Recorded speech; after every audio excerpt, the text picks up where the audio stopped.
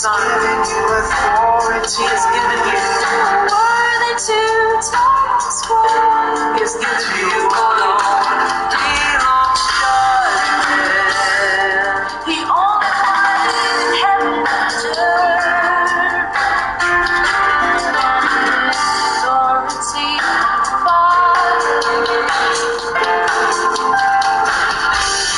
the Son and Father said, your throne is forever. To the Son and Father said, your throne is forever. It's forever. Administer your justice, my Son. He said, I have set my King on Zion. Set my King on his holy hill. You are worthy to the Son. He said, the nations are yours to judge and rule. To judge the nations. Oh, he said, Son, will you ask of me? I will give you the nation. Give you the nations. Scroll to open up and rule over the earth.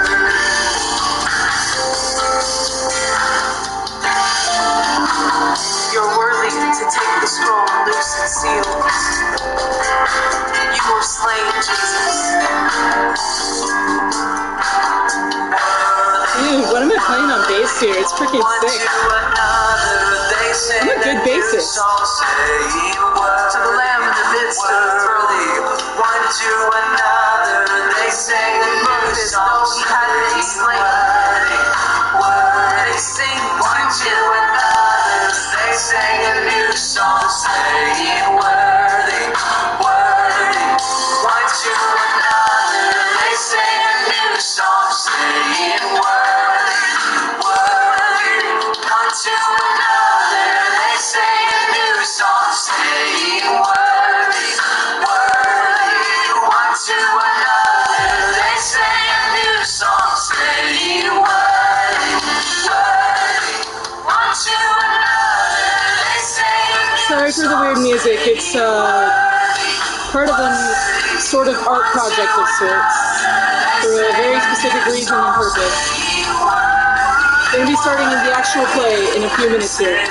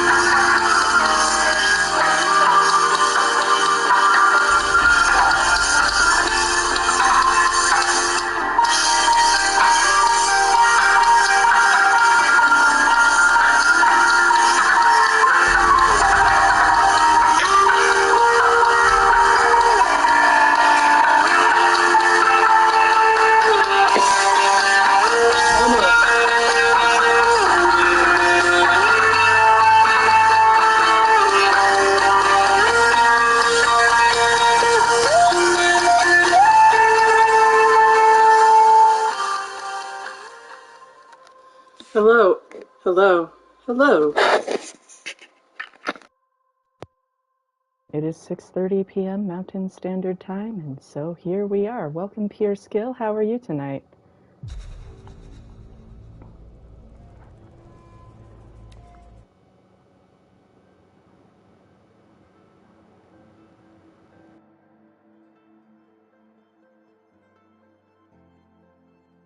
I love that little ostinato there.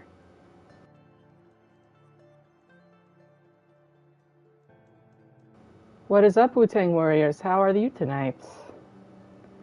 Oh, you know, I'm doing pretty good.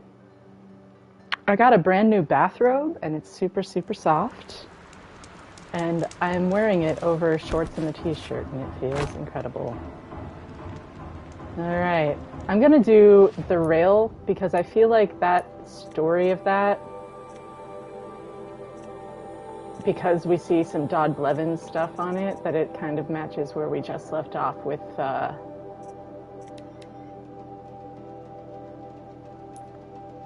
Last Girls on Earth. Plus it's close-ish, since we're at the dam. Even though I'm right by frickin' Shaman's Path. Negative 19 degrees. And where is here again?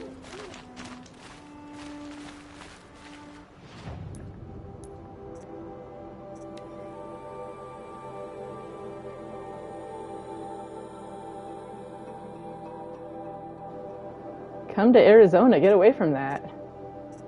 Oklahoma, what part of Oklahoma? I spent a month in Tecumseh.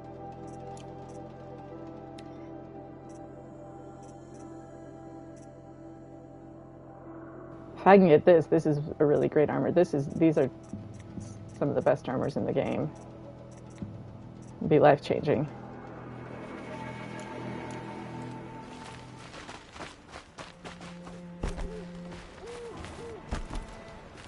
Nice. Well, greetings from Oklahoma, Texas to Arizona. Nice to see you all. Glad you could join me, hang out, and we're just going to see where the conversation goes throughout the night. I've been having a lot of fun doing it that way. Just hanging out, playing a video game.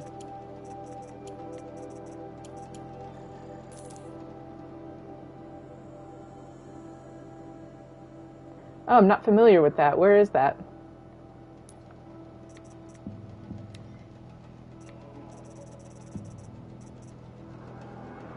Oof. No, I don't want to spend my shards on this.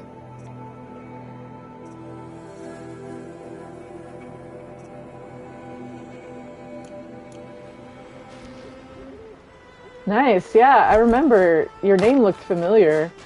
I'm definitely enjoying the PS5 experience. I can't believe how good this game looks. Like, look at it. Holy crap.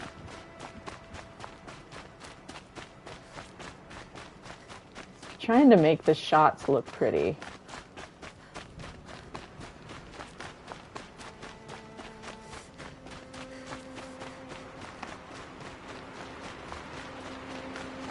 This strings right here reminds me of a lot of the do do do do do do do do do do do do do in Forbidden West.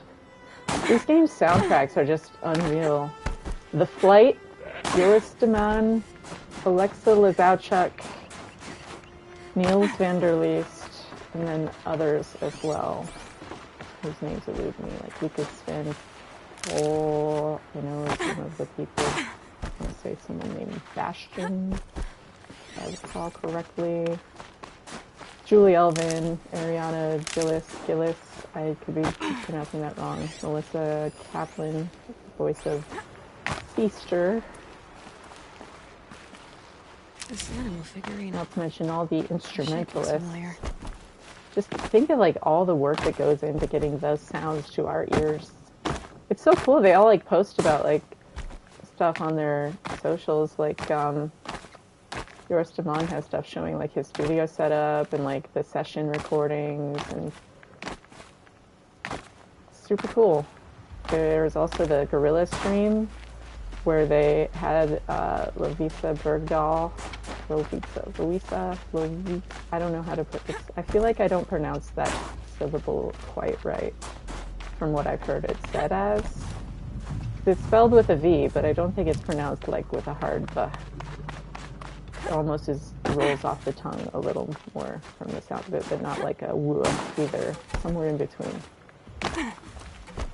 Which she wrote in the Flood, and then Alexa Lazowchuk, as far as I understand, added music to it and changed out the lyrics for the title song of Forbidden West.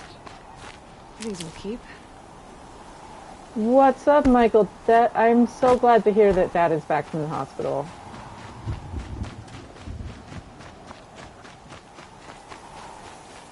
Oh no, I don't want to go running out to this. I know what's over here.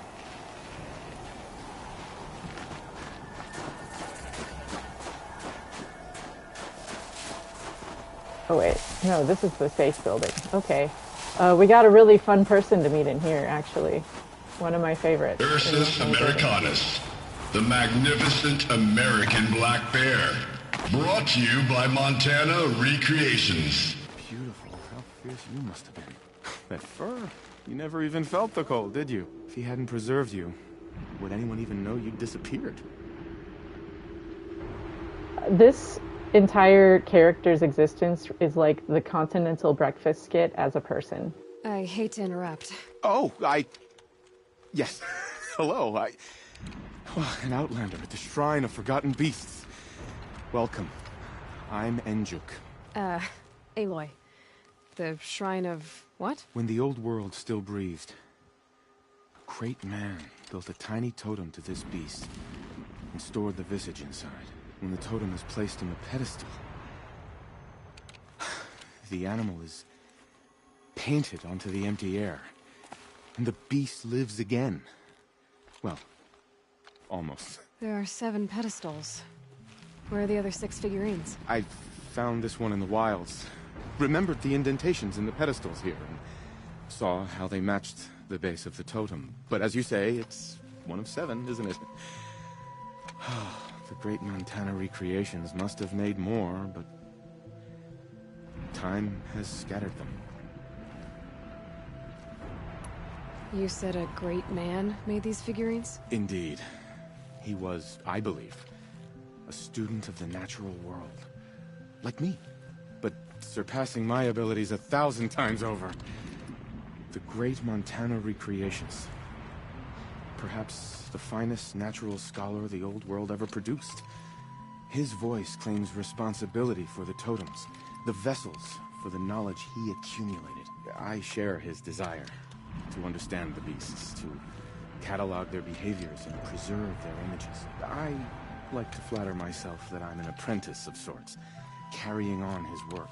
Someday, perhaps, if I am persistent, I can earn his name.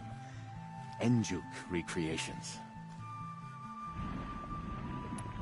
So these totems, the images they show are of animals that no longer exist. They're gone, like the old ones. So it seems. To think such magnificent creatures are lost to us, that we never even knew they were here. We rely as much on beasts as we do on machines. For food, for warmth, but do we study them with the same fervor? Yeah, I do. For example, I have this theory about foxes. Why do foxes have red fur? Think about what they eat. Meat? Raw meat. Bloody meat. See? Natural causation. Logical connections.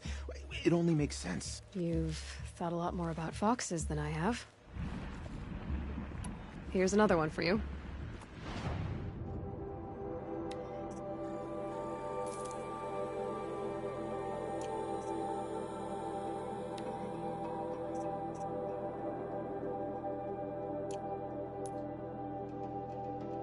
Thrilling, isn't it? To see another majestic beast returned from the past. There. It awaits us on its pedestal. I should get going. Of course, of course. I've taken up so much of your time already. But I don't suppose you could keep an eye out for more figurines? If I run across any, I'll bring them your way.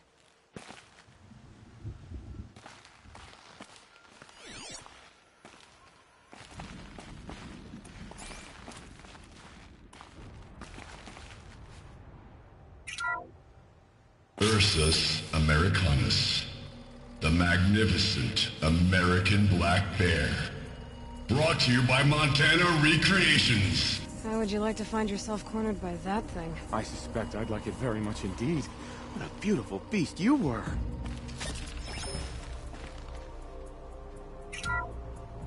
Puma Concalor, the fearsome cougar. Brought to you by Montana Recreations. Coat of sand color. Burrowing? Perhaps those teeth were only used for digging.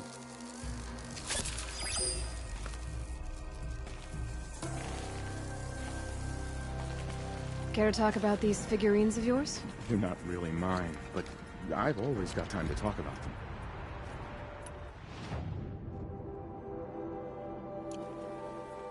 That's all I need to know. Are you sure? You can never learn too much.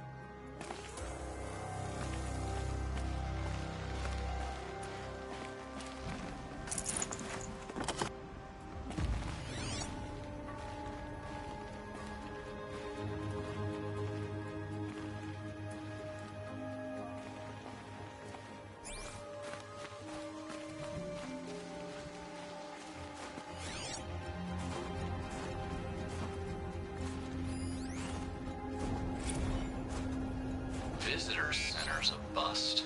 I'm recording the strategic and operational value at roughly 0 point squat. No reason we shouldn't pack the staff onto a vert and send them back to Nowheresville as soon as the gates are locked. Enjoy basic income, ding-dongs. Cold.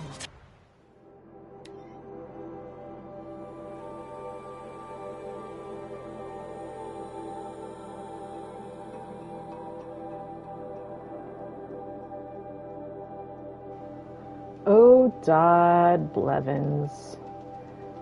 Oh, wait, you said car accident, called 911, gave statements. On the way back home, an SUV wiped out in front of us and took out the fire hydrant and a power line flipped over. Called 911, gave statements. Fortunately, they seem okay. Very close to the hospital. Probably the wildest accident I've ever seen. A lot of sparks adjacent. Building lost power. Hi, Jeff. Welcome. Thanks for joining us. How are you tonight? Jeff, are we PSN friends? You should send me, if anyone's welcome to send me a PSN request, you just have to send a message so I know where you're from. But my PSN name is just my SIENOEL, the same as my YouTube name.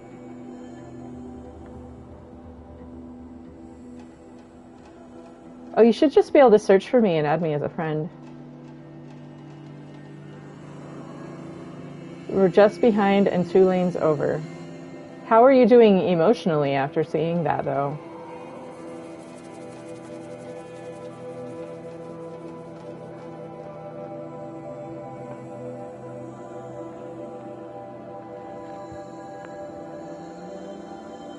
Yeah, no rush, Jeff. Would you like to come on microphone tonight and have a chat about what we see in this game and the other work that we do? I just feel like it would really, based on what the conversation was the other day, it would really fit the theme of what we've been doing here. If you want, you can talk about what just the work you've been doing, and we can hear about that.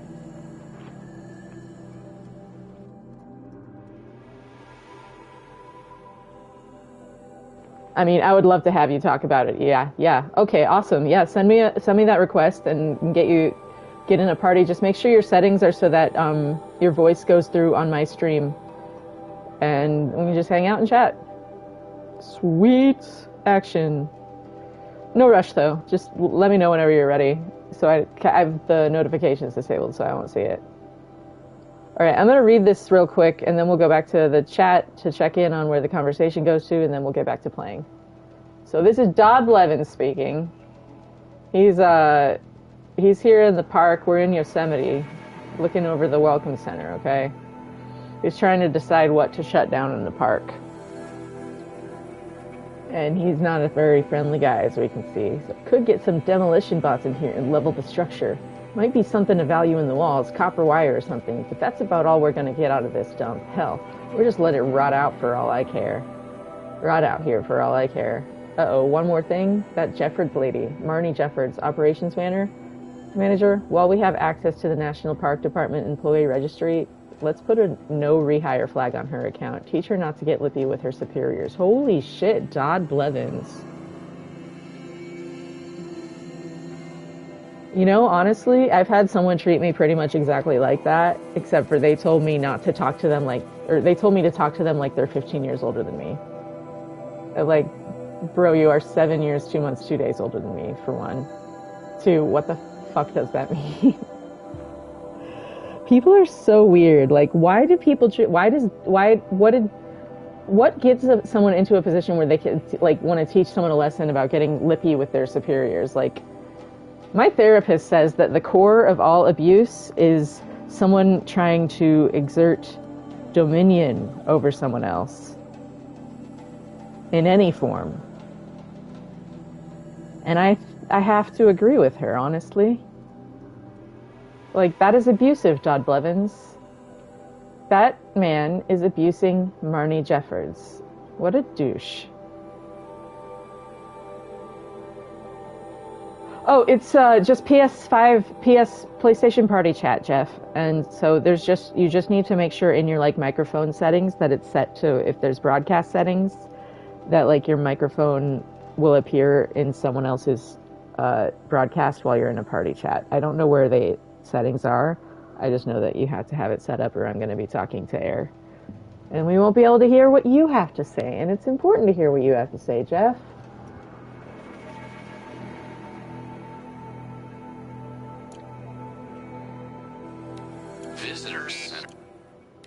Visitor center's a bust. I'm recording the strategic and operational value at roughly 0 point squat. No reason we shouldn't pack the staff onto a vert and send them back to Nowheresville as soon as the gates are locked. Enjoy basic income, ding-dongs. Visitor center's a bust.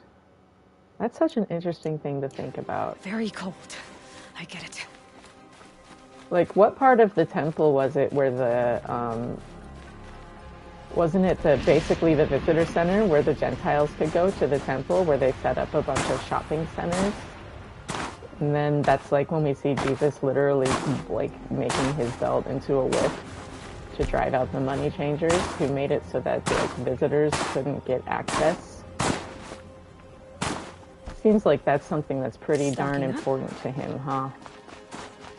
Let the little children come to me, make it accessible for people that are outside just your family. Even the tax collectors take care of their own. I don't know.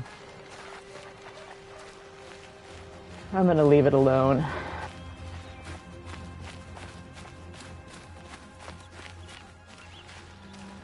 I'm not trying to get preachy, I'm trying to get attention from people that need to hear.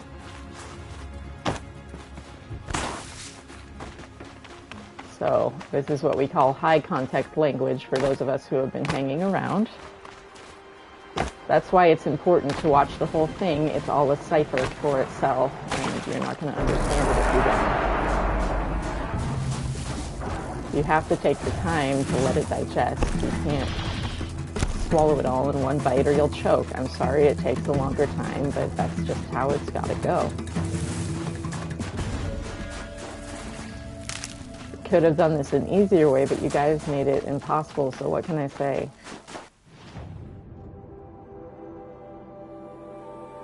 Yeah, just let me know when it's ready, Jeff. No rush whatsoever. I'm glad to hear you're doing okay, Michael. That's super scary. Oh wait, was I just muted? I was just saying, Jeff, take your time, and Michael, that is super scary, and I'm really sorry to hear that you're going through that. Is your, like, body, are you having, like, the, like, heart racey feely, or are you, like, good in that regard?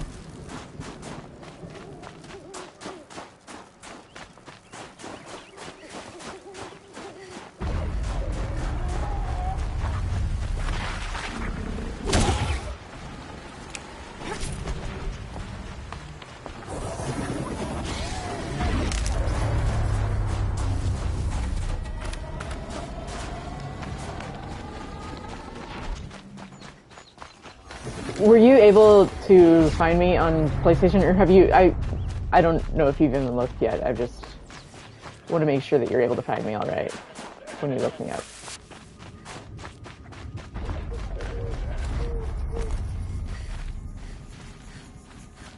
Saving these for the trail.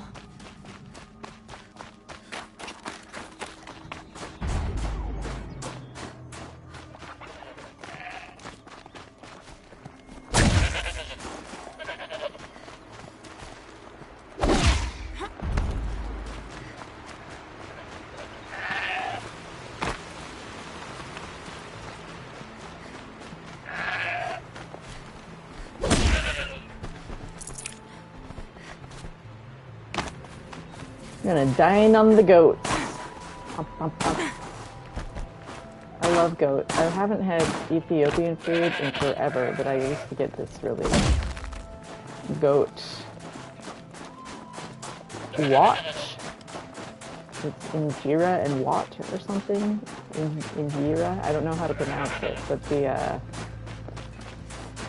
stew, and then you get the it's like a sourdough flavored bread. Some of my favorite food, Ethiopian food.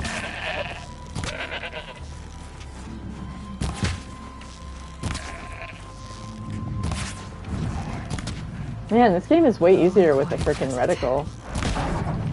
That goat deserves its life at this point. I don't wanna... Nope.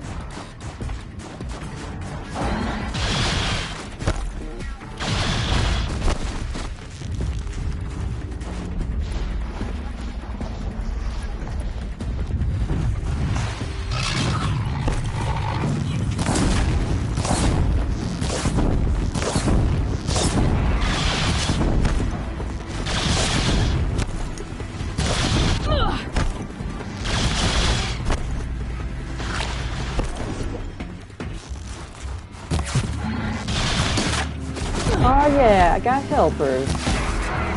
Look at my friends coming around me. Friends from the bandit camp. Cool. What can go wrong?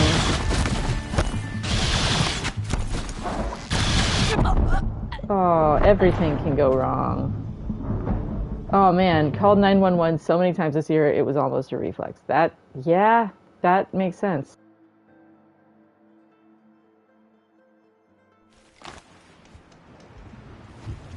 I need just a second. Hold on. Oh, I pressed the wrong button. Well, hold on just a second. Sorry.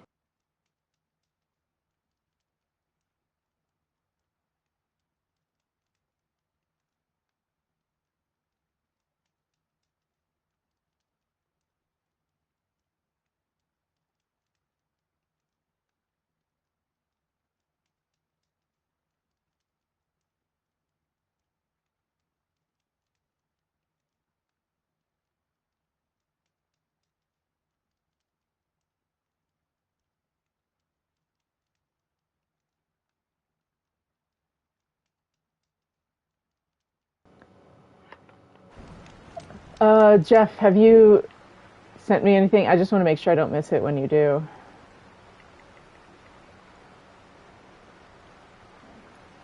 So I got some friend requests. Yeah, accept.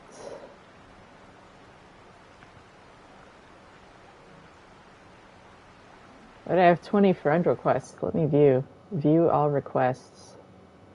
Oh, some of these are old. Sorry, I'm just wanting to make sure I don't miss any of this. See, the people haven't sent a message, so I don't know who they are. Sorry, guys. If I don't know who you are, I'm not adding you.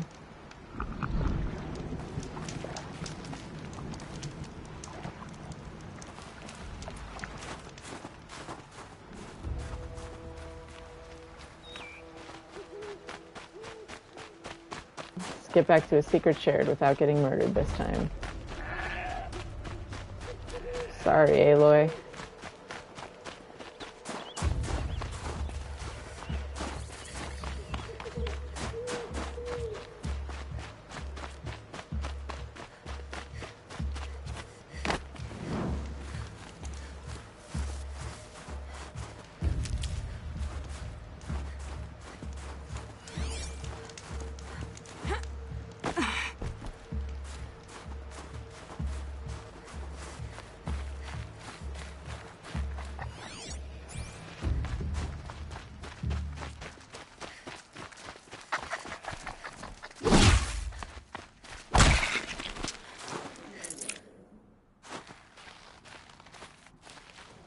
Man, they want to murder me.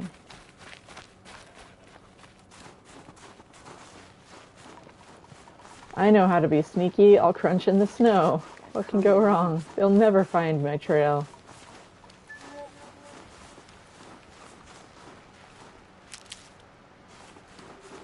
Come out, wherever you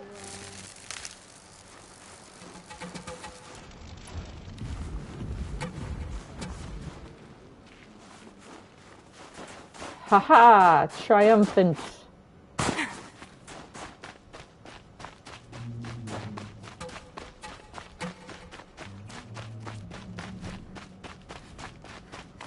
Man, I wonder where Genesis is.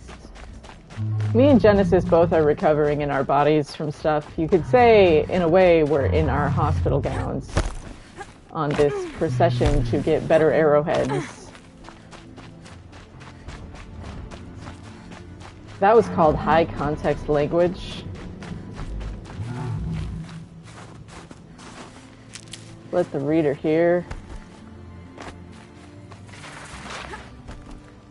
And the listener see. You know what I mean? If you would have listened when I spoke plainly, I would be speaking plainly to you, but you didn't, so this is what I have to do. Speak in parables, you know what I mean? Does this make sense to you, or is it obscene? Are your eyeballs cloudy? Are your lenses clean?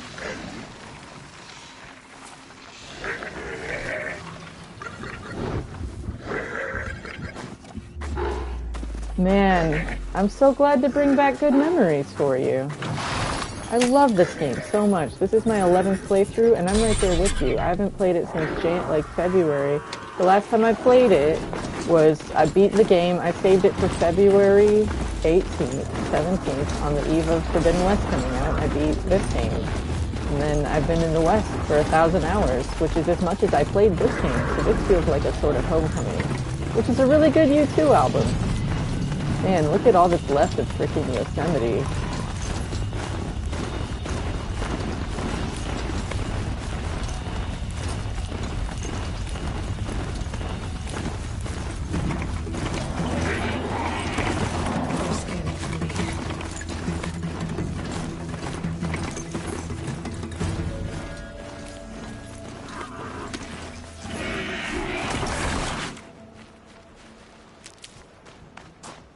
This fight should be fun.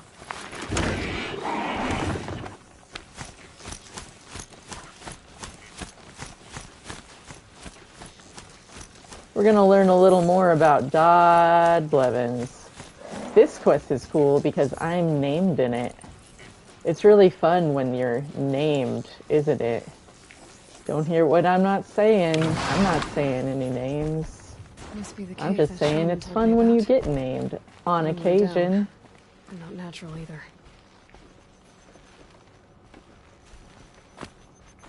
Anyways, don't worry unless you've been misbehaving. This place is a haven. So it might be alone down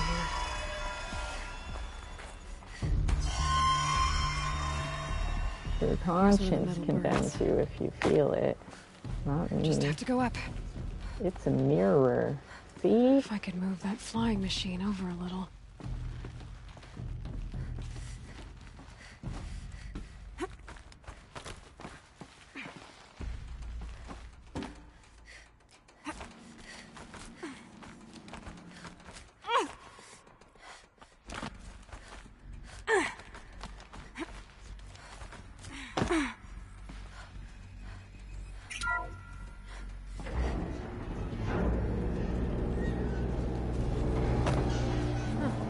Not so grounded after all.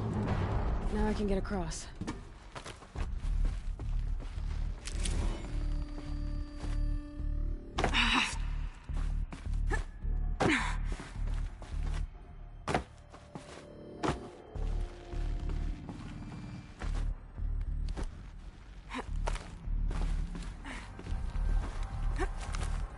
There's the door lock. I'll need to configure it. Are you guys ready for the most important moment in either game? And it is unfortunately a word out of Dodd Blevins' mouth. Here goes. If those punk technicians think I'm gonna sleep on them waltzing in here and screwing around with the drone routines, they have seriously underestimated my sense of mission. Let's just reset that hololock. Echo, Sierra, Echo.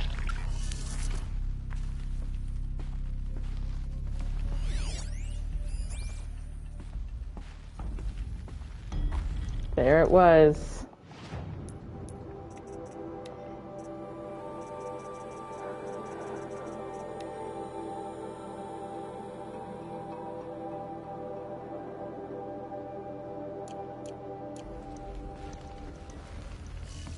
And yes, I did change the hololock orientation before he said it. That is correct. 11th playthrough. Very good memory. I am a person with a very, very, very good memory. Do you understand what I am saying? I am a person with a very, very, very good memory. You know what? I never finished my story about Misty, but I don't want to tell it without Genesis here, so I'm going to tell it twice. Once right now and once later when Genesis gets here. So remind me to tell Genesis, okay? Misty and the robot cameras.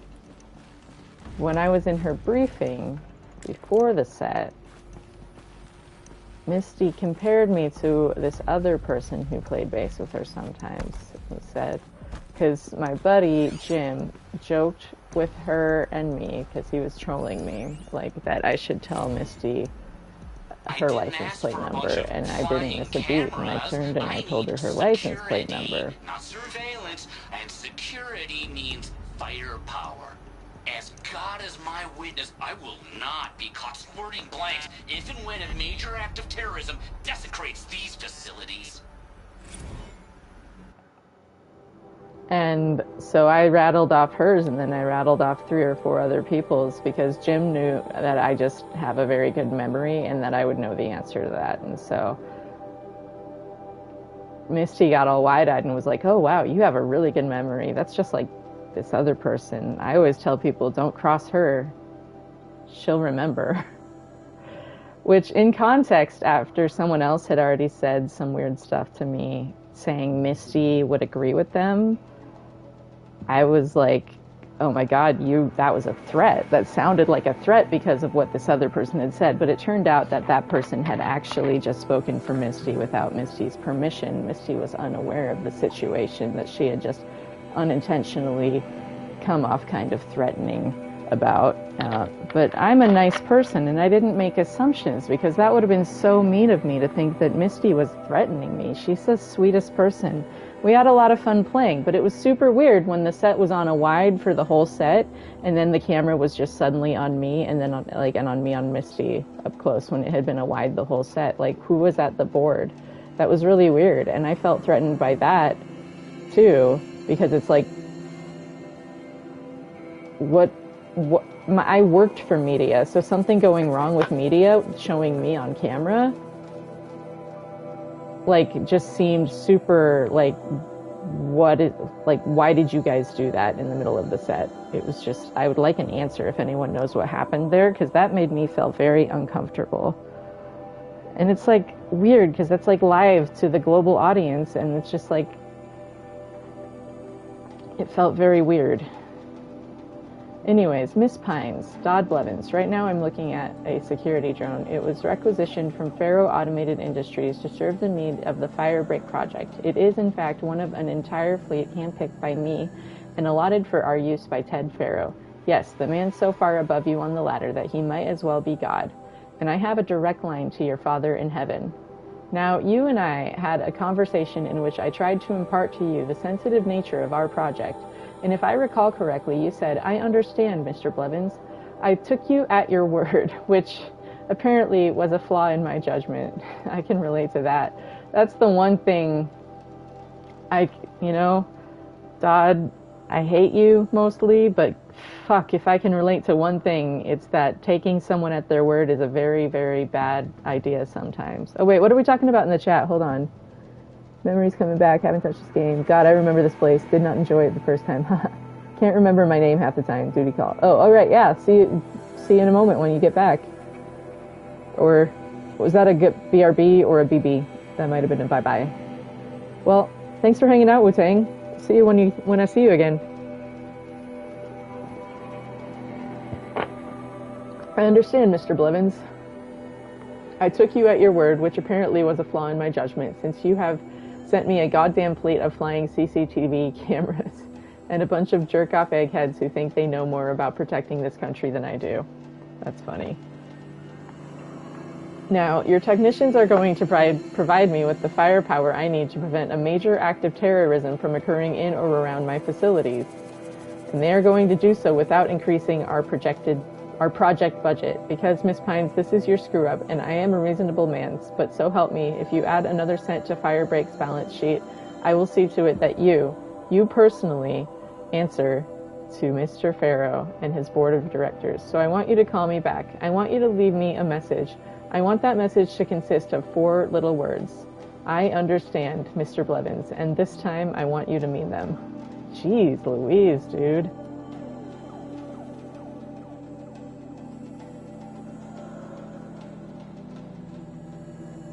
God freaking Blevins, of all the characters to have my name in their mouth.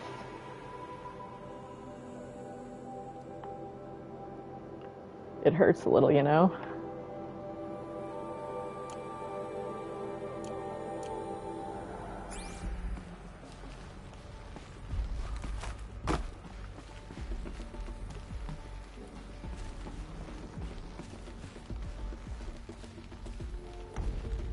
Oh, sweet. We're gonna get Jeff's friend request. Hold on, guys.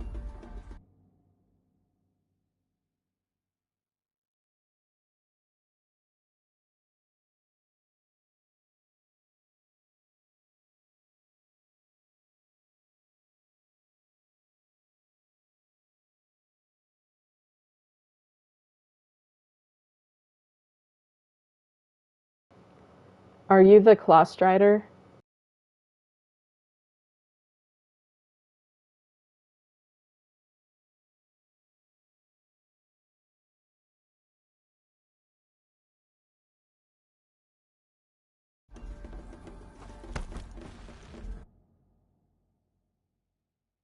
Sorry, I'm still learning my way around. I didn't understand. Oh, Google thought I was talking to... Nope, not you, buddy. Alright. Join. Sweet. Let me know when you can hear me. Oh, I think I can hear you. Can you hear me? Yeah, let's see if I can hear you on the computer.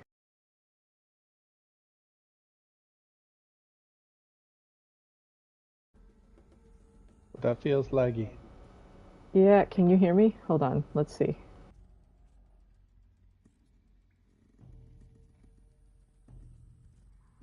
Oh wait, say something again. That's my bad. I'm the one that made the mistake.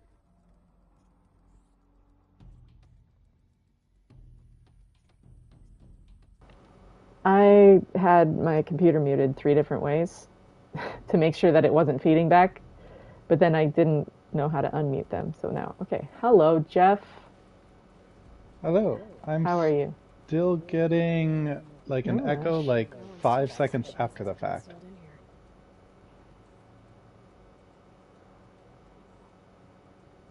How about now? Trying it now. I'm wondering, do you have the YouTube up on the same thing, or is it... Nope, I think it's good now. Sweet. No. Shouldn't be hard to remove. Here. I'll show Oh, it to I you wonder. shortly when I'm back in Song's Edge.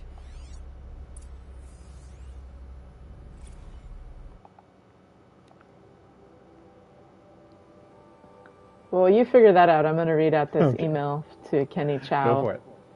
To Kenny Chow from Harris Bonner. Subject, ban him. Kenny, I get it, okay? I really do. Pharaoh is Firebreak's patron. Blevins is Pharaoh's lapdog. Circle of ass-kissing, blah, blah, blah. But if you allow Blevins to remain on site, installation is going to take twice as long as we're budgeted for. And I don't know how deep Firebreak's pockets are, but I can guarantee you that they're not bottomless. We've just got done recalibrating the entire fleet. The entire fleet, Kenny. Why, I imagine you're wondering? Oh, Kenny, I'm so glad you hypothetically asked. Blevins was unhappy with the baseline behavioral routines of the security drones. You know, the ones he selected himself. Not aggressive enough, he said. I doubt a Rottweiler mounted on an ICBM would be aggressive enough for him. So we patched in some combat behaviors, which, let me tell you, was not easy. Basically outfitting these things for war. Think about that, Kenny. Bleeding-edge combat drones patrolling an empty wilderness. Also, Blevins can play Army on Firebreak's dime. I'm begging you, Kenny, find a way to bar him from the hangar, please. Harris. Why does that feel like working for a church? You just like always needed new, better speakers or something, but you can't pay your people. Okay, I didn't say that out loud, did I? How's it going, Jeff?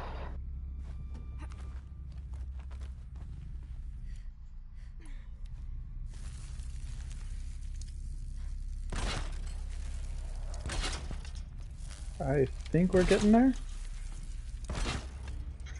No rush. I'm just encountering an Invisikitty.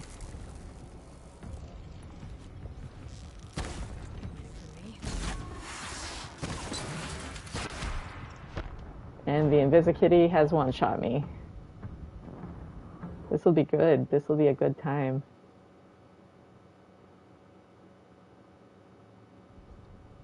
That's so weird that it's echoing.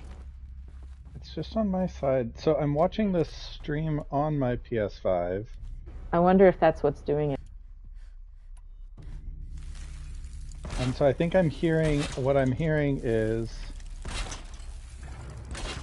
Yeah, how do I mute? I know what I'll do. I'll do this. Should have rolled out of the way a second earlier. This is going to be interesting, guys. Because there's not really any way out of here without me doing this.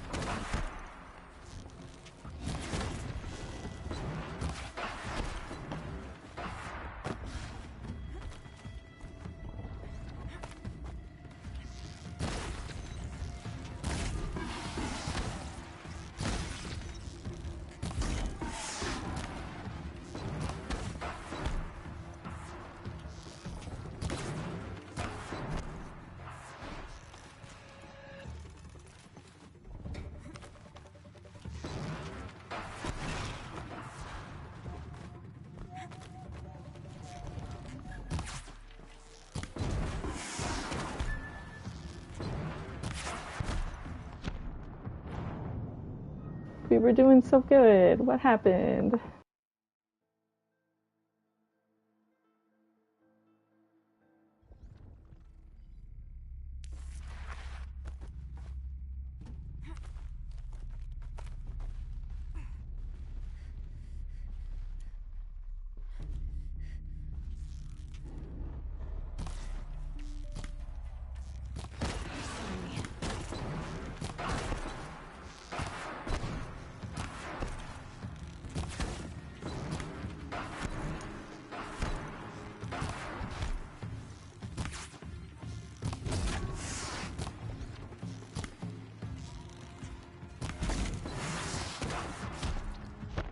Oh no. Horizon, 0 chance I'm surviving this.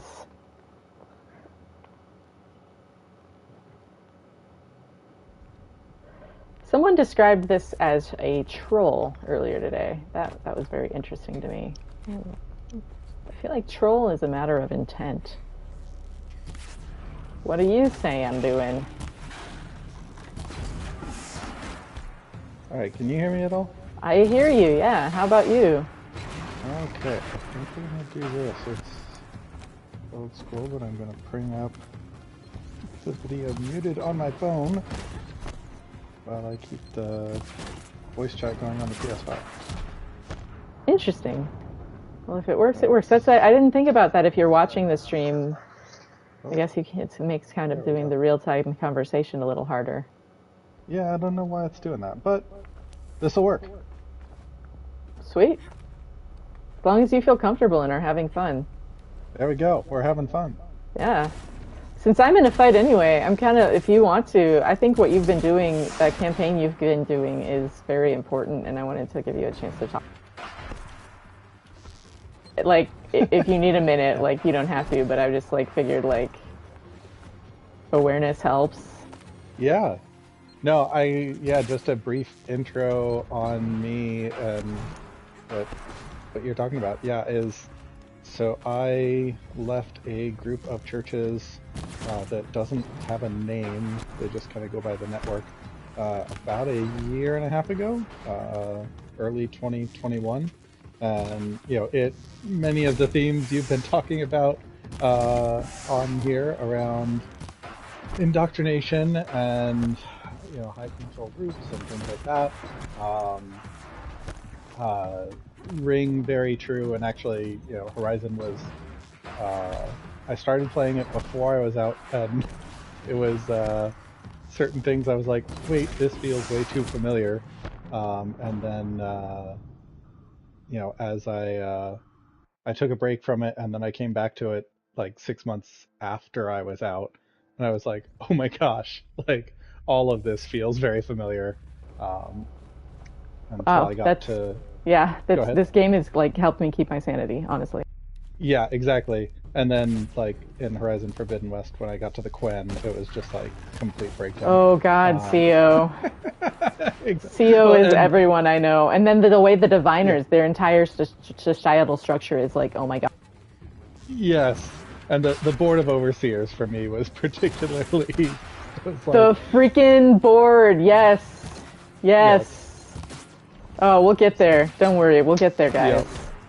So, anyway, but the Nora definitely were there. So, anyway, these days I write a lot about the network and trying to share about my experience there, and kind of, they're very, very, very secretive and don't publish hardly anything about themselves. And so myself and a group of others have been trying to share as much as we can. Just so that people who go into it, can be informed and know what they're looking at and things like that, because they pretend to be something that they're not, but you don't know that until you've already been in it for 2 years, and then all your friends are... Yeah, and like that's kind of how they make the kind of cost of entry really high. Right. With time and stuff, and so I feel like that's what happened to the place I was, where it's like they needed such a time investment. You can't have anyone in your life except for the people you're doing it with, and so you just kind of don't even realize how far away from norm you've drifted.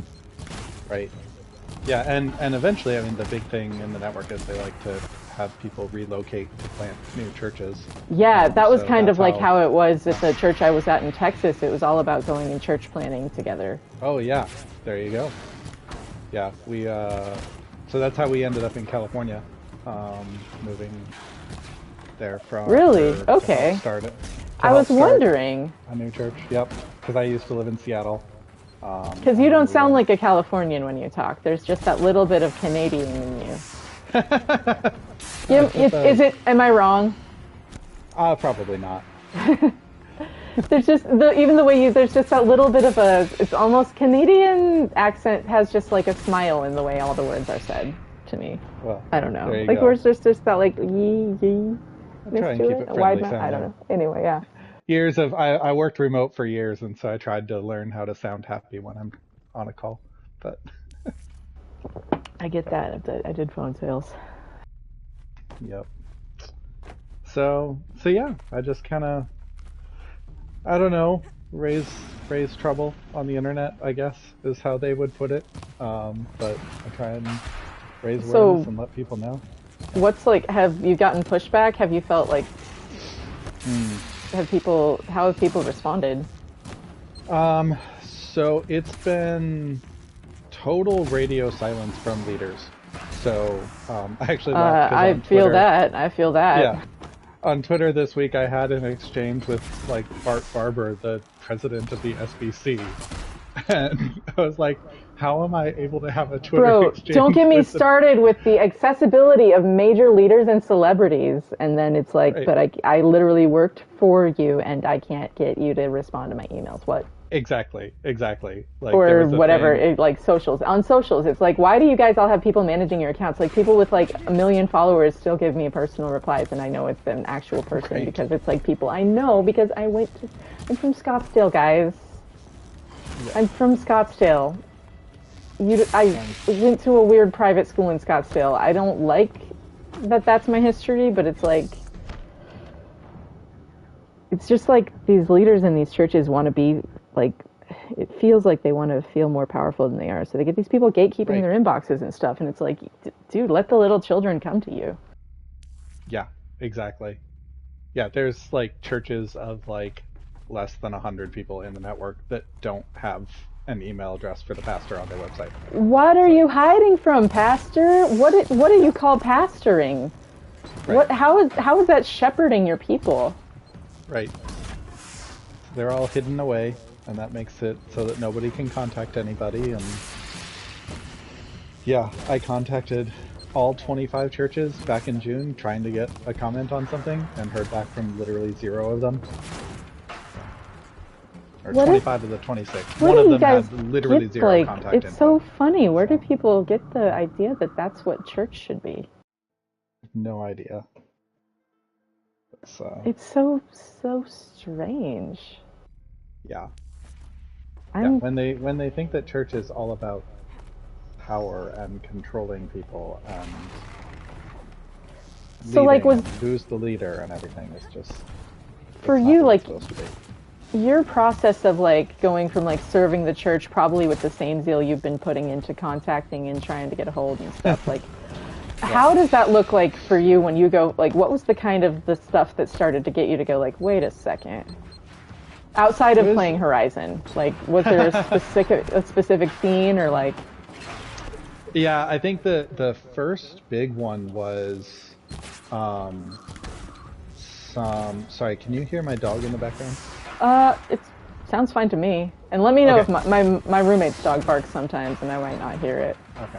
My dog is just eating dinner, and he does so quite noisily. Yeah, we're all good. So, yeah, no, I think the big one was... Hey, Remy, welcome. Sorry, go back on. I was just saying Go hi ahead. to someone in the chat. You're good, though.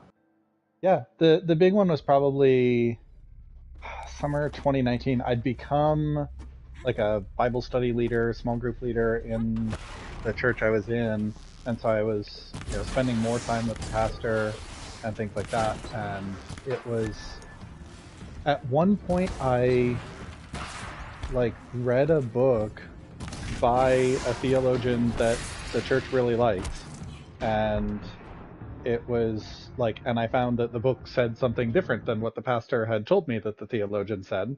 And so I just asked him, I was like, and went to him out of just kind of oh, you might not know this, and I would hate for you to be embarrassed if other people found this error of yours. Yeah, I assume have you were had just many mistaken. conversations where my heart was right there. I know that Right. position, Yeah, exactly. and I have an so- idea of what happened next, if that is Yeah. what that was. What do you think happened? Oh, well, he listened to you and thanked you for having such a kind concern and being such a friendly person. Exactly. And you're still best friends to this day. Went to the family barbecue last week. If only. Your entire No, life he, got turned upside down, didn't it? I mean, it Slowly over time, yes, yep. But in that particular one, he was like, "Why are you even reading that book?" And that's not for you to read. You don't need to do that. And and the specific thing that I brought up, I was like, "Well, he What? doesn't actually say the thing that you're saying." He's like, "Well, I say that," and it was like, and that was the What? end of it. Bro, what? Bro, what? It was like, so don't learn. And in the same conversation, I was like, I feel like I need to start learning Be a more Berean, man. stuff. I need to start getting deeper on theology and You know, it's like, I'm a Microsoft, you know, at the time I was a Microsoft engineer, like, it was like, I've got a brain, I should probably use it. And it was like, I should start learning more. And he's like, yeah, that usually doesn't go You went from very well Microsoft for engineer people. to church planner to a story to tell, huh? I suppose, yeah. Yeah, I mean, So- that's too many people. Stories are like just like that, where it's like, dude, we gave our all. Yep. So he was not happy with my efforts to learn. And then later on, I think the biggest thing that kind of broke everything was there was a COVID restriction thing that they decided to go against, and they quoted something out of the Bible and just completely got it wrong. Which sphere Like, of it Twitter just did we wasn't find? even Did we find each other on COVID Twitter, Horizon Twitter, or Blocked by Mark Driscoll Twitter? Now I'm like, wait. I'm gonna go with Blocked by Mark Driscoll. I mean, probably, but now I'm like, with that extra later, I'm like, no wonder Yeah. we get along so well. I can't talk Could have words, been but anywhere. fighting a stalker. Could have been anywhere. It's so interesting to meet the people that connect to this game for the same reasons we do, though. It's so comforting Yes. to know I'm like not alone in that being the specific trauma it heals. Yeah. This machine is not going easy on you. No, it's not. Hey, I got a question because Remy also was asking, and Go I for think it. we are at 3 and need a 4th. Do you ever play Ghost of Tsushima? I have not tried it. I have it because it Okay, was part of my you PS5 bundle. Yeah, yeah. But I have never There's played a multiplayer with 4-player raids, and me, Genesis, and Remy have been wanting to play it together, and Remy was just asking if we could do it before Christmas sometime. It's a multiplayer mode, so there's a whole story mode to go through, and then there's like survival waves, and then Okay. there's like, and it's separate from the main story of the game, so you could do this like at any time without having to commit to playing the whole game. Okay. And there's also some 4-person raids, and it's the last thing I've needed to do to get all the trophies on Ghost of Tsushima has been the legend stuff. Oh man, I heard it right before it blew up. Well, I'll have to figure it out with Genesis because I don't know when Genesis is free. But we gotta. Remy says the PlayStation Plus subscription's running out this month and want to make the most of it, so we got to do that. Like we should do that. Like if ASAP. Whenever Genesis is ready again, we'll do that instead of this one night. Let me know. Well, I'm gonna be driving the next couple days, so. Gotcha. Well, if we can only get the 3-man team, like if we can't do it tonight, then I just don't know where Genesis sometimes has health stuff clear or just gets busy or whatever as well. Fair. So I don't know where Fair. he's at tonight, but So You how got a long? I have a life, question so- for you. How long have you been out of the organization that you were in? so I left full-time staff there May of 2016 during the Okay. primaries. Stuff was getting really weird politically. Got it. The final staff meeting I was on there was an announcement at the beginning talking about how the dude who founded the place had been invited to meet with Vladimir Putin during the primaries. I Interesting. read the Mueller report later and I was like, huh. Because the whole thing, I was like, they did like a Boris and Natasha skit. There was like a My Little Brony shirtless Putin photoshopped thing where I was just like, is anyone else seeing this? Like, is anyone else seeing this? That whole election was super weird for me though, because I had a friend who was literally on Bernie's campaign. I had a friend who was on the news defending Trump because they had been Miss Arizona USA. I had another friend who was on Marco Rubio's campaign. 2 friends on Bernie's campaign, actually. And then my boss is meeting with freaking Putin. And I'm just like, how do I have this vantage for all of these things going down? Like, does no one else see? Why are you meeting with Putin? That's And wild. the Pope. Why did you meet with the Pope? That's wild. What is going on with my life? Why does no one else see this? This is freaking weird, guys. That This feeling is a little of sus. that feeling of so many things of like, is nobody else seeing this? Like, how am I the only one who thinks this is a problem? But our leaders did not try and meet with Vladimir Putin, so. It was a weird year. And then he didn't meet with the Pope. And then during the second impeachment, a couple worship leaders from there met with Trump. And I'm just like, this Really? is kind of weird, you guys. So This is kind of weird, you guys. Anyone else think this is kind of weird? One of the people that were in that meeting with Trump was Sean Foyt, Jesus Christ super spreader. Oh gosh. Okay. Which I'm just like, dude, didn't it say that the mockers are right next to the gays outside the gate? So maybe you guys want to not, like, condemn the gays if you guys are going to be mockers. Right. Or maybe it's not what you guys think it is. What's up, Nooblets and Astro? You got to leave work early because of the frickin' snow, huh? Are you going to survive this week? That's why I moved away from the Midwest, because it's just not... No, it is... my window is cracked. It's beautiful out here. You guys should all just come to the hot zone. We have to get water figured out here, but you should come to the hot zone. Well, before the hot zone crisis, so we can all be desert Tanakh together. Problem is you have Mark Driscoll there. Dude, his house is freaking a block away from my house. Yeah, I'm fully aware. Wait, really? Yeah, I'm fully aware. Gosh. I'm fully aware. I can't pass it. I can't get out and go do stuff without freaking passing his church, because it's like at the right edge of my neighborhood. Oh my gosh. Yeah, I walk by it would be so, on occasion. I would be so tempted to show up with protest signs. I am, except for they would follow me home because it's right there. So I'm like, well, I can't do that then, can I? Ah! This is going to be the time, you guys. I'm going to get it. If the Lord wills to be the perfect fulfillment of Scripture, because then maybe they'll listen to me. Right? Isn't that what it feels like sometimes? Like, do I have to be Jesus? Okay, let's give that a try then. Here I am. Who do you say I am? Right. It's amazing the different mental acrobatics and everything. Shit. I didn't die. You know, I'd probably help myself out by putting on actual armor instead of wearing the stealth stuff, huh? Hard mode.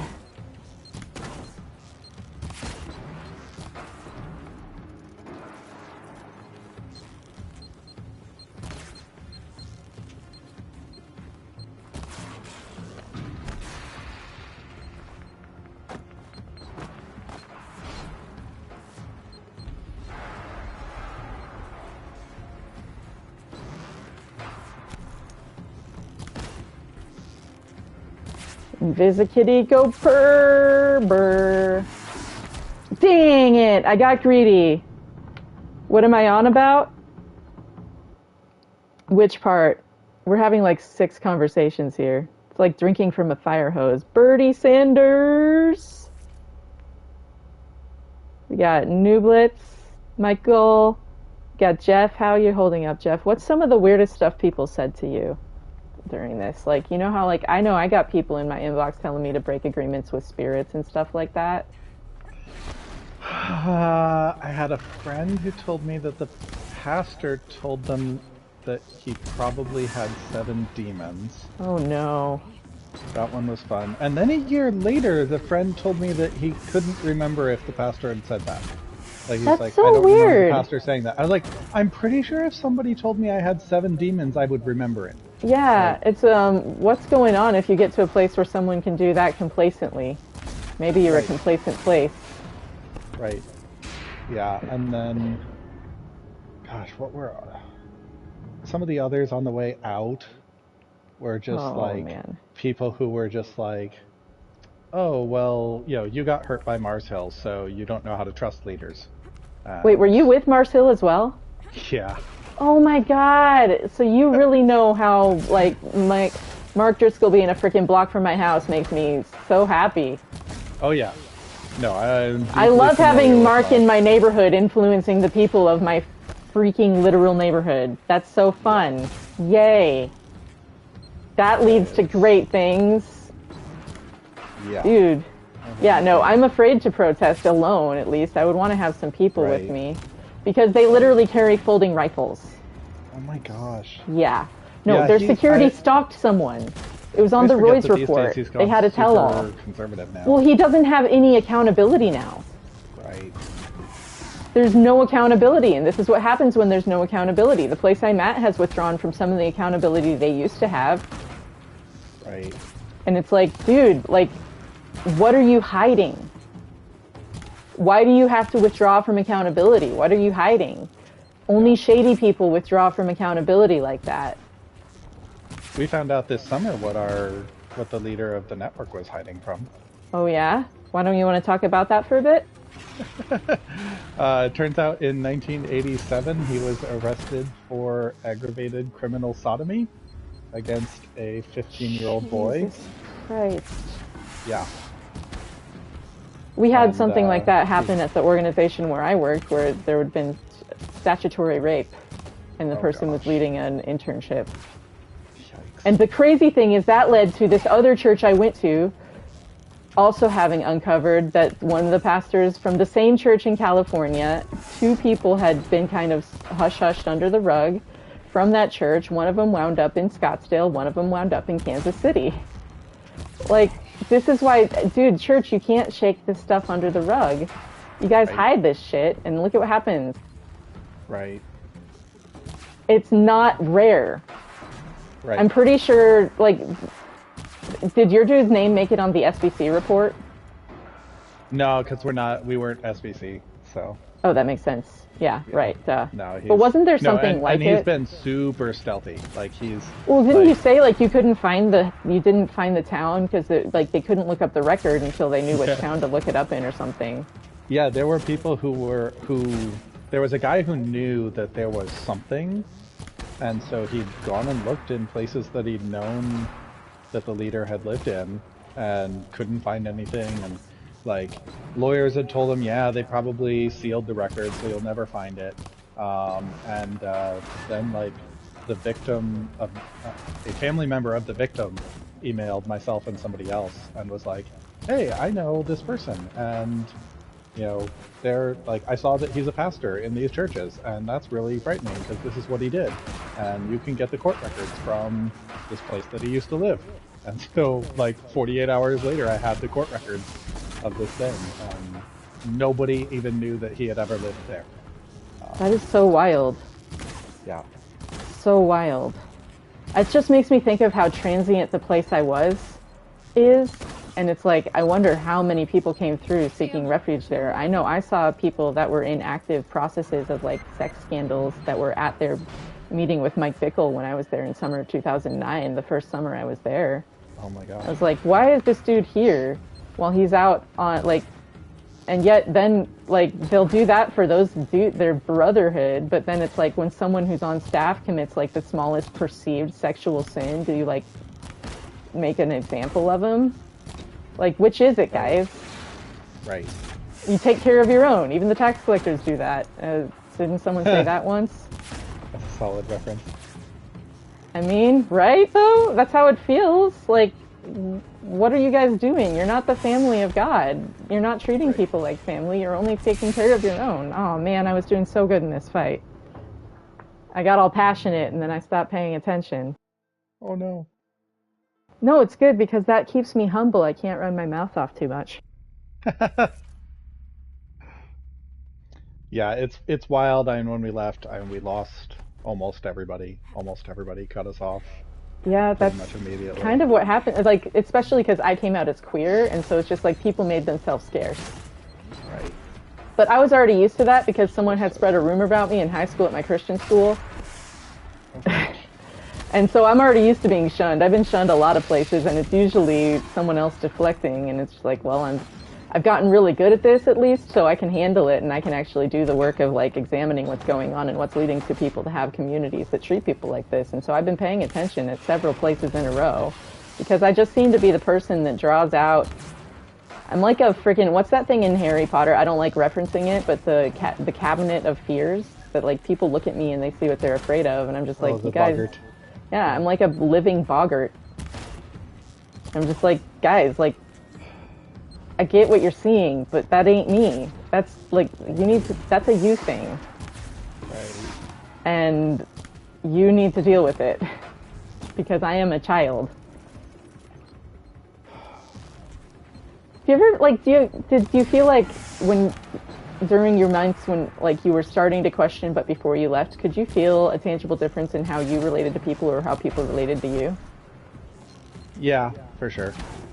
I know things with me and the pastor, even though I tried not to really let them know that I was thinking about leaving, or had major concerns, because I knew the very moment, and this should have been red flag number one, the very moment that they learned that I was even thinking about leaving. Right? No, that fear is real.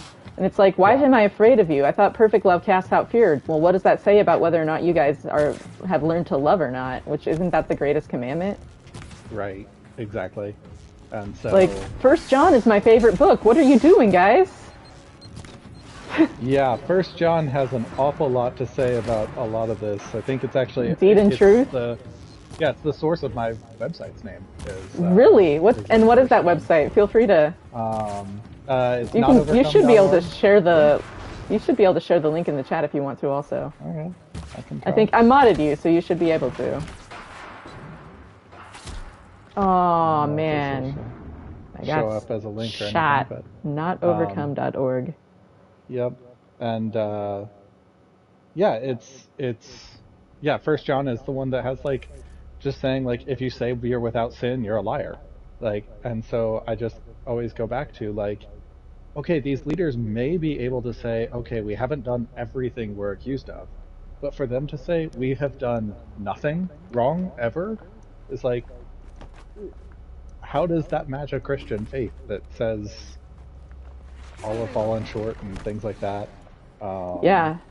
You know, it's like, I thought we were all sinners saved by grace, and yet you're saying the fact that I've said that you did something wrong is offensive? Like, but then they want to, like, correct you. Always. If you're, like, always. a volunteer or staff, it's like they want to nitpick over every little thing. Things they overlook in the people that are more close to them, their friends and family, and it's like you guys don't even see how your standard is so inconsistent, and that you prefer your friends and family over those that come around that are not those that aren't already part of what you have. You don't make a way to let them in. Like, what are you doing? I got rebuked once for carrying a sign during teardown. I was carrying a sign by myself, and the pastor told me that I can't do that because it wasn't a relational way of doing what? Or something. Like, I mean, this is the kind of nitpicky stuff. No, that was the kind. I got kicked off the worship team for withdrawing from community, but that's because I wasn't allowed to talk to people because they said what I was saying was sowing division. So I was like, well, which one is it then? Gosh. Which one is it? Well, and then the phrase was perceptions matter. And then a few years later, that church is where Fixer Upper came from. So I was like, oh yeah, I guess they do. They kicked me off with the phrase perceptions matter. Say I carry a cloud of negativity over me. Because at 7 a.m. on a Sunday morning, while holding the door open for me, while I was doing overnights in the hospital, he asked me how I was when I was coming into church to volunteer to play bass at 7 a.m. as a college senior when I had been doing overnights in the hospital. And it was cold. It was February, so I said, cold. I had just rolled out of bed 10 minutes ago. I am in college. I threw something on to get here, to do rehearsal and sound check, and then I'm gonna eat and wake up. I haven't had coffee yet, dude. Yeah, I'm sorry, but that's not a spirit of negativity. That's humanity. Bro. Like, the dude was like, you know, at our annual worship team volunteer meetings, like, I don't have time to encourage each and every one of you personally, and yet when it came time to yell at me, he found 45 minutes right then and there. Oh my gosh. You know, and it's like... You're supposed to be real with people, but not that real. Like, compared me to a toddler, and I'm like, you can't find time to encourage me with words of life, but after all the time I've given to you as a volunteer, and yet you can find almost an hour to chew me out on the spot when you're kicking me off the worship team and barring me from going on a mission trip, and then an hour-long meeting with like 5 other people, but you can't find time to encourage me. What is wrong with the church? Why is that how you operate?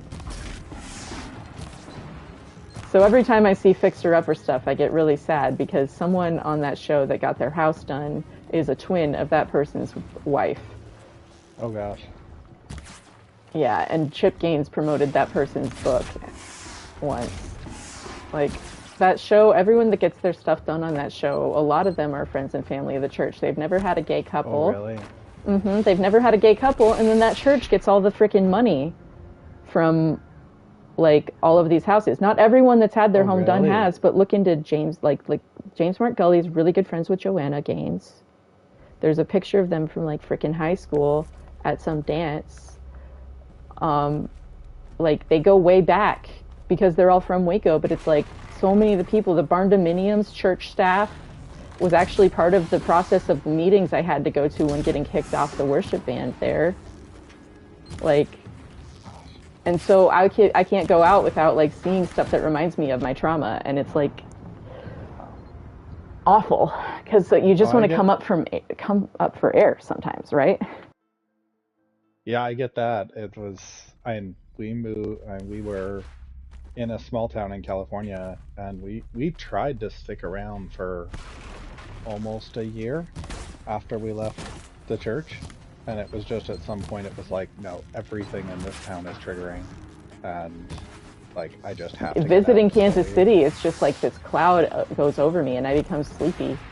Yeah, because it's just like my body's like, I just want to wait this out. Yeah, it's hard to visit Kansas, and there's some friends I dearly miss, but it's like it is such a toll on my body to come and just even be around where you live, and I can't explain it, but it's so painful. I get that. Yeah, every time I would go back to, it was in San Luis Obispo, California, every time I would go back, it was like within 2 days, it was like my body was just like completely shut down. It's like, no, I can't be here. Michael says, carrying a sign, you say? Michael went to the church in Texas with me that I was just talking about, and witnessed some of the stuff play out. And Michael used to carry a sign around, but it was in a different context.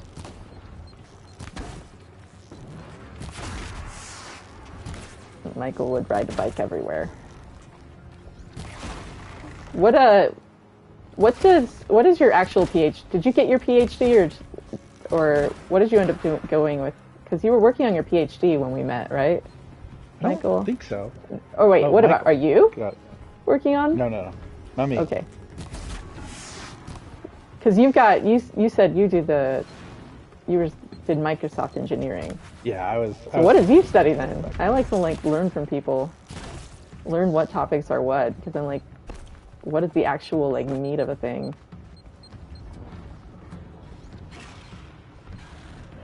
Remy says, I'm a believer, but I don't go to church because some people are fake. They're IMO. And I'm like, that's exactly what we're talking. That's exactly. Yes. Then you have a story to share too. What are some of your experiences with people being fake? Like, you'd think that church would be where people should be the realist, and yet it's where they seem to be the least real, because it's like got to be this weird sanitized thing. And it's like, what are we doing, guys?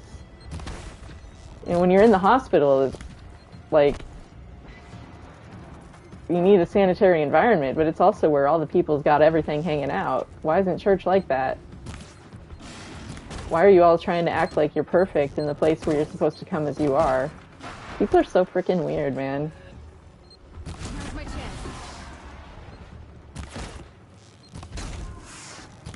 Yeah, no disagreement with that. Yeah. It's been amazing. Don't feel like you have to talk to Phil Space or anything. No, you're good. You're just welcome to share openly, because I've seen a lot of what you've done, like just really have an impact and even appear on other platforms and stuff. A friend of mine from the place in Kansas City I've been talking about reshared something from you, and I was like, wait, that's Jeff, which has been super cool. That was so cool. It's like, whoa, I got shared somewhere. That's weird. The internet is so strange. But clearly, people are resonating with your experience, and the movement, what you guys are doing, has gathered a lot of people to try and, get truth spoken and get some accountability. Yeah, and the good news is it's having an effect. Most of the churches in the network are quite a bit smaller than they were 2 years ago. They haven't planted any new churches in the last 2 years, which they had a streak going of 5, 6, 7 years straight where they planted new churches every summer, and so they haven't been able to. So that's all been good. The truth is out there. I get emails fairly frequently, every couple of weeks probably, of somebody being like, oh my gosh, I found your website and the other websites, and I was thinking about going to these churches, and you know, now I'm not thinking about that. Or somebody who was in one of the churches who was like, wow, I found these websites, and now I'm going to get out, or at least I have questions. And it's what I hear you saying, that your motive is to protect people. It's not to disparage and just like tear something down. You're actually trying to care for people. It sounds weird, but yeah. Whoa. Yeah. Wild, wild, wild. I thought you just were trying to hurt the Lord's anointed out of like bitterness or offense. Yep. Because you didn't get the accolades and success you'd hoped for. Did somebody not give you enough attention? Now you're trying to seek it? Do you have this experience of, like, I feel like anybody who has, like, church trauma, like, it's the script. It's the script. We all have the same story. It's the script. Like, it's like, how do we all have the same story? It's sad. Yeah, it's sad. I always want to tell these pastors and be like, wow, you're not even creative. Like, you're not even creative. It's the one joke meme. Right. Like, at least come up with a new way of being what you are, but... Right? Well, you can Don't you worship a God that makes all things new? Can't he give you new jokes or new comebacks?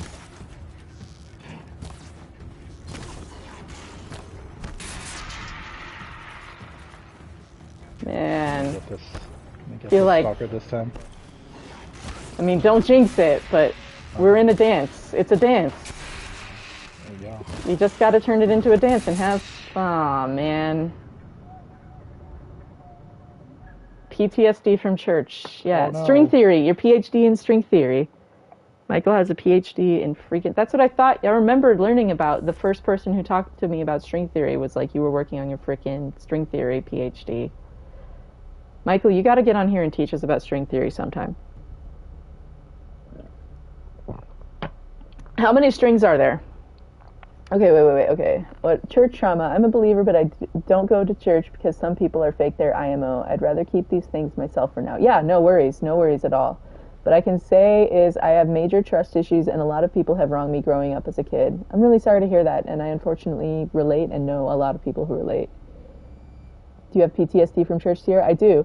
And the most frustrating thing about it is I was seeing a psychiatrist once who knew that, and he would still say stuff like, God is still good, you just have to have faith. And I would like start having panic attacks and be like, I can't talk about this, I can't talk about this. And he would just be like, you just have to believe. And I'm like, that's not appropriate for a psychiatrist.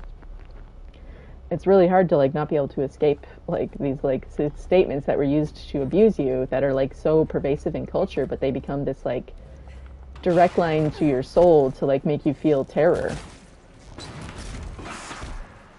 Oops. Did I lose you, Jeff? No, I'm still here. Oh, gotcha. All right, cool. I just wanted to make sure you're like super quiet. That's fine though. You don't have to speak. I just don't want to like lose you and not realize it and be talking to myself. Oh, good. I was just responding to Remy. Oh yeah. I always see a sentence like that, and yep. Remy, it's like I see a sentence like that, and I know there's so much behind it. Yeah. And it's like, say no more, fam. Yep. Literally. I felt the like connection to the family of God for the first time upon leaving, because it was the people who were just fucking tired of pretending and are authentic. And we don't give a shit what each other's doing. If you don't have to pretend that, like, you know, if you like porn, okay. If you like to smoke weed, okay. But just don't be mean to me. That's all I want. Like, let me be me and you be you. And then let's just be people and find what we like about each other and be real. Like, oh my God, wait, that's what it was. That's what I was looking for. Oh. Right. We always talk about, we have a 2-year-old Labrador retriever. And when he's getting a little wild, we'll tell him, just be nice. Just be nice. And so my wife and I will always talk about, like, why don't Christians just understand? Just be nice. It's like our dog gets it. Like, kindness leads to repentance? You know, it's supposed to be that way. Where have I heard that? Come on, then. kind of like how I could be in here absolutely tearing people to shreds, and instead I'm playing a video game, but talking real about the impact churches have, and asking the leaders to come and just join the conversation. Where are you guys? I'm waiting.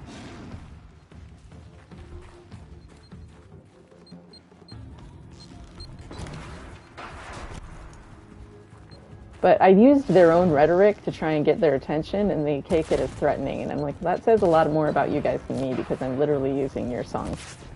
So, have you ever considered that's how it sounds to people who are not you when you're the target of the song instead of singing it? Maybe? Maybe? Have you considered?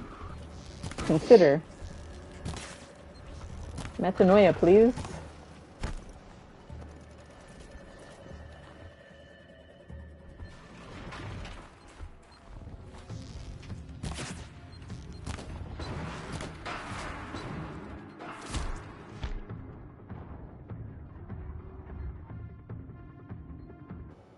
Oh, Remy, I'm always seeking to understand and not correct. Like, I'm so tired of people being like, you should have done this or that different with whatever hurt you. Like, bro, like, if you want to talk about what you've gone through, this is a place to do that. And if anyone starts being like, oh, you should have done this, no, I will shut, that's not welcome here. That's the whole point of this, is like, let's hang out and like leave a little lighter. But you only if it's comfortable for you.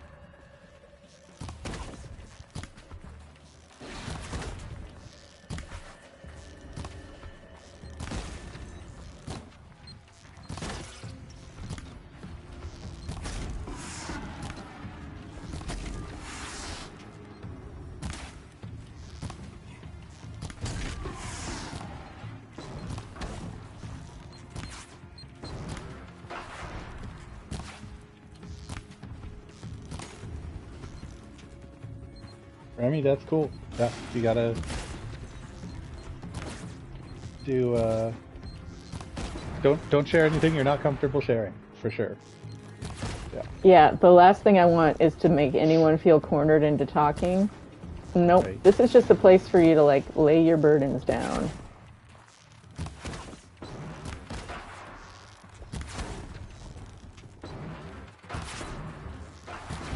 Stop.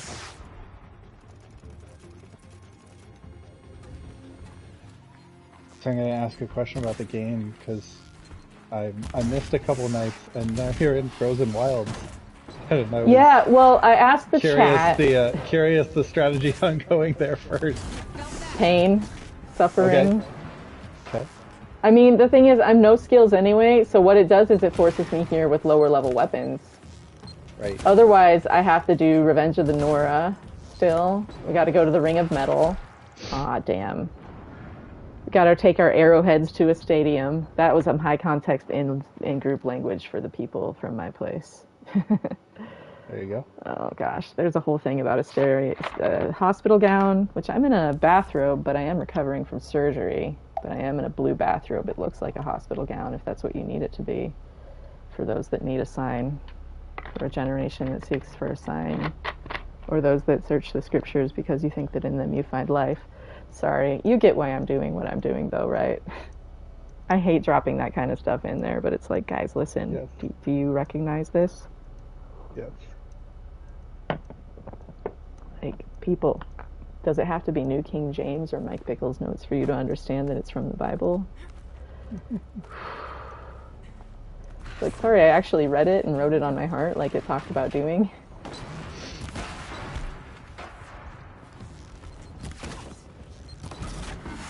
You know what's been the most fascinating to me is all the ways this game references the Bible. It references a lot of mythologies, because clearly in order to build your own mythology, they studied mythology to make it.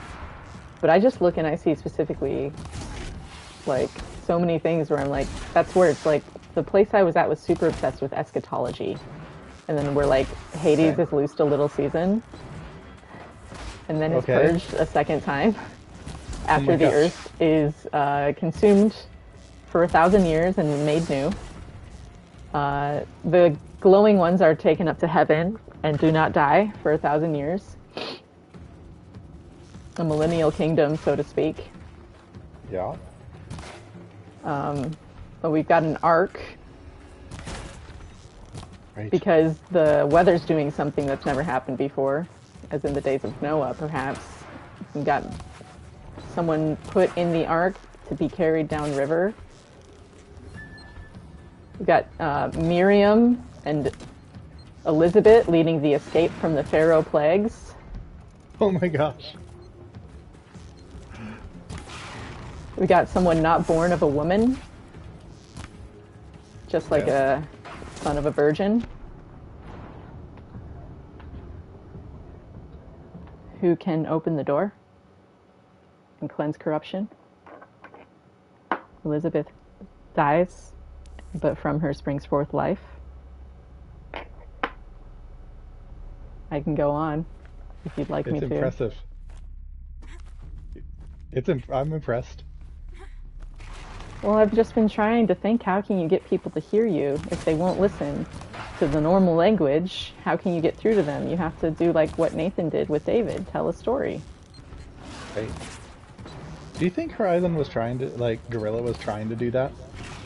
You know? Like, do you think they have some church trauma survivors on their team and we're like... I wouldn't be surprised if there's something in John Gonzalez's background, because John Gonzalez also wrote frickin' New Vegas, and that goes into those same places. Okay. He wrote on New Vegas. But that could just be storytellers studying the great stories.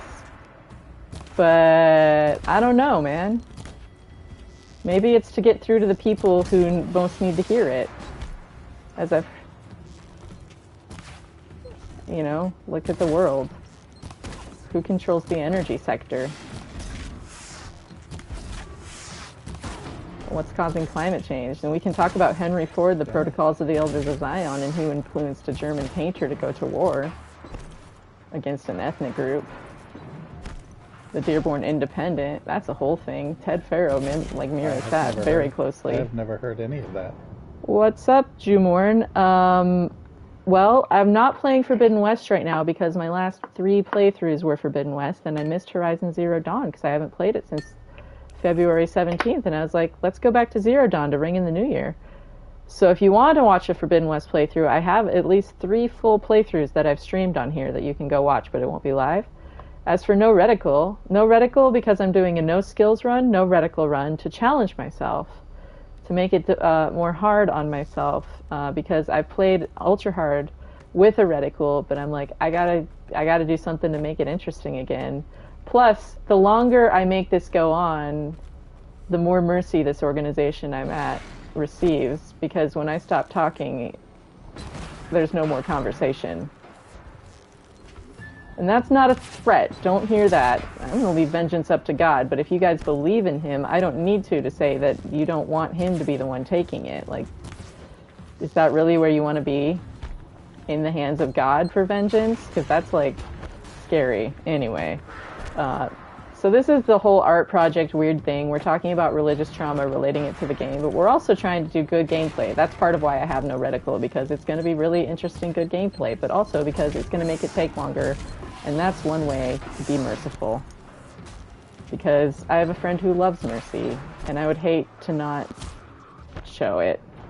So, this is a weird tell-all about culty behaviors, though. We're going into the religious trauma mine, so being real on main, sorry guys.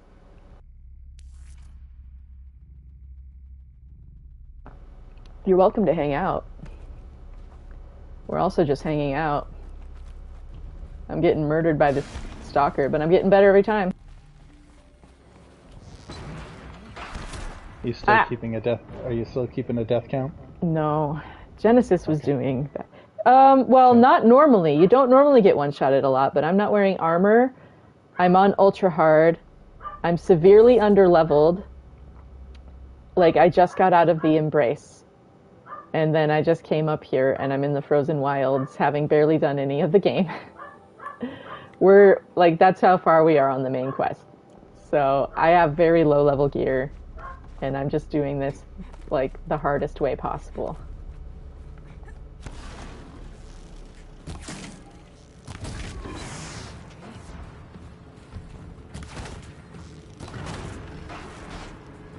That's kind of the fun thing, though. You don't have to even believe what a place believes or not.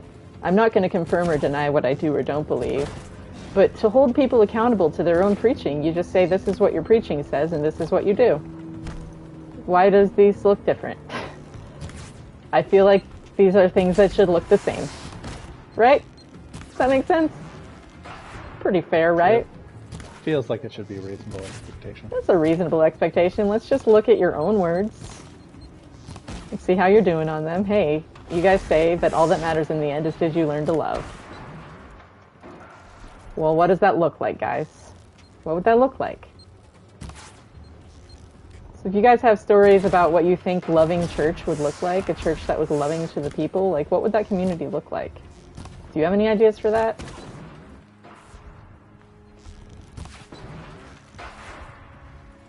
What would it not look like? Is there something unloving you've experienced? You can answer either one of those questions. Do you have an answer to that question, Jeff? You can pick either one. You don't have to, but... I just think... And if I'm thinking what a loving church looks like, I think like, it's a church that... Yeah.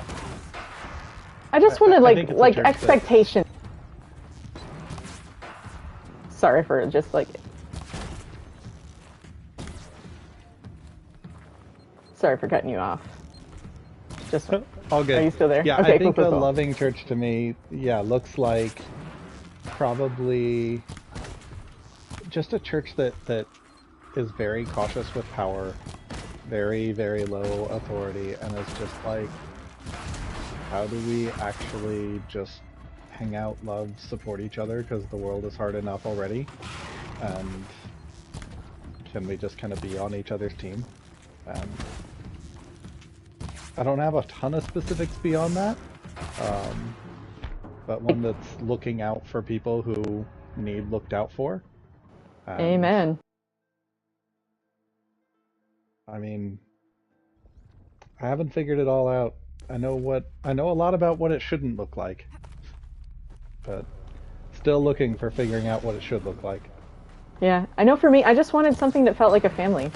That's what I kept reading about in the Bible, is the thing that made me first start taking my walk with religious faith seriously, so to speak, was my family was getting shattered. My parents were divorcing. I was in a really abusive home. Things were going really awful, and I was playing bass at the church we went to. I was in like 7th grade because the worship pastor, or the youth pastor gave up on me and was like, all he wanted to do was play games, and I was like, deeply sad over my parents' divorce because they were handling it poorly. My dad is a very bad person. And he just wanted to like carve Spam and have Jello fights. And that wasn't really working for what I was going through. It was a very negligent youth pastor. And so he pawned me off on the worship leader because he learned I play bass. Well, I played electric guitar as well, but because they needed a bassist, they put me on bass, so that's how I became a bassist, even though I wanted to be electric guitarist. But the worship leader really took care of me. She made me like a daughter to her. People thought that I was her daughter because we kind of looked similar. And she would feed me and talk to me about what I was going through, and like there was some weird stuff that happened to me where she like had my back, and I was just like gonna like get beat up on by these people that were kind of being shady to me, and she was like, no, that's not how it works. And like modeled for me what like church family should look like. Like she opened up her house to me. She told me of the story of her life. She fed me sweet tea, amazing Southern sweet tea. She told me stories. She let me dine on the story of her life, dine on her flesh, so to speak, as well as on meals she cooked me. And she didn't hold back. Like I've stayed at her house on holidays because we had sunrise services for Easter and stuff. She was a mother to me. She still checks in on me. No one from any other church I've ever been to has ever been like that. And it's just like, I'm sorry I went there expecting something I literally know is possible because I've experienced it. She had her own children. She had her own problems. But she looked at me, she saw what my family was like, and she couldn't do nothing. And I thought that was what church was supposed to be because that's what was shown to me. So I don't think it's unreasonable to say that that's like reasonable to ask for.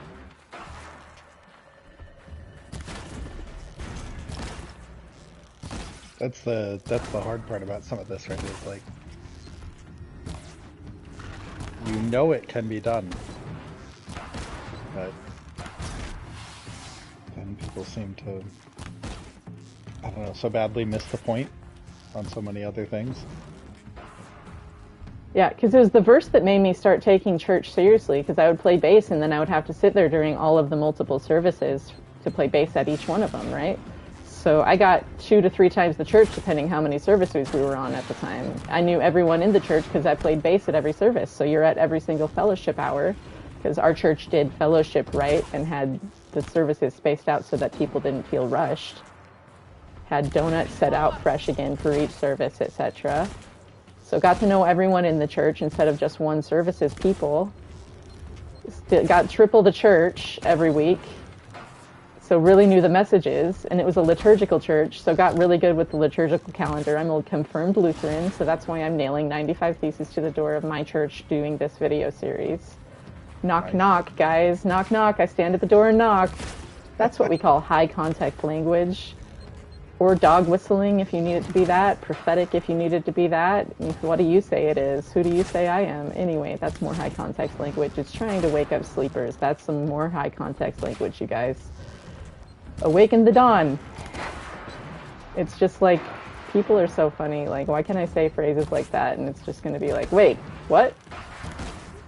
But that's how human brains work. So, okay, if that's what I have to do, I'll speak in parables. Humans, right? Yep. Yep. But so I would read the Bible, and what made me start taking my faith seriously and want to go to church was I read this verse that said, older women will be like mothers to you, younger will like sisters, older men like fathers, and younger like brothers. And my family was being shattered, and I needed a family. I was like 11. And tried to find that place after place. And couldn't. Remy's asking, says, you have daddy issues as well, Sierra. I can relate to that. I didn't know you have a terrible father. Yeah, he's, I gave him a lot of chances. I don't let him back in my life now. Am I still a Christian? That's a really hard question to offer, because, what is a Christian? When I look at the Bible, I see that it's supposed to be a little Christ. It's supposed to be people that model the life of Christ. But then we look and we're having this conversation here about how we've all been treated by people at churches, right? It's like, well, you guys don't act like how I see Jesus acting. And when I try to do stuff that I saw Jesus doing, you guys are telling me I'm crazy. Which I guess they said to him too, but I don't want to be one of those people that thinks that being disagreed with means that I'm definitely following the Bible, because I've only seen that lead some pretty weird directions. What did I get surgery for? I had an emergency cholecystectomy in secondary to cholecystitis, aka my gallbladder was inflamed. I had a bunch of gallstones, and it was blocking the duct for my bile to exit from my liver. And so that can affect fatty foods, because bile, it's really cool actually, bile forms this 3-dimensional spherical casing around stuff, and that's how fat is absorbed. And then you get your high density and your low density lipoproteins, and they go in these little fat globules in your bloodstream. But the bile has to surround it and tear it apart for it to be absorbed. And so gallbladder attacks are some of the most painful things you can have. Apparently, I have a family member who has literally given birth to multiple children who says that when her gallbladder was giving her problems, it felt on par with labor. I know another person who's also given birth to twins at one point and multiple other children, and said that it hurt worse than labor when she had gallbladder attacks. So I'm like, my mom said I sounded like a woman in labor, so I guess you could say I've been groaning like a woman in labor until they took it out, and now it's I feel like I just got 10 years younger. Apparently it can cause a lot of fatigue, according to my surgeon. So they pierced me in 4 places, including I've actually been having a lot of problems with the wound in my side. It's been hurting. They did it laparoscopically. So it's these tiny little flexible cameras and tools. I actually used to work in an operating room, which was super rad. I've seen human brains up live in person in front of me. Freaking, what is my life? It was the coolest freaking thing. The body is amazing. And I've been in autopsies and cadaver labs because I was going to be a doctor before I went into ministry. I had the GPA for it. I had trained as an EMT, did stuff in the operating room, emergency room. I hadn't done operating room beforehand. I worked in the operating room after I left church. And just did whatever. I also really liked volunteering. I helped with they were updating these carts for people that had family members who were possibly not going to make on hospice care or palliative care in the hospital. And was volunteering with the community relations lady that helped with taking care of the emotional needs of families who had family members dying. And that was a lot of fun, but then I started having panic attacks at that job because I've had panic attacks at every job that I've had since leaving church, and I never had that problem before, but just from some of the way I was treated. It's the church would promise stuff and then go back on their word, and it was my employer. And so I just have a lot of anxiety in my jobs now from the church not being people of their word, even though they want to be people of the word. It's kind of funny that it works out that way. Be trustworthy, guys. It's not that hard. What were you saying? Daddy issues as well? Can really relate to that. Didn't you know you have a terrible father? Yeah. I think I've caught up with the chat now, right?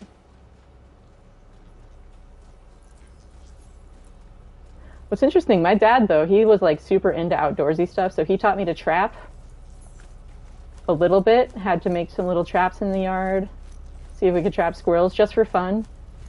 He got me archery lessons from an Olympic archery coach that he happened to know. Damn. I got killed by a second stalker. I didn't even know there was a second stalker. I got scuba certified. I got nunchuck lessons. Even. I had such a weird, but I couldn't get health care. He wouldn't provide for medical care, but he would give scuba diving lessons. So okay, Dad, I'll take the scuba diving lessons, but I really would like the dental work as well. My wisdom teeth need out, please. But okay, I'll scuba dive, because I'm not going to say no to that. But it's just a weird form of neglect, where it's more mind-fucky, because it's he inherited millions of dollars when his dad decided to exit this mortal coil on his own terms. And that turns a person into some weird stuff. So I've never really been one for money, because I've seen what can happen. And I think that's why my grandfather did what he did. He never felt confident that anyone loved him for him, just for his money. So that's why I tried to never become a person that's super into branding myself or trying to be cool. Keep it weird, because it's I've seen what happens when someone puts all their life into building out a business and a brand, and how insecure that can lead someone to being when they don't know if they're loved for who they are or what they can provide as worth to others. It's am I what you have worth in, or is it what I can do for you that you have worth in? And it's that's not a question someone should ask themselves to the point that he did. No one should ever feel that way. The church has made me feel that way. All I was good for was being a cog in the machine. And that sucks. Because they asked me to come and pour my love out, and that's how they treated it. What the fuck, dudes? Fear, where's your reverence for the God that you say you serve, if that's how you're going to treat the hearts of young people? Sorry, I just monologued there for a second, but...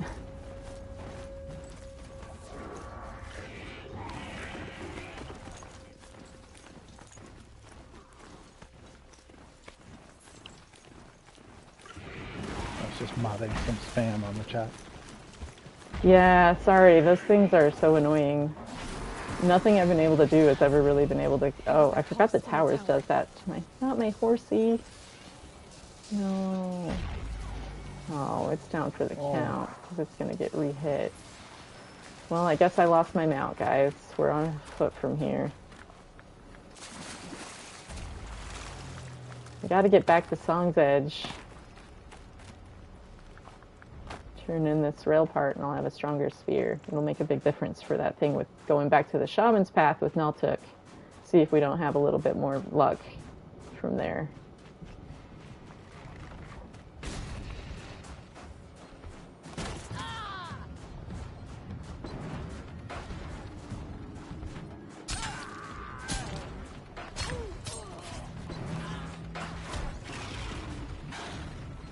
Just run on by the chaos.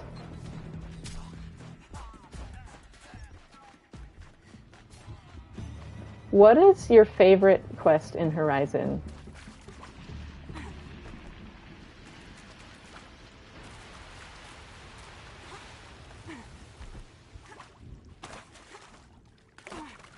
Either game is fine. Oh, those are showing up because we had to delete some comments from a spam bot. YouTube's chat moderation is weird. It's not the best.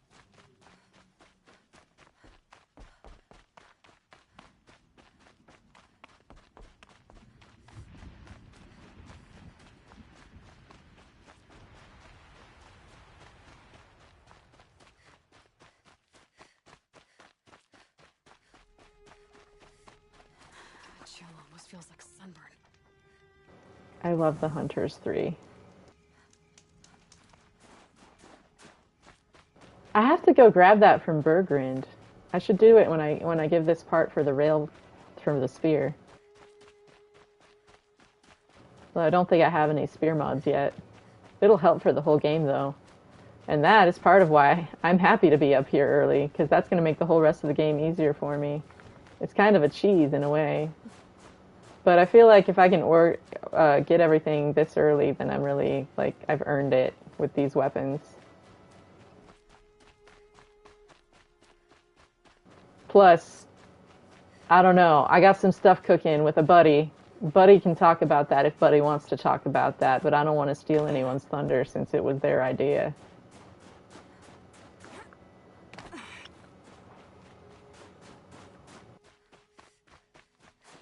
Some fun frozen foods, so to speak.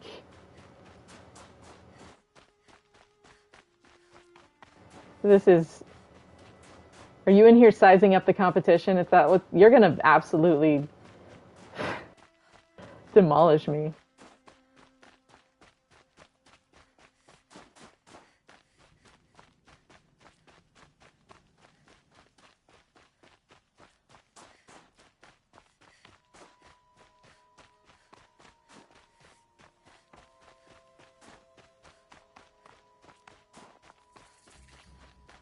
Yes, I agree. Although, I think you're right. Should we do the Hunters 3 or the Shaman's Path? The Hunters 3, there's a lot more choices the chat gets to make, and since there's a lot of people really active in the chat, I feel like it would be fun to give you guys control in that. But the Shaman's Path and meeting Araya is also wonderful. I just don't want to meet Araya without Genesis here. I hope Genesis is doing okay. I might, when I get back and turn this quest in, I might take like a 10-15 minute break, because I kind of have to pee anyway. I hope that's not TMI. I'm not really into the idea of TMI, because it's like, well, too much according to who? I used to work in a hospital. Ins and outs were part of the regular discussion. I've taken so many people's, like, had so many conversations with people while they were actively shitting on a commode in front of me, but it was like, we have to get this done now, and they were cool with it, and I was like, I don't care, I'll come in and talk to you while that's going, because they were in a shared room with 2 patients, and we have to come in and get stuff in when we can get stuff in for the stuff that we're doing. Like, I've seen everything twice, and then some.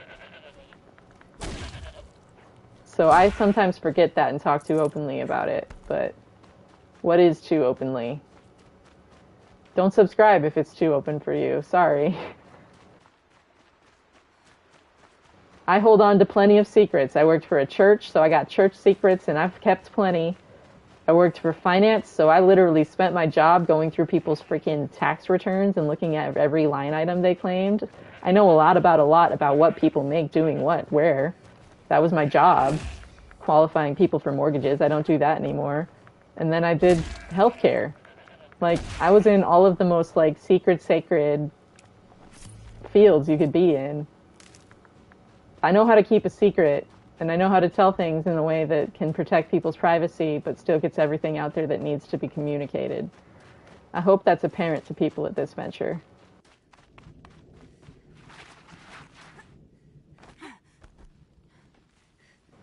because there is a time for light to shine, and judgment does begin in the house of God. Again, that's if you believe the Bible. If you don't believe the Bible, let it be nonsense. But if you want to say you abide by that book, you got to listen to what it says. Is this what you... Hush, hush. A shaman's secrets are not spoken aloud.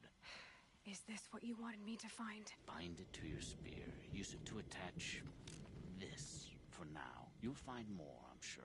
Why are you helping me? The blue light is fading. The machine songs are ending, and what does the conclave do? They sit, they chant, they observe. No more. We must fight for it. And you are a fighter. We share a cause. I'm not sure we do. I'm not even sure what the cause is. But I'm grateful. No need for thanks. Only action. Now I can attach modification parts to my spear. It's like every line in this game is relevant to what I'm trying to do here. To preserve the blue light. That's our task. And our task leads us on strange paths.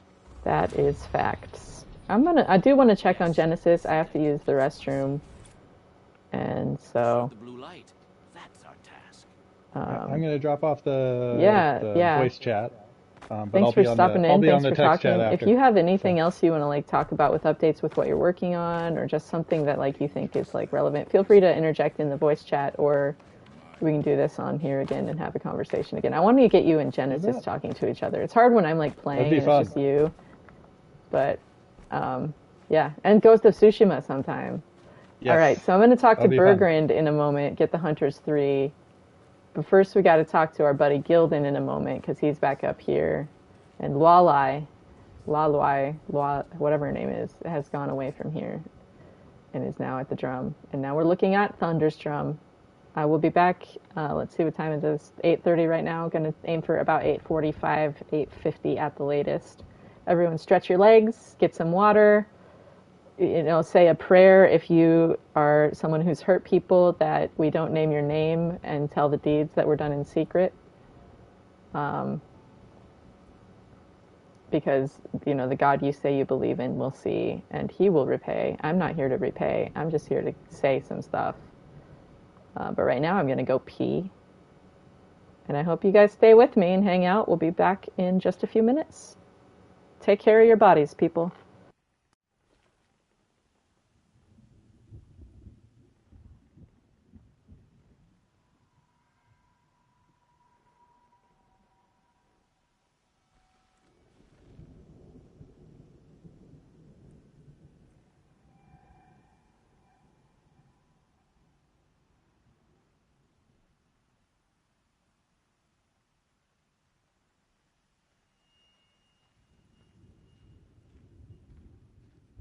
Shamans from all over travel to the frost figures to study the frozen tall neck.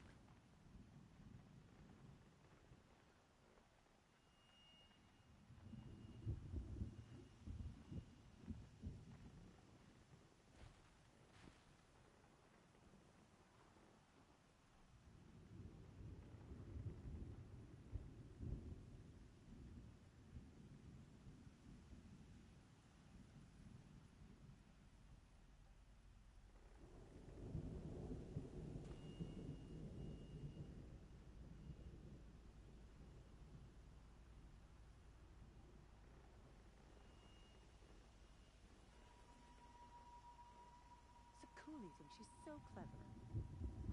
Why can't she just answer a question about her painting directly? When Sakuli completes her painting, it'll be cause for celebration.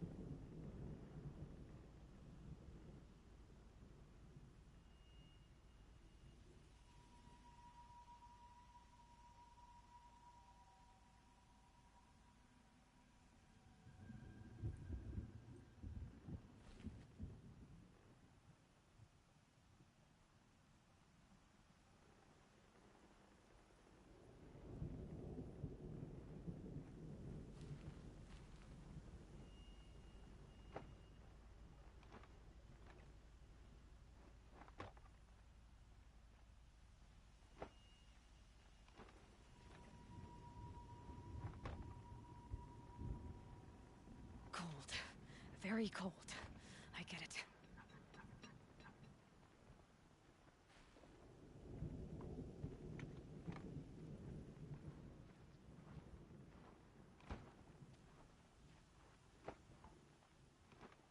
On the hunt and in life, it's wise to step into the footprints of the hunters who marched before you.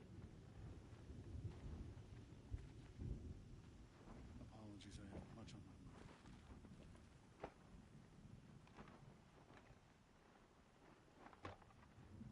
I don't fear bandits. To fear them is to give them the power they hunger for.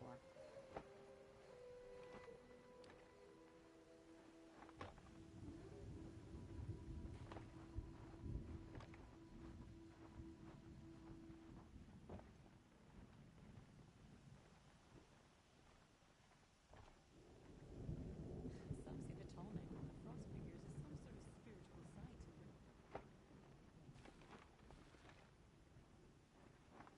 Everyone has a skill they perform better than anyone else.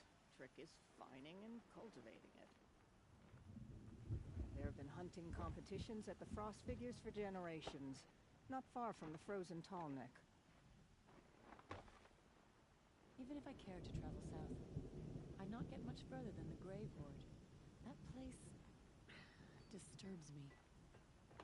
The smoke it pours from Duncan's drum. Sometimes I see horrible shapes. Zakuli is a prickly sort, but I suppose she can afford to be with talent like that. I've always wondered how the Tallneck got trapped in the first place.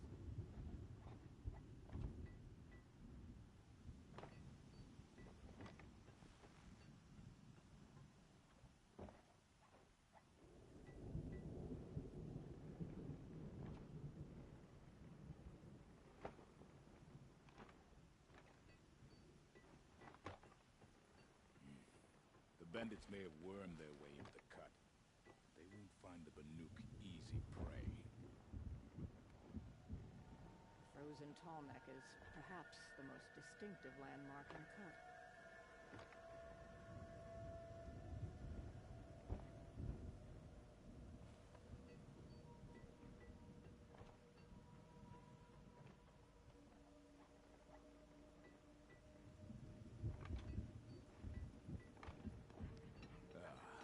A good fire, tent, good meal. That's all I need on the hunt.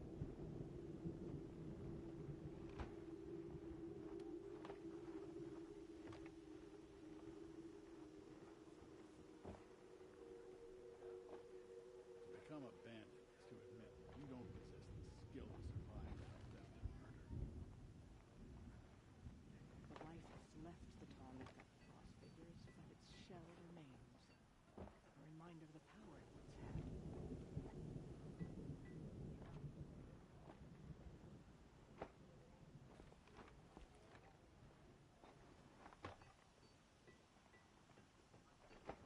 Good luck talking to Sakuli out of pain. I cannot make sense of it.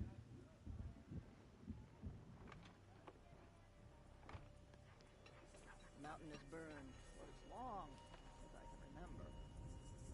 Now, it's worse.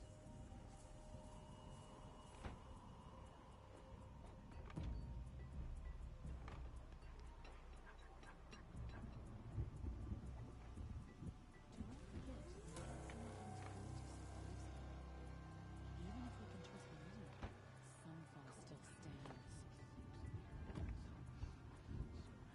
Forget what warmth feels like. Bandits in the cut, huh? Let's see who survives long.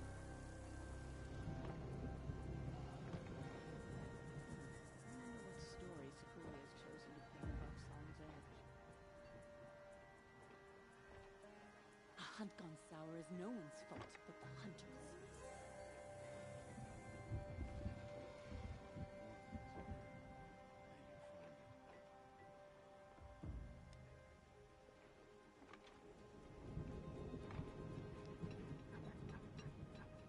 The sand near some fall is as thick as the snow in the cut. Does me good to see.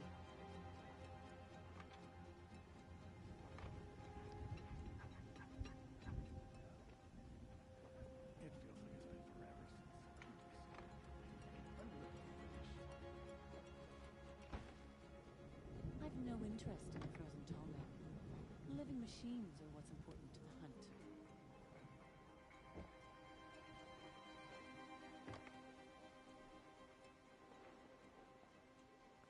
The daemon cannot force the blue light from the machine.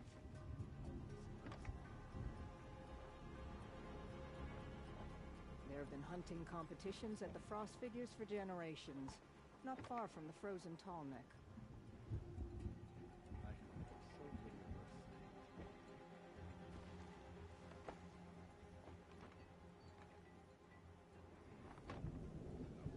bandits we've seen in the country, but they are among the most formidable.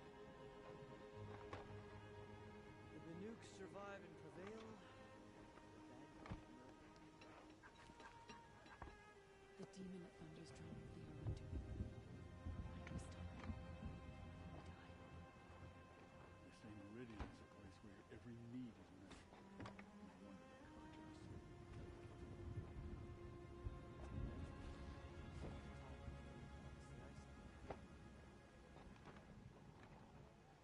Before every hunt, I accept that it could be my last. During every hunt, I fight to make sure it isn't. The Banuk of Song's Edge are our own breed, and we deserve a painter unlike any other. Beware the machines. Push them, push it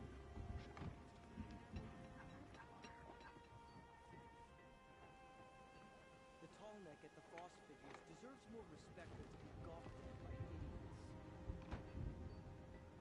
Peace and harmony, my friend.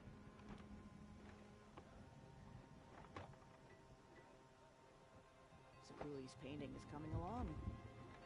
Seems like something's been missing. Hard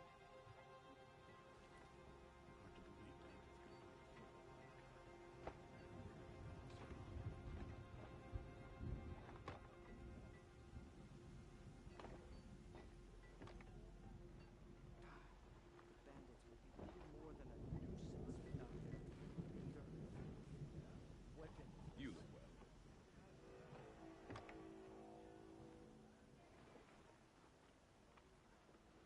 The life has left the tallneck at the Frost Figures, but its shell remains. A reminder of the power it once had.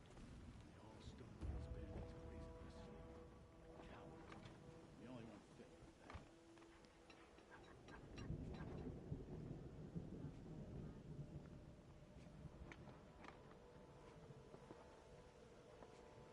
There's no life left in that tallneck at the Frost Figures.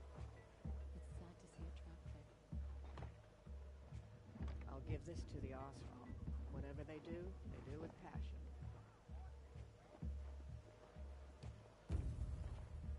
Oseram encampments creep closer to the Nuke lands.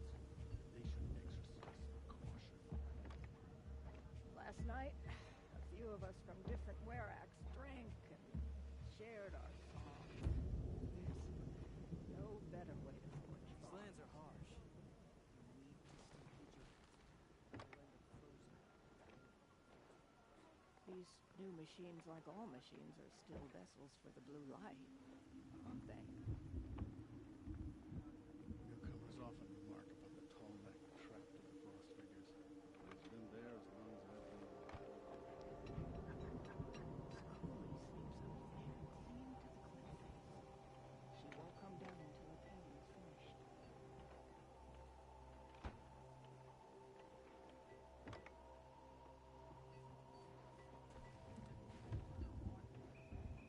Here's to better days than this one.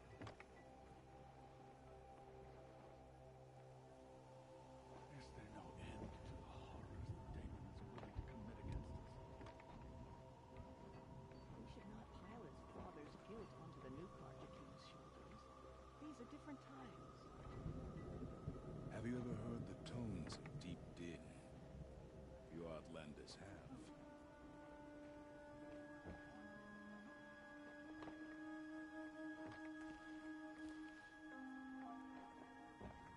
In my word, you either hunt well or you don't hunt at all. Stone Yield has always belonged to the Banuk, and these bandits should realize it will again.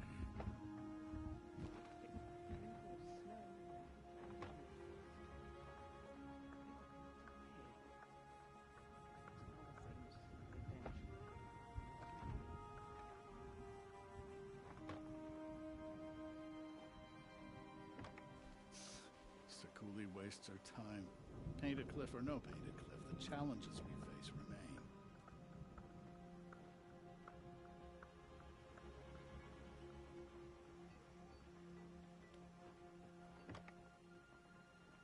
We meet again.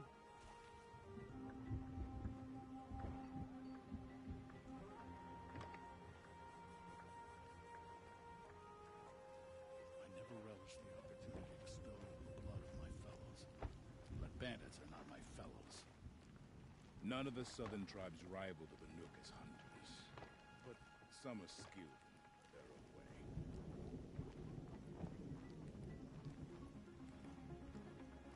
Look to the frozen tall neck and remember, the struggle for survival is never won.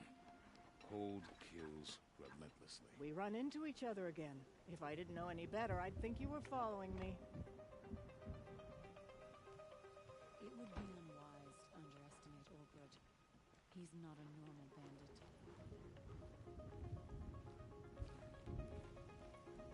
Shamans from all over travel to the Frost Figures to study the frozen tall neck.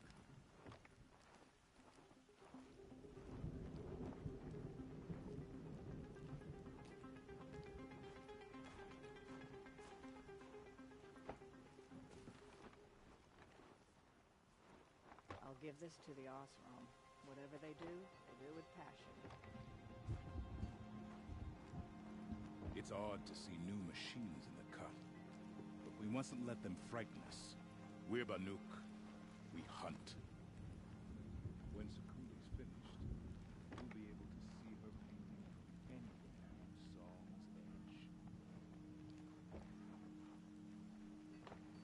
Edge. Hello again. Thanks for letting me do that. Got in touch with Genesis and he's planning to come later.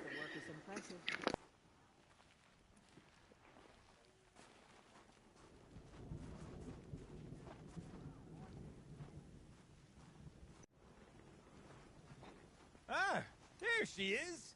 There's my other set of hands. How's your metal cooling, My, metal is cooling pretty well, Gildan. And yours? Oh, you know, nothing comes out of the forge perfect. Come, sit. I've got an old Delvin story that'll turn that red hair white. Hold that thought, Gildan. Another time, okay? Anytime you like. Ah, there she is. There's my other set of hands. How's your metal cooling, My, metal is cooling pretty well, Gildan. And yours? Oh, you know, nothing comes out of the forge perfect. Come, sit. I've got an old Delvin story that'll turn that red hair white. Hold that thought, Gildan. Another time, okay? Anytime you like. The Banuk have painted the same way for ages. It suited us fine. Why must Sekuli meddle with it? When the old ones were fresh in their graves and This is Liam O'Brien. still small, it was she who led us through the frozen wastes. We also remember the ravenous tribe, who delighted in sucking the marrow from our broken bones. Everywhere Banukai and her Werak fled, the ravenous tribe were never far behind. Seeking a way to defeat them, Banukai went into the wastes and let the wind whip her cheeks. And when the cold brought sleep, she dreamt of light. She saw it behind the world, a great calming sheet of icy blue. And she saw something new. Herds of machines, each filled with the same blue light. When she woke, she knew which star to follow. She walked for many days and nights until she arrived at a temple built from sparkling ice. At the gates of the temple, she was met by the machines from her dream, who bowed to her as she entered. Inside, Banukai discovered the blue light bubbling from a hole in the snowy earth like a spring. "You bid me come," she said. "My people need aid. Will you provide it?" The machines whispered to Banukai. "We go where the light goes, for we are its chosen vessels. There is darkness in your heart. It cannot hold the light for long. Carry it to your people if you must, but the cost will be great." Banukai waded into the pool. The light reared like a nest of snakes and struck Banukai, piercing her skin, filling her up. Banukai did not scream, though she was in agony. Banukai did not collapse, though her limbs shook. She climbed from the pool and carried the light inside her. She marched toward home, and the machines marched behind her. As she walked, the light struggled to push its way out of her, but the machines were there to aid her. She sewed her body shut with their cables, patched herself with their metal, and kept the light within. When she arrived, the forces of the ravenous tribe had surrounded the camp. Although the light had left her with 1,000 wounds, Banukai charged. And because she held the light, the machines followed. The ravenous tribe killed many, but those in camp rushed to join the battle. They gathered pieces of the fallen machines and from them fashioned weapons. And it was with these that Banukai's people repaid the suffering the ravenous tribe had wrought upon them. When quiet descended, Banukai finally fell. The machines bowed their heads, and her werak wept. The light she'd held within her drifted from her wounds and rose to the sky. And for just a moment, before life left her, Banukai knew the truth of the blue light. And she felt peace. We remember Banukai, the first to crawl from the cave beneath the world, brought the machines to us. When we speak the name of our tribe, we remember her. And we will not forget. I like how so much of this is that it's the importance of remembering our stories and not burying them. Like, obviously we don't want to spoil some stuff that's coming down the line, but like that's just a theme that I see repeated. And when I think of the people who made the game in interviews, they talk about how it's a story of stories and how they're passed generation to generation. A story of stories.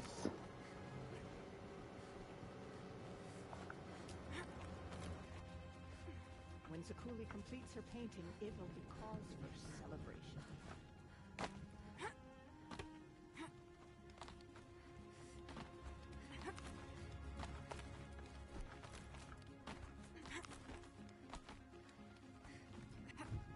Some people think that I've just been trolling, and I'm like, well, who do you say I am? What do you say I'm doing? Like, why do you see it as a troll? Is this how you would troll? That's what that tells me. But does that necessarily mean it's a troll? Or does it mean that that's just what you would do? Or what you've seen people do? What if I'm not trolling? What if everything here is very intentionally thought out and means something, including the pace? What if? What if I've put all of my heart, soul, mind, and strength into coming up with a way to get through to people who have been hurting people in a desperate plea to save lives? And this was the best I could come up with without hurting people further.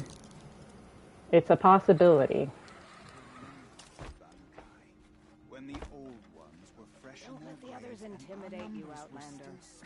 If the Banuk cannot tolerate outsiders who don't deserve One either strives to be the best, remember or the one ravenous accepts failure. tribe, There's nothing who to do. delighted in sucking the marrow from our The broken Oseram, bones. with their ridiculous ideas about... Ah, there she is. There's my other set of hands. That was an accident. How's your metal cooling, My, Who's still with us? Did everyone enjoy their breaks? Get some water, get your legs stretched. Out of the forge, perfect. Come, sit. I've got an old Delvin story that'll turn that red hair white. Hold that thought, Gildan. Another time, okay? Anytime you like. Just a week ago, I saw a Karja sightseeing expedition staring slack-jawed at the frozen tunnel. The Cooley's work is strange, but it is hers. She follows behind no other. I love Sakuli. Spikes the demon drives me wild. Just looking at them makes me just feel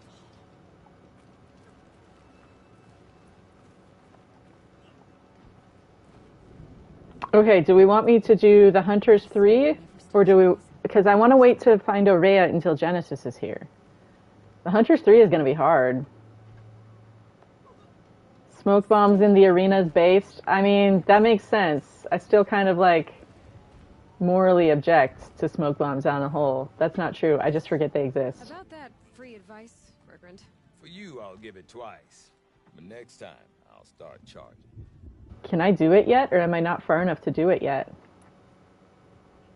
See you around, Bergrand. Hope so. I like returning customers. Maybe I have to do Shaman's Path first. Because Bergrand is the one who gives Hunters 3.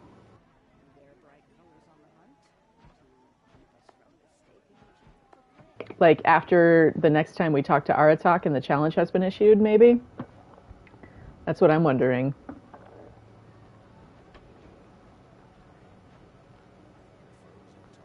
Shaman's Path it is.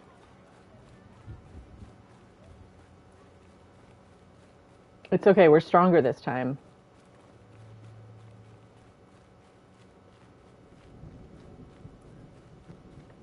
In fact...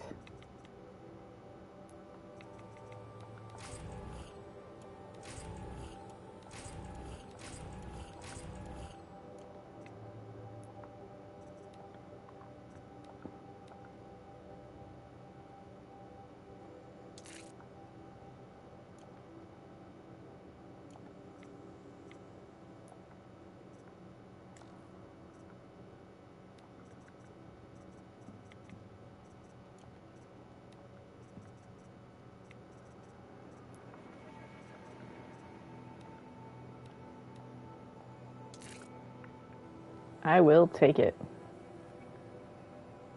Get the control tower and then see if Hunters 3 is available. That works for me. Works for me.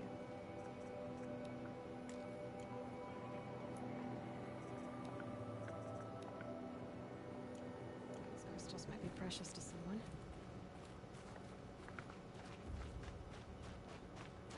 Precious to someone. I like how that shows, like, dude, metal shards are money next. All your dollar bills will be useless.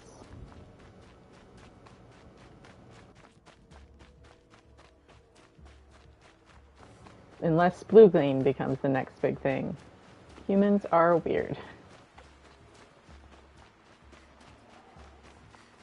I like to read. The thing that gave me the best insight to make sense of it has been Rene Girard. I don't necessarily agree with everything he says, but I think the way he puts it makes sense. This'll last. Theory of mimetic desire. Nobody really wants anything until they see someone else wanting it, except for the people who, like Sakuli, follow the beat of their own drum, and everyone else is freaked out when people do that. But even that is just that they see what other people desire, possibly, but they just see it from another angle, so they take it in another direction. Maybe that's what's going on, maybe it's not. I don't know. I'm not in people's heads, I'm only in my own. Shards are also between bartering and full currency. Exactly, they have some utility. They're valuable because you use them to make arrowheads. So all the money in this game is still just about arrowheads. Can I use this to make an arrowhead or not? That is what I value in this game world. Can I use this to contribute to the longevity of my life and my well-being and protection? Metal shards. Like, what is our currency even valued by right now? Does anyone know? Like, the American dollar. What backs it? Confidence in America? Because it's not like we're exactly like the most ethical nation. Oh, right. A lot of really big guns. That's right. The military. Go us. We're holding you at gunpoint and saying, accept our dollar. Neat.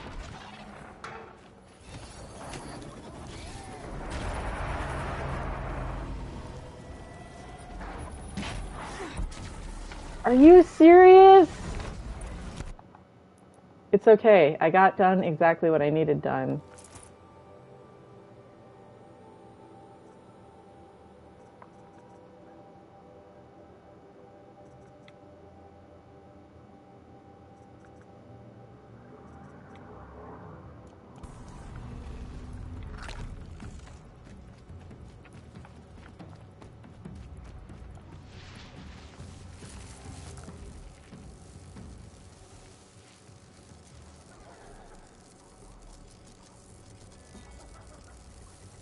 Get out of this.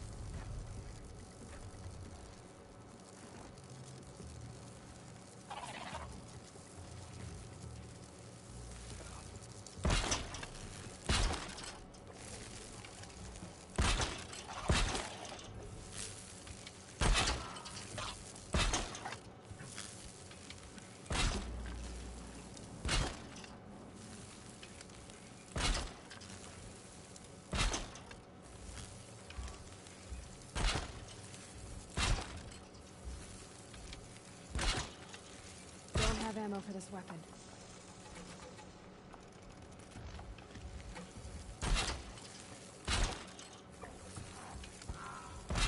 Physics is doing some funny stuff here. I'm into it.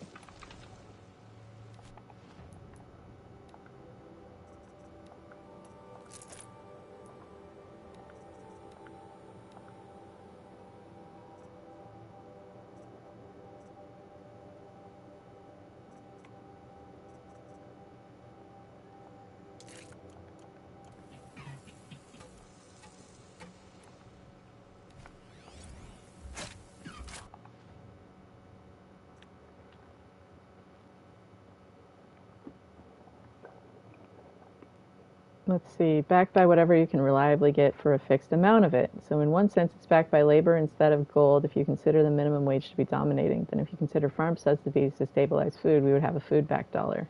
Exactly, like at the end of the day, what determines the value of money? Whatever's the frickin' market rate for whatever you're talking about. That's the value of money in that case, right? Such a weird thing that we can kind of psychologically just create value by deciding that something is something we value. That's what the GameStop stock stuff did. You know, like watch The Big Short, look at about mortgage-backed securities and all their tranches and all that. Like money is such an imaginary concept.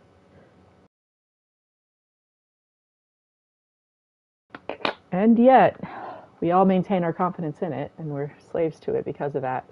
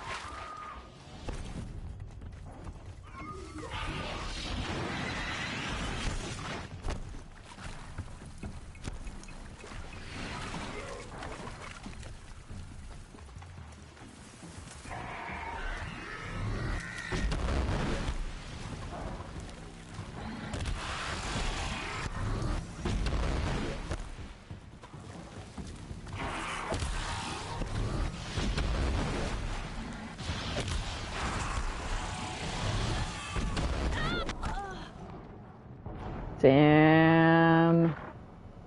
Most people consider it to be backed by oil, but the oil went negative when COVID both broke out. I was doing mortgages then, and I was watching Market Watch. Like, they were trying to pay people to take, so oil's not a stable value of the dollar either. It's like, it's whatever it is on this day. You ever, like, actually, like, look into that kind of stuff? It's like, what is money? What are we doing? Damn. Damn. Can I go do Revenge of the Nora and then come back to the Frozen Wilds? I just want to feel the sense of success that comes with progress. It's up to you though, chat. My life is in your hands. Should I go take vengeance? Or should I go meet Maria and go to Mother's Watch? Maria's really freaking cool. We can cleanse some corruption with Maria. Or I can keep trying on Shaman's Path. It's your call, guys. Maria? or vengeance. I don't know why I'm going to a campfire as though it makes a difference. Mother's crown, sorry.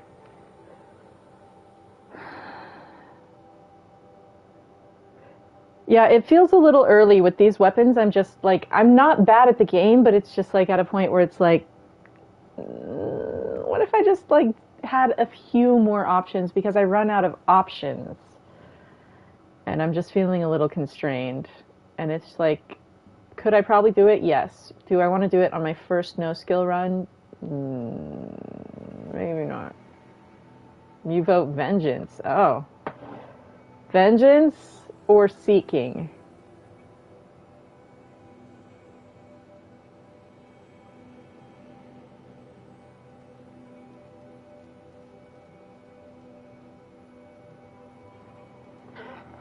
What are we thinking? I'm going to put up a poll.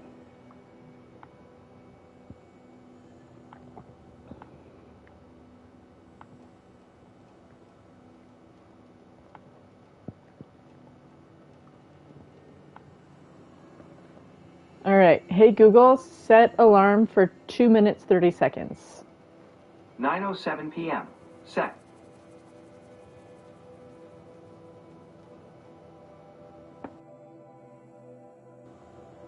Alrighty. I'm just going to take a second to breathe and get a drink and wait until that alarm goes off. You guys vote.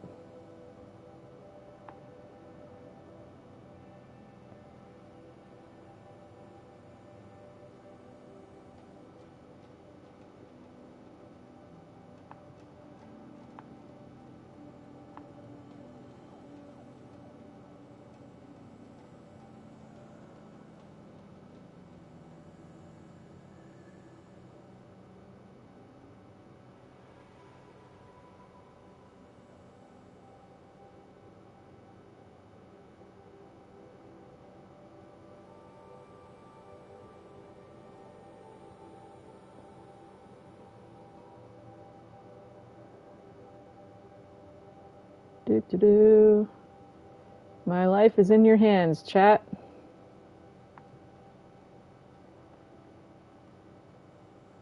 Ooh, my roommate brought Costco hot dogs home.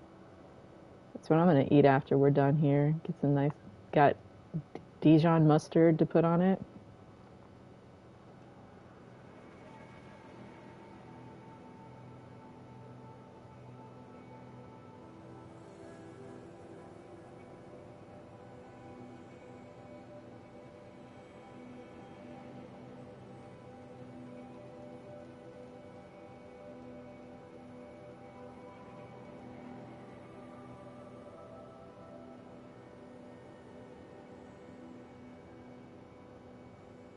Almost time. Get your votes in, people.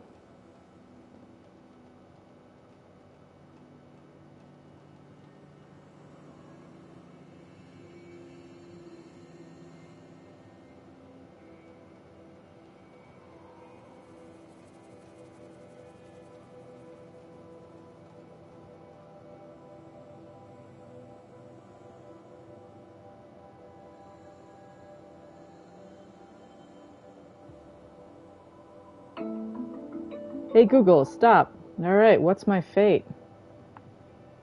What have the chat decided for me?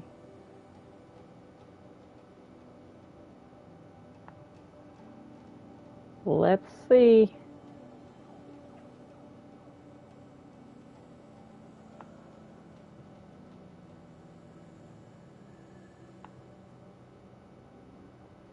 "100% vengeance."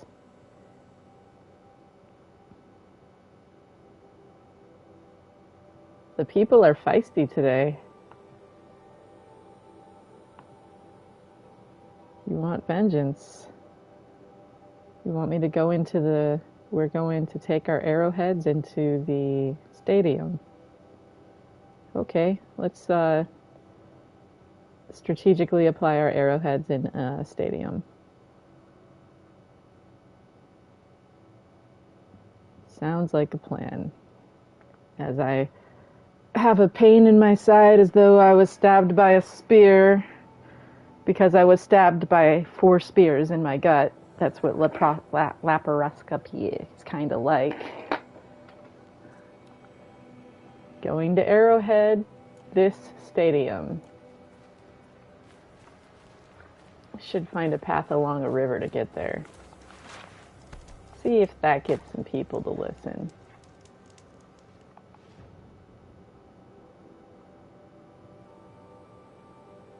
Like that. Get the nice blue river waters. We'll come up from the south this time. Oh, well, it was a poll for which quest to do out of the 2 I had displayed on the screen. So it was either a secret at the gates or the Revenge of the Nora. So it was either seek or vengeance. You don't have to know to vote. Do we want to do a redo on the vote since you guys weren't familiar? We can do a redo since if you guys did feel like it was unfair. What do you think? Shall I tarry? Shall I wait and let you vote and do a redo?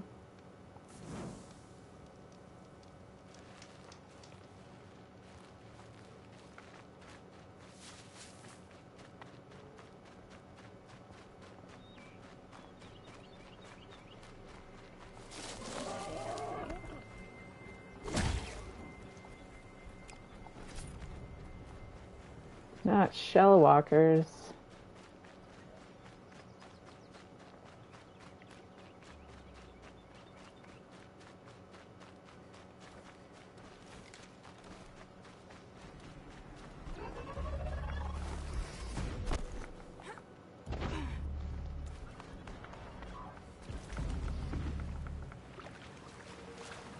Well, we're heading up a river towards the stadium with our arrowheads, I guess, because I fell in the water.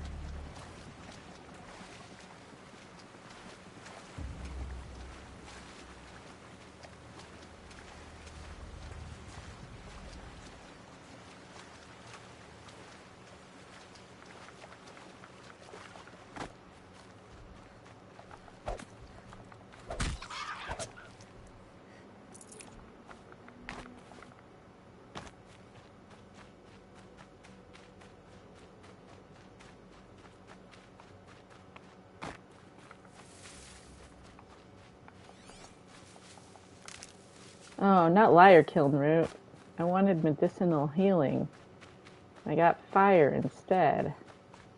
I'll catch that little fox. Hold on. Look at the little fox joined in the Blue River too. I guess he wanted to keep me in the river. Because now I'm back in it. This is what we call high context language.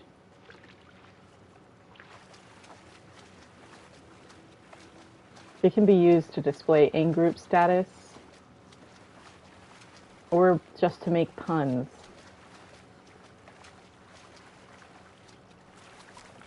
I'd much rather use it to make jokes than to gatekeep personally. But I know that it keeps some people out of the conversation and just makes me sound crazy. Sorry about that. Trying to get through to some people who are really hard to get to listen. Because nothing that's worked that my friends have tried for years has ever gotten through to them, and it's very sad. Yeah, no, I've been rewatching The Good Place. Just ask Cheaty. Choices made blindly are not fully free choices. Yep. Good Place is an amazing show. I'm Arizona trash, so like, I extra like it. Literal Arizona trash here. These are based on emus. Once you know to look for it, you can kind of see it. But it's still like, wait, really?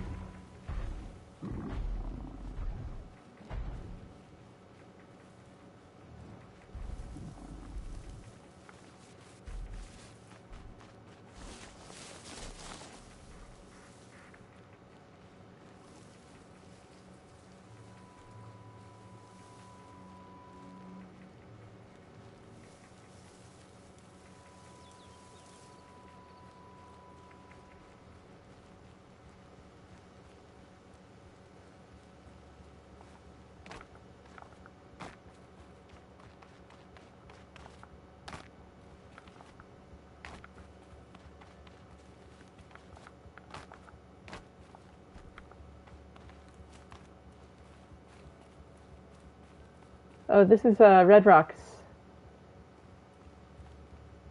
Look at that. So beautiful. I'm a little off from where I need to be. There we go.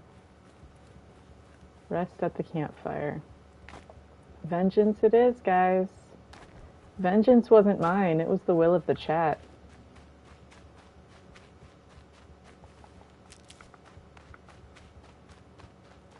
I'm just a humble servant on this night. Here's Aloy's life. Simply devoted to whatever you guys lead me to do. Hello, my tribe, my family. Hey, thanks for hanging out, Remy. Rest well. We're glad to have you. We've been glad to have you. Megalodon machine would be sick. Devil's grief. Foreboding sight, huh? Don't you ever wonder what it used to look like? Back when the old ones lived here. You're not like other Nora. That's what they tell me.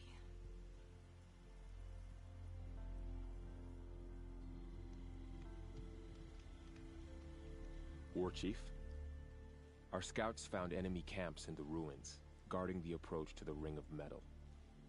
Then we should hit those camps first. Make sure they stay quiet. Agreed. I love this song so much. And our enemies in the Ring of Metal. Ghost Legends ASAP. Yeah, once I get a hold of Genesis, let's figure it out. Send me and Genesis a group message on PlayStation. What you start, they'll help finish.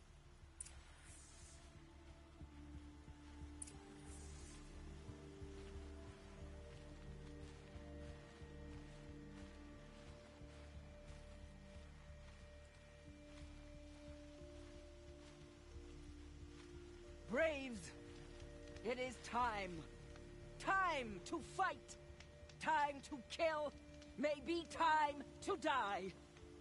We will regroup there, at the base of the tallest tower. Then, to the Ring of Metal and vengeance. Today, we break taboo to honor our dead and punish our enemies. Blood spilled for blood spilled. May All Mother forgive our trespass, and if not, may she lay her wrath solely upon me. Now, Soda, I feel that shit in my soul.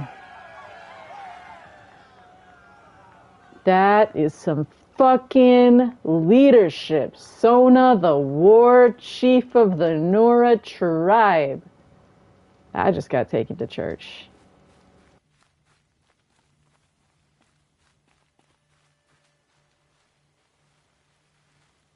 You're taking this pretty well. The trespassing on tainted lands thing, I mean. You think so? I feel like that silly Karja priest at the blessing, quaking under his hood. That night already feels like a lifetime ago. Yeah, we weren't really close, Vala and I. Always competing for our mother's respect, I guess. Well, you have mine, if it makes any difference. Thanks. It does. But this battle, I'm not doing this for respect. Yours, or my mother's. I'm doing it for Vala. I know she would have done the same for me.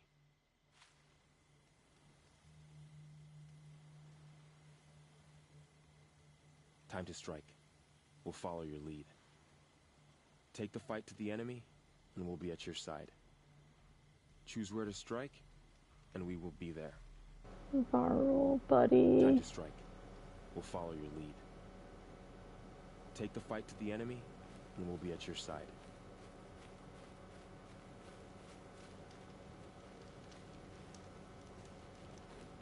justice is worth damnation. May All Mother forgive. The metal ring is where the real threat lies. I know it. Can't imagine why you think I'd have anything of interest to say.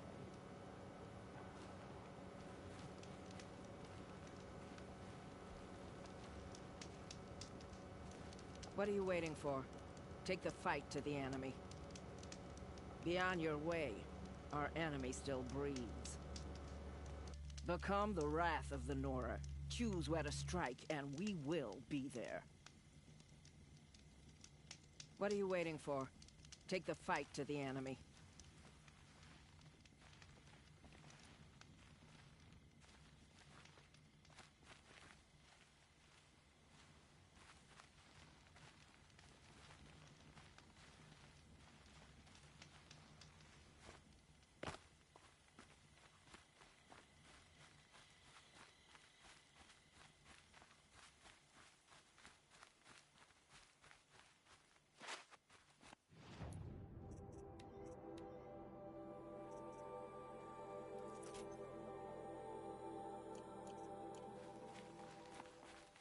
Might regret this.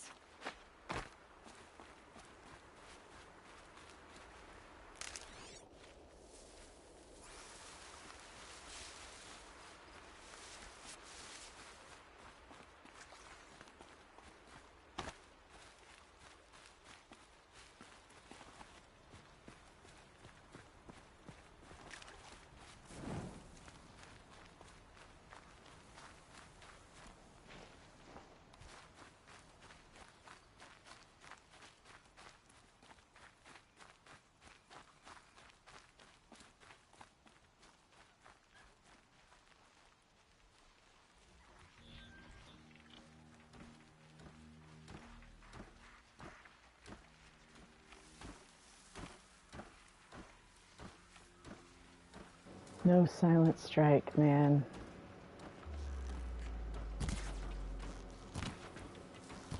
Okay, no more sneaking.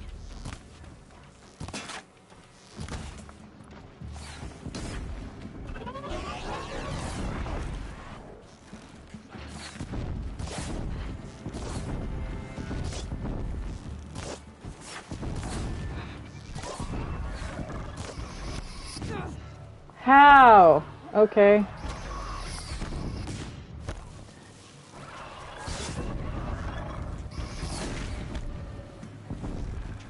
That's it. That one down?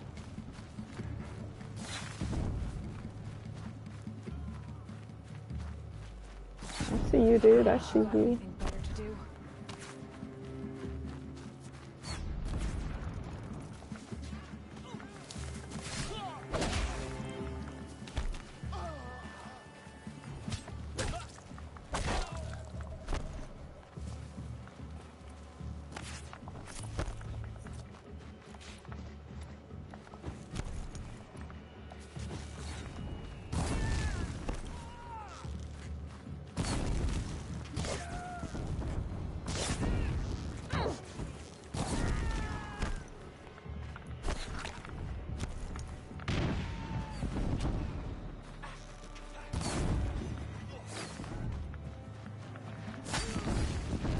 Oh wait, was that one of ours?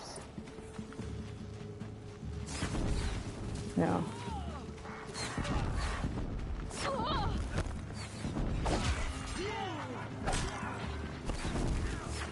I am in the wrong armor for this fight, but you know what? I'm gonna stick it out. Honorable thing to do, you know?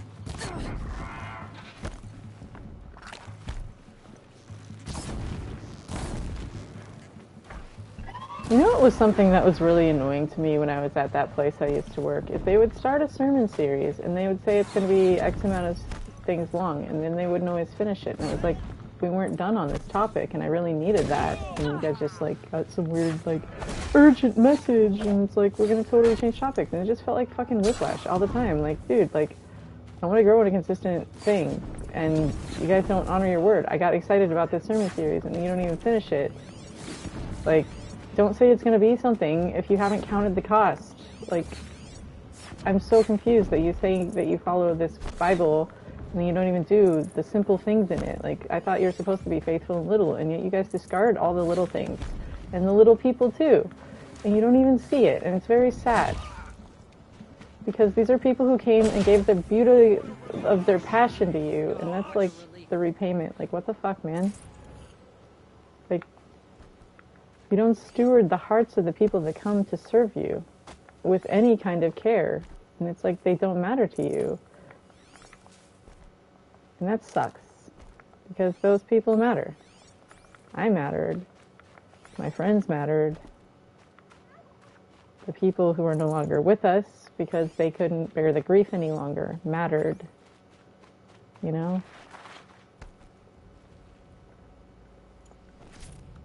And it's not just the one that made it into that magazine. There's others too. If you think that was the only suicide, you guys never got to know your people.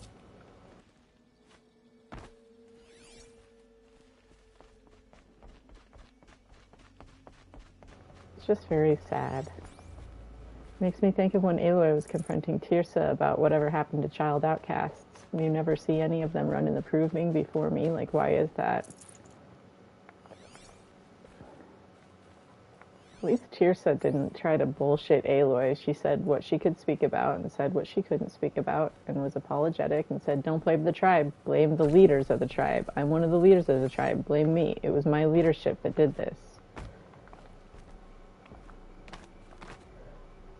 But Aloy gets to be mad at the tribe for following it. Why didn't no one stop them for freaking shunning a child? They all just went along and shunned a child.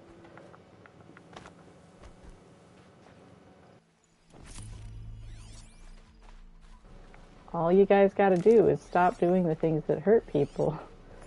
It doesn't matter who leads, what matters is what the people follow and do. It's both, y'all. Decide what kind of leadership you'll accept. Anyways, I wonder where Genesis is at. I miss him. It's not as fun to be monologuing to myself. Watchers and burrowers, greatest snipers in the land. Fact. Michael says frowny face as well. Alright, shall the Nora continue in our quest for vengeance? I'll tuck that away.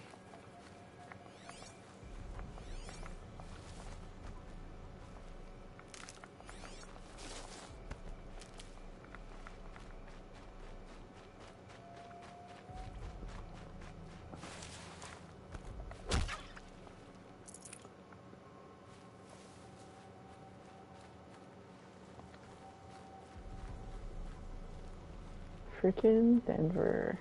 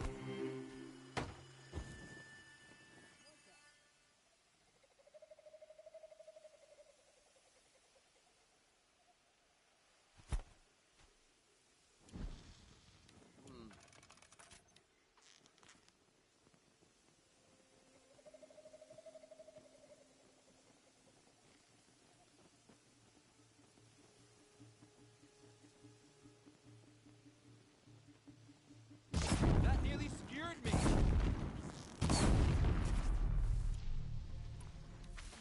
Well, it was a nice thought.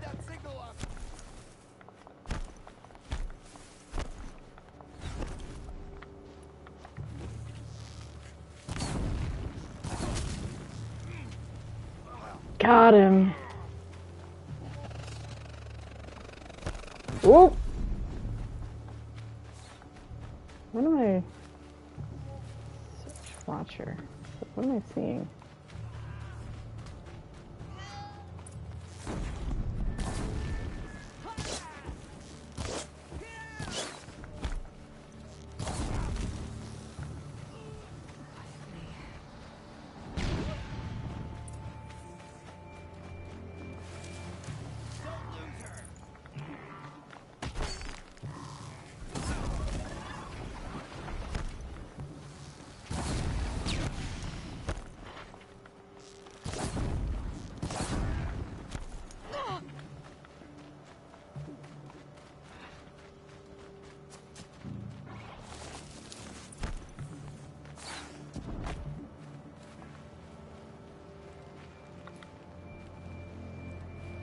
unleash the power of the shadow upon them.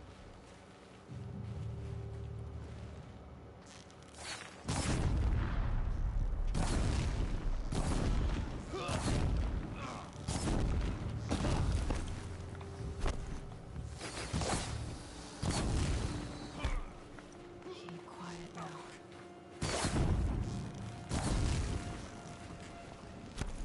See, that's the irony of calling it a no-skill run.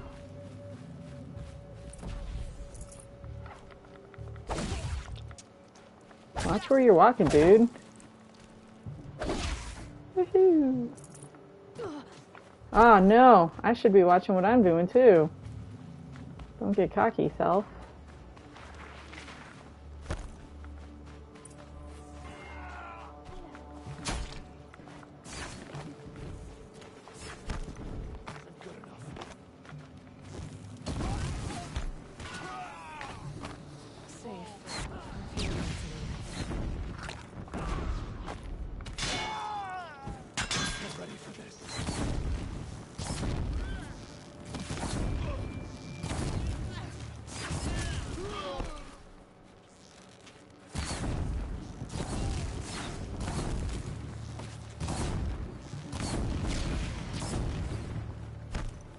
Who would have thought humans don't really take kindly to be being set on fire?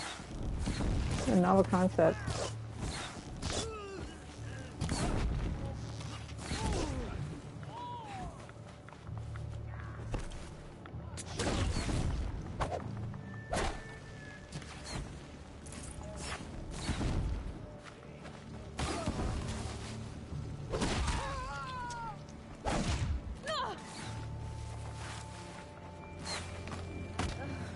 Oh, damn. I got to show off mode and then I got all cocky, and that's what happens, guys. You forget where you came from. You forget how much fragility is in your frame. I need to take a sip of a drink. Hold on, everyone.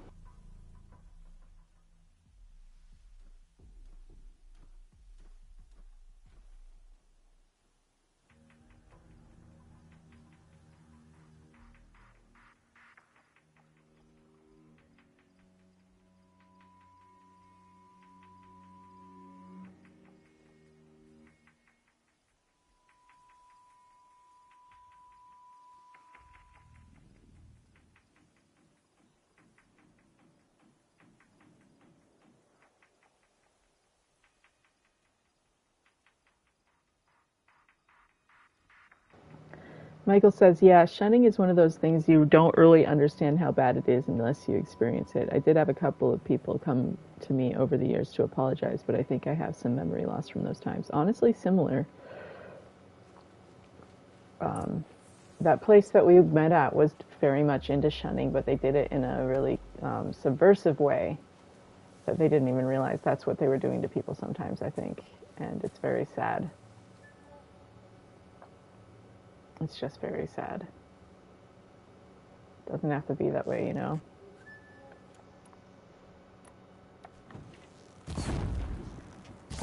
Great. New plan.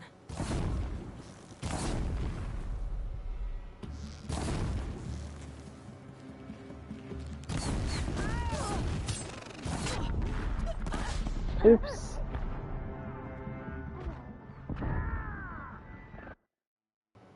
It's been a really long journey to get my mind back. People probably think I sound crazy, but that's because I've never had a clearer mind in my life than I do right now. And that is, of course, what people that have lost their mind will say, but literally I've got, listen to the wordplay I'm doing, and I lost access to that vocabulary and freedom. And I've got it back now. And I'm okay sounding crazy. That's a reflection on people's ability to recognize the artistry of what I'm doing or not. And just because you don't get it doesn't mean it's not art. People are so weird. But I mean, would a crazy person be doing trick shots like that while talking? With no reticule? And no aim assist?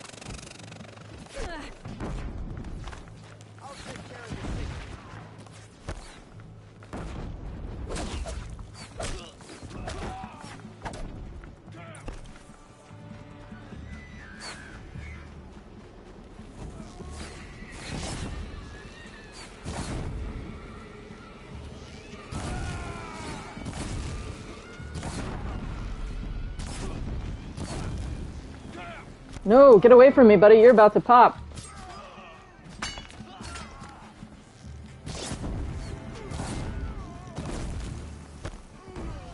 Like, bro, you're carrying explosives on your back. No one made you do that.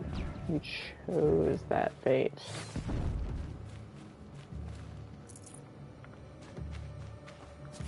You know what's wild is the place I used to work literally owns property in South Kansas City where Harry Truman, the President of the United States, grew up. And I recently learned while reading The Making of the Atomic Bomb that Truman was the one who made the call to drop the bomb. And I was reading stuff and like pretty much every general was like, that was actually not necessary. It was just a dick move. It didn't actually affect the outcome of the war. And I think that's kind of shitty that he did that to people. Michael says, your wordplay is wonderful. Thank you, Michael, the PhD string theorist. I think if anyone would fucking have an authority on smart people saying smart things. How many strings are there? How does that work?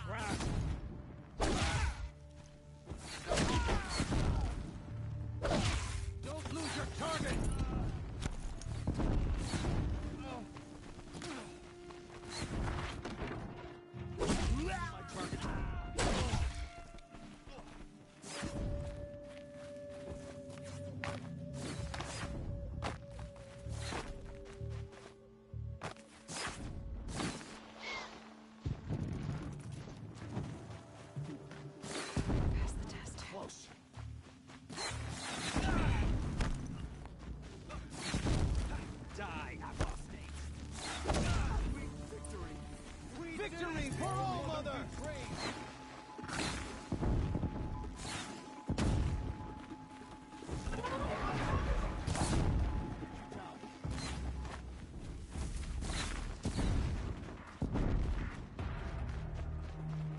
So, how much of that was I muted for?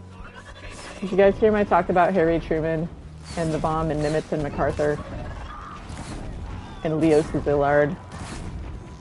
I don't remember when I muted myself, but basically what I was saying is the place I used to work owns a property in South Kansas City that's like where Harry Truman grew up. They call it the Truman property, and I just think that's very interesting considering the relationship between all of that with the atomic bomb, and also relating it to Henry Ford, the Dearborn Independent Press, Ford dealerships, the Protocols of the Elders of Zion, and a German painter.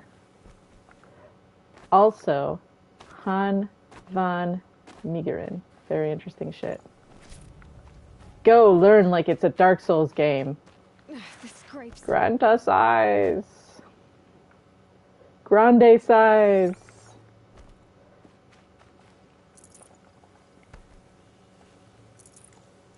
There's a Guy Pearce, The Last Vermeer. If you don't want to go learn the hard way, just watch The Last Vermeer and then think about Carrie Ann Moss.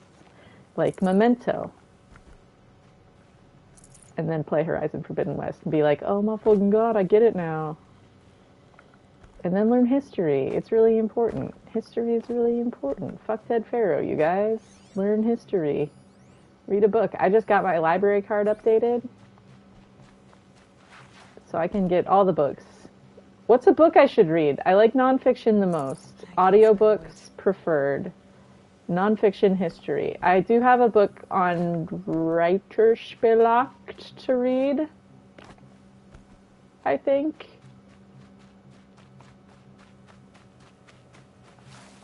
I have a few different books on the rise of the Nazis to read. A few different books on energy, more on the nuclear bomb. Or should I go in a different direction? Should I get a Henry Ford biography? That's probably useful. Just to further back up what I'm talking about with how Ford controlled the home lives of his workers. He wanted absolute control, kind of like a dude that we hear talking about absolute control in the second game in this series, but we'll cross that bridge when we get to it.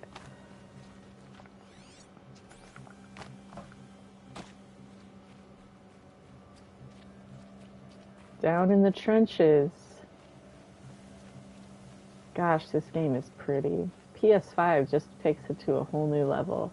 I should put on armor that actually protects me, shouldn't I? I mean, who does that?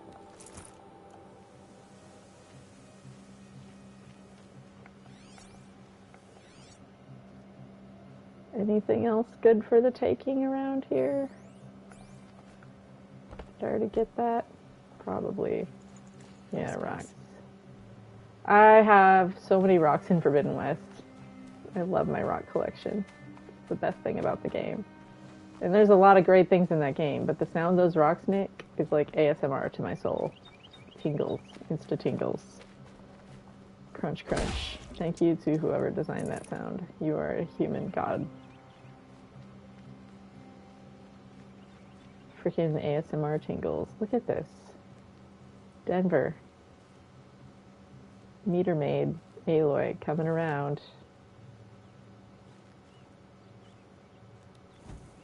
Is that South 20? What runs through Denver? I've never been to Colorado. I've stopped through Denver. That's not true. But it was like I was sat in the Denver airport for like 8 hours or 10 hours or something ridiculous. 300 rocks in the west. Let's see.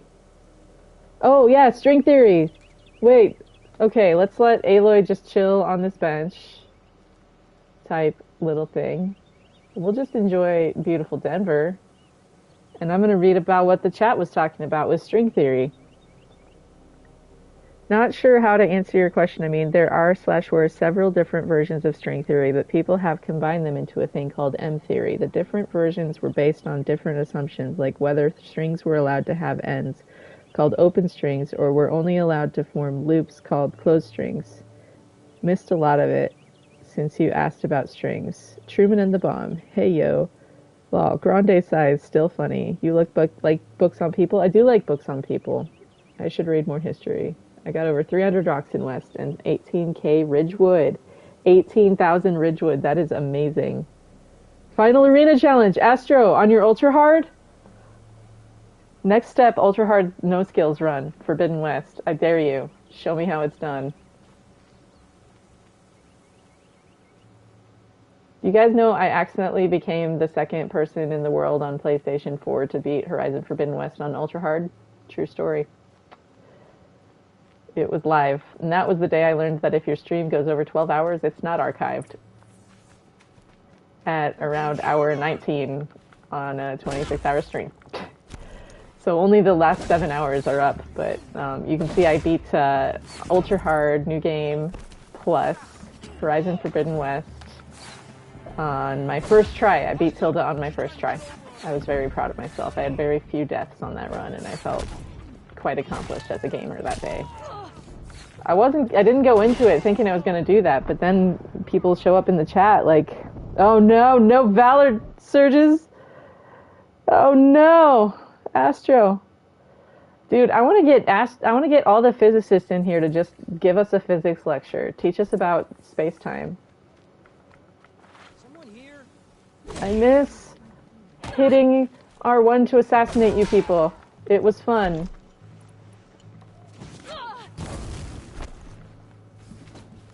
But instead, I'm on the run. Eek. It's okay, we made it.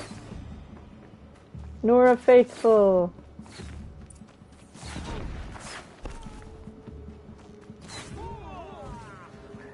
We could have had so many out here, but you guys barred the exiles from defending their frickin' tribe. How's that working out for you? Ah!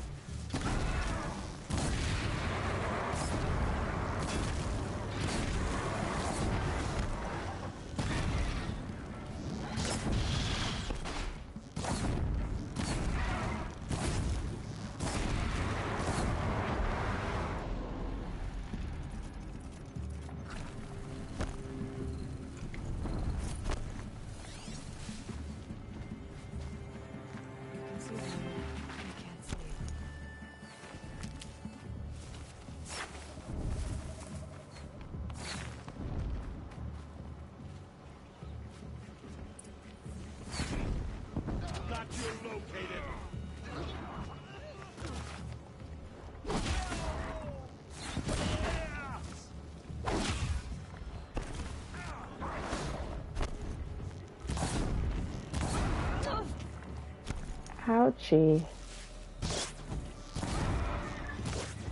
This is called kiting.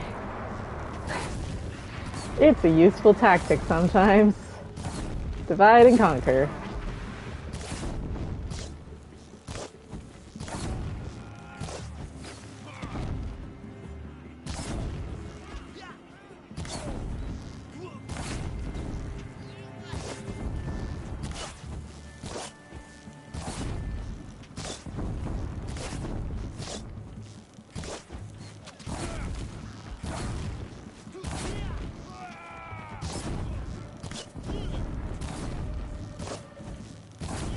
So, how's everyone's day going? Are we learning physics while I die?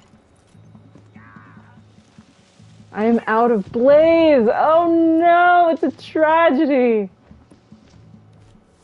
What am I gonna do with my life? I'm gonna have to kill some dredgers. Yeah. That's what everyone says. Bite me. Aw, did I get your noggin?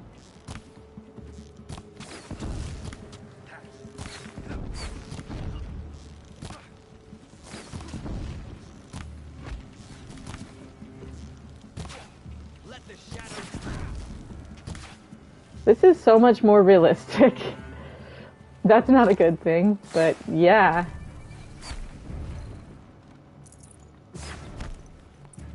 Blend in.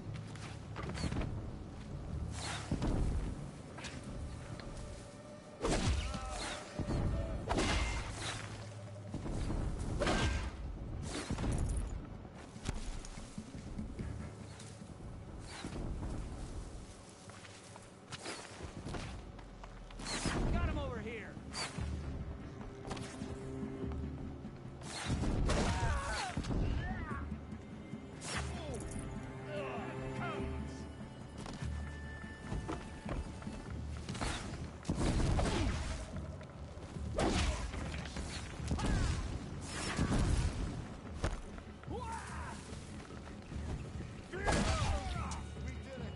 Never count the Nora out.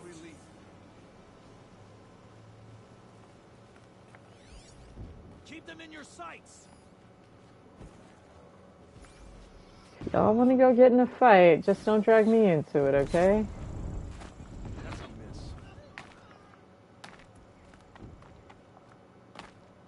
What's up? What did I miss in the chat?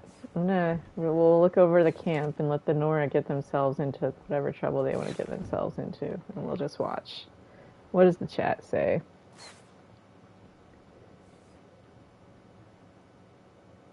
Truman and the Bomb. Hey yo, all grande size books on people. I do like books on people. I read a lot of nonfiction, but I just got a library card, and so I should be able to get a lot more access to a lot more books. So just like audiobooks are my favorite because I can play video games and just have them on while I like clean or play video games, or mostly play video games. And that's how I like juxtapose those. Like I juxtapose a lot of information. I'll play this game while I'm like reading a book. And then I associate with characters from it, and then I use that to remember what's in the book. And it's an easier way to learn stuff. Astro's dying in the arena in a brave way, but Aloy is going to be taking a lot of pain. There's one book that's in audio form called Crazy is My Superpower, How I Triumphed by Breaking Bones, Breaking Hearts, and Breaking the Rules by A.J. Mendez. What's that one about, Barry? No resonator blast. What? No resonator blast? Why? Professor Spacetime Inspector. What are those books? No Skill HFW still has Silent Strike. That is true. Should I do a no skill? I'm not going to do a no skill next. I'm going to do just an Ultra Hard New Game Plus next on Horizon Forbidden West. I don't want to hang out in the file I'm in. I don't like that it's not Ultra Hard. But I do like that too for photo mode stuff, but I don't like it, basically, at the end of the day, is what it is. Time to main Hanjo in Overwatch. Well, have fun with that, Michael. I've never played Overwatch. Definitely stoked for the Horizon multiplayer. That'll be fun. My day is going okay. Just got tickets for the new Avatar movie. How's your day? Mine's going well. It's been pretty chill time. I've had a little bit of a pain at one of my surgical sites. And that's kind of felt like something stabbed up into my side, and I didn't sleep well last night because of it, but it is what it is, you know, recovering from literally having an organ removed. I know gallbladder's outpatient, so it's not that big of a deal, but at the end of the day, I literally had an organ removed from my body. Like, that's something to adjust to. It's you can't really fuck yourself up, but your body's going through a lot. So they did stab me in 4 places and remove an organ from my body. So funny, though. Working on completing the arena as established. Still have 2 missing machine scans now. I have no clue what they are. Oh no, it wasn't the Corruptors? Shit, what could it be? Gosh, what about a weird, did you get the Sentry Scroungers and Apex Sentry Scroungers and Apex Frost Canister Burrowers, etc.? 8 trials today? Holy crap, Astro. You're insane. I love it. Hanjo's the bow user. Hell yeah, you've got your arrowheads flying too. Book is all about her life on how she dealt with mental struggles, family things. Oh, nice. Is it a long read?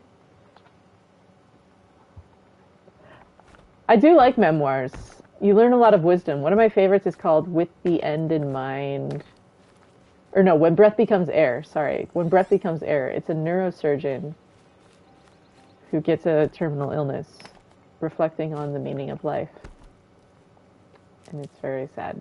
But With the End in Mind is also very good. That's Catherine Mannix, and she is a palliative care physician. I like to read about life and death. Spook by Mary Roach, as well as Stiff, The Secret Life of Human Cadavers. Also very good, Mary Roach. Interesting shit. Being Mortal by Dr. Atul Gawande, also very good. That's the kind of stuff I tend to read. And then obviously like Making of the Atomic Bomb has been on my list. So I've been reading some more histories. I have some books on like the Salem witch trials. I did a lot of reading on like the history of homosexuality in cultures for a while because I was working for churches and trying to figure out how I can show them how fucking wrong they are about the way they treat everything. But then I realized they're just not going to listen to that, so I stopped that route because there's enough evidence that like... So I did read a lot about that just for my own personal education because I like knowing stuff about things. It's very interesting stuff. which also led to like reading about like Marriage, a History by Stephanie Kuntz, super cool. She also wrote this book called The Nostalgia Effect, The Way We Never Were, also super cool. How Love Conquered Marriage is very interesting. I think it informs a lot of societal shifts around 200 to 250 years ago. And what I like about her books is that the resources section is a solid 1/3 to 1/2 of the thickness of the book. Like, she is researched. Yeah, I think you should submit the ticket with a freaking photograph of your, like, chart and be like, Anna, Shantae, help. Does the other person go by Annie? Or Anne? I forget. Anna, Shantae. And I have not been able to watch their stream because, especially when the time changes, it's at 6 a.m. where I live, and I am usually asleep at that hour. Which is sad, but sorry. I like sleep. If I ever am in the stream, it's because I stayed up all night. Because my body is just used to that schedule, especially after it was my job. Midnight to 6 days a week. With even if it was like something that didn't make sense to be done at midnight to 6 and on base. And I'm like, well, I have roommates at home, so it would really be better if I practiced during the day. But you have to force me to do it at night, and I have to do it on base, so I can't get shit done. But okay. Let's be legalistic. That makes sense. What the fuck, people? Like, don't get me started. Night's Watch. But if we want to talk about Tilda, yes, I was on a thing called the Night Watch. Let's talk about Tilda. Lamentations of Jeremiah is my favorite song by one of my favorite songs by Z. Randall Stroop. It's a song that introduced me to Z. Randall Stroop. O vos omnes quitansitis pervium, o vos omnes attendite. Attendite, videte, videte, videte, videte, ovos omnes. Recordare Domine intuere respice, recordare Domine opprobrium nostrum. And then Tilda goes through and starts explaining her art and has Lamentation of Jeremiah and the Night's Watch, and I'm just like, are you shitting me? This game is the best mnemonic device for me to make sure I don't lose my fucking shit when people gaslight me, because I'm like, no, I know who I am. I have something helping me remember when you guys try to lie to me. Because they did. They made me recontextualize how I thought about myself. Being in a pseudo-cult is weird.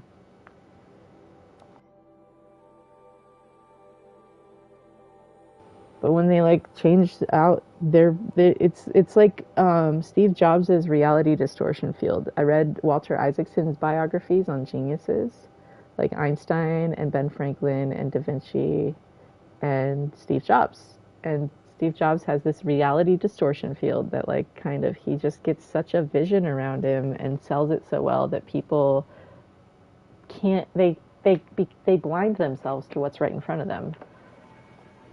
Because it's kind of like what Ted Faro did, where I think about Brad Andek, like in the lab, in the light of creation, when you could see that they understood themselves, understood their structure. It's just anything was possible. And then he breaks down crying. Docs Far Zenith, do it, do it! There's an idiot army data point in the next game, too.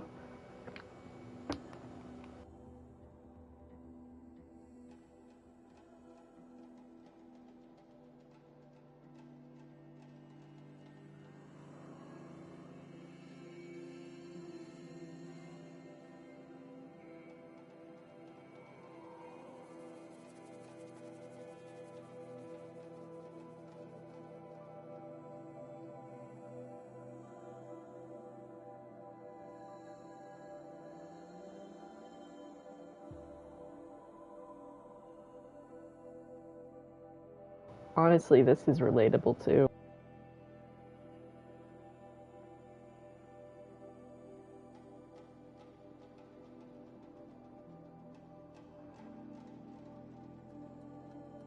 Yeah, I always feel like I'm gonna butcher the pronunciation. She sent me a clip from Bambi in Dutch, and it's when Thumper is teaching Bambi how to say birds, and there's all the little birds around Bambi, and they're just going, vogels, vogels, vogels, vogels, vogel, vogels. And it's just freaking adorable. But we were talking about that yesterday because Laura is Laura Vogel in Concrete Beach Party. That means Laura Bird. And that's just funny because I'm so confused when it's like sheep is shopping, Bieren Tomaten for multiple tomatoes,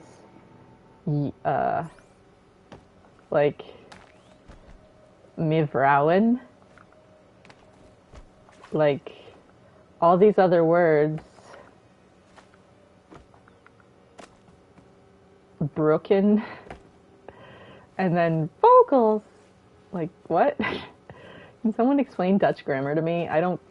Duolingo doesn't really fill in those blanks for you. And I just don't understand why it's vogels and then tomaten. Kaas. Cheese. Say kaas. I watched The Nightmare Before Christmas in Dutch. What is dit? So great. Children throwing snowballs. Alright, I don't want Disney to come up in here and get mad at me. Vocals? Vocals! Thumper.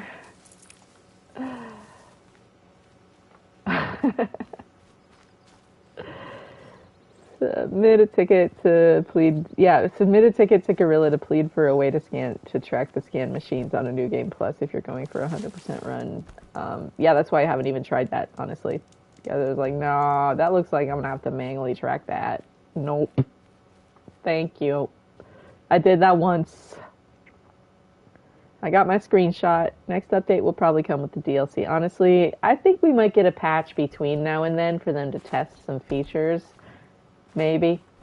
I don't know how that'll work. I hope we do. Like, it would be nice if they gave us a little something something as a boost around Call of the Mountain release, just to build anticipation for Burning Shores, but we'll see what happens. I just am so excited that we might run into Gildan again. Okay, where am I going, though? Ring of Metal. But I wanted to make potions. That's what I was doing. Killing stuff to make potions. Gotta stay alive. It's kind of important. This quest sucks for that. I always do this one like a coward, and this is gonna be interesting. This is gonna be very interesting. Oh, raccoons again. Were any of you here for my raccoon story the other night?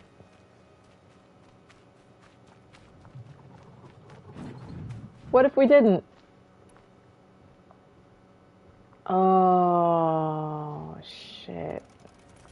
Can I go kill some grazers real quick and then come back here and do this? Guys, I need Blaze. I need Blaze. What if...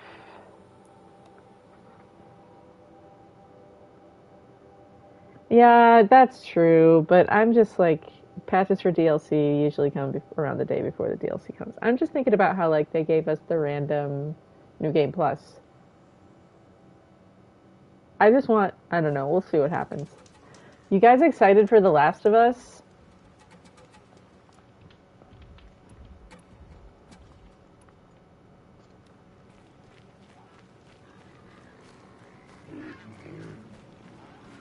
The trailer for that was, like, freaking... incredible.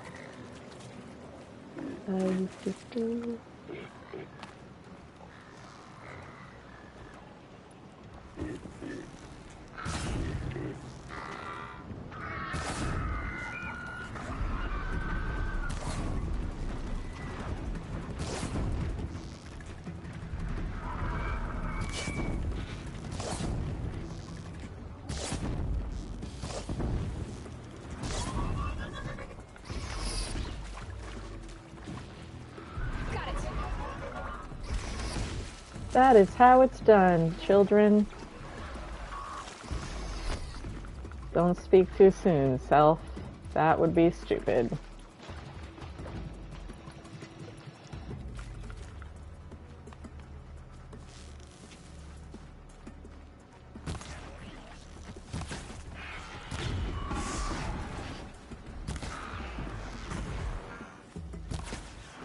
Okay, I think I earned this gloat.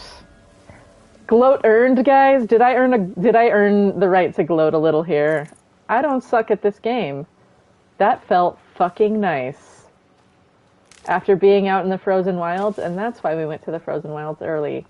You gotta challenge yourself and then go back to where you feel strong, and then challenge yourself and then go back to where you feel strong. Everything needs respiration. Some people might call it the concept of a Sabbath, but that's just supposed to point to this need to take a break from whatever work you might be doing. And I learned that from Leo Szilard. Boom. Atom bombs. 10 Commandments of Leo Szilard. Physics. So freaking fascinating. That man carried the weight on his shoulders of, like, helping unleash the freaking bomb. Can you imagine what that would do to someone in their psyche? Especially, again, because, like, pretty much every military commander condemns the act of dropping the bomb as having been entirely unnecessary. They'll still be like, America, go us. We ended the war, but it would have ended anyways. It didn't really save lives. It didn't prevent. It killed a bunch of innocent people. And the artwork that Japan made puts the grief on display, and it's heartbreaking. Truman dropped the atom bomb, and people want to celebrate him because he helped with the creation of Israel, but the bomb didn't need to be dropped. So why did you do it, man? Like, that was not a good call to make, and maybe the people who have Truman's land should think about that in relationship to their own works and all the bodies of people who come out against your ministry saying, hey, you've really fucking hurt me. Like me, right now. It's a thought. What do you think? Survive, prevail. Survive, encounter the frozen wilds, prevail, slay a group of grazers. Hey, we are Banuk. Gloat earned indeed. Thank you, Astro. Overwatch crossplay? Oh. I've never finished The Last of Us. I should do that next. You guys can pick what I do next for the next game, but help me narrow down a list and then you guys can vote on it, like, at some point. I have to get through Horizon first. But I'm like, I don't know what to play. There's so many games to play, and having a stream helps me actually make sure to get through them, but, like, I'm like, there's too many of them. Bost. There's too many of them. Fear to intimidate the Russians. That makes sense. I think it worked a little too fucking well, but Russia said they've been working on invading the United States without firing a single bullet for the last 50 years. And it looks to me like they've done it. I mean, why at the final staff meeting for the organization I worked at were they talking about how the leader was invited to meet with Vladimir Putin? That was fucking weird to me. And no one remembers it. No one even, like, seemed concerned. They were like, oh, that's the fulfillment of the prophecy that you get to stand before kings. And I was like, are you guys sure that's, like, the one that you want to stand before? Why are you My Little Pony bronying on a shirtless Putin picture? Who did this? Who made this? Is anyone else looking at this? What is going on? And then I was making jokes about Putin on the Ritz in my text messages, so I know it really happened because I have the text messages. I remember who I texted, and we've talked about how no one seemed to think that was weird at all. What the fuck, guys? Did you read the Mueller report and see what Russia was doing in our country around that time? Like, and then, like, one of the people from there literally has had a dream talking about, like, beware of Russia hurting America. Maybe we should care about that. Like, and then it's like, did you guys not read the Mueller report? Why are you like boasting that you got invited to meet with Putin? That seems weird to me. That's all. What? Walking Dead? What the, like, Telltales? It's got to be out of what I actually have. So where would I get that? Wait, I can override watchers? What have I been doing with my life? I think it's for a limited time, though, isn't it? Oh, no.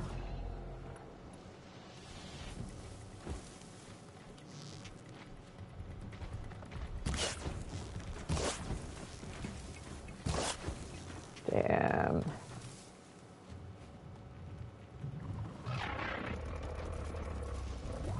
Oh, they got batty.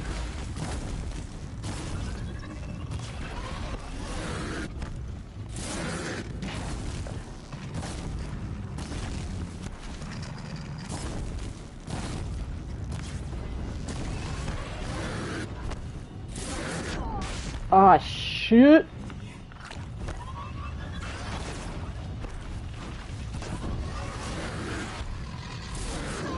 Oops.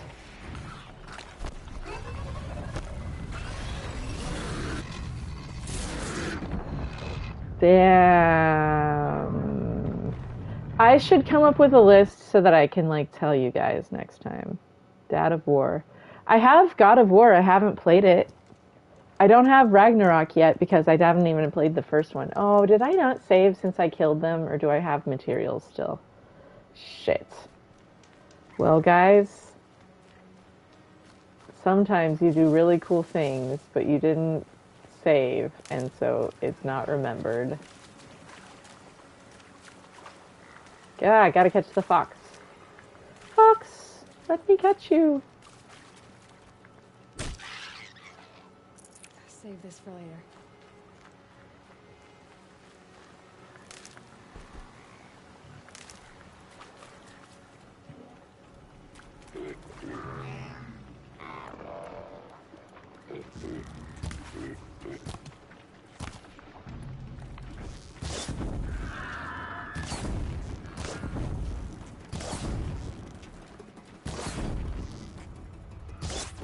That was not as smooth.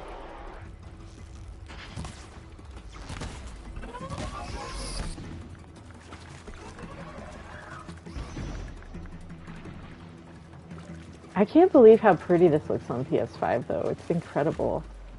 Just everything draws out so far and so lush. Like,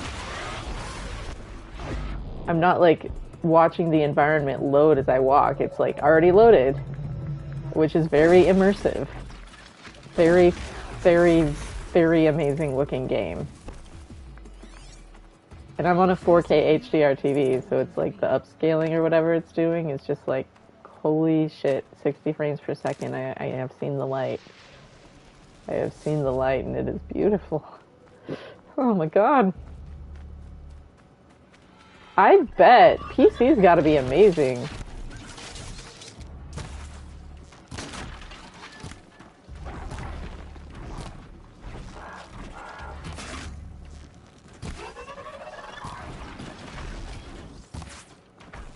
VR is going to be super cool. Can you imagine fighting a Watcher VR? Dude, I wonder if the multiplayer game is going to be like Monster Hunter-ish. It's gotta be, right? I'm so curious. We all have to form a hunting band, all of us.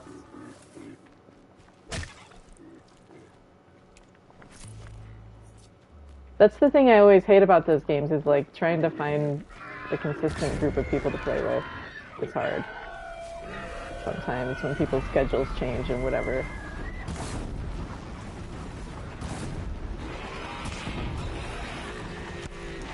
This reminds me of the opening scene of Mars Attacks.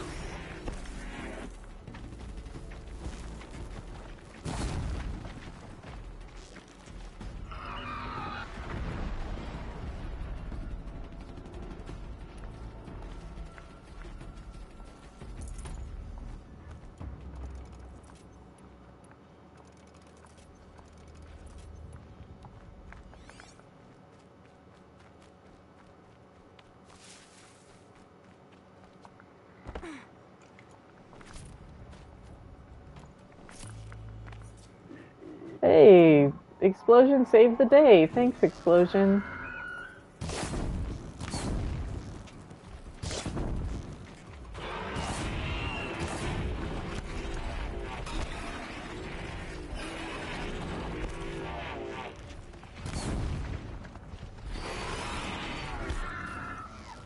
Nature is angry with me.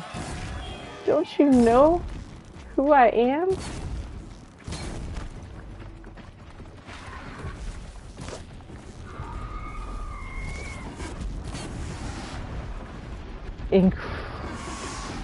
Incredible. Cinematic end.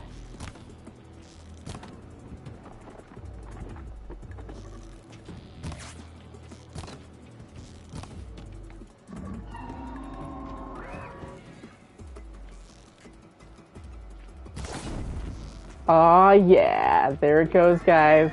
You ready? Aw, yeah. Amazing.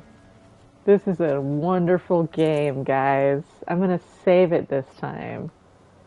Get my blaze, and then we can go to the Ring of Metal and advance the story briefly. Slightly. Tonight, I feel like a person who's been stabbed in the gut 4 times. That'll keep my stomach quiet. So interesting to think about. I wonder where my gallbladder is now. Has it been incinerated yet? Probably has. I bet.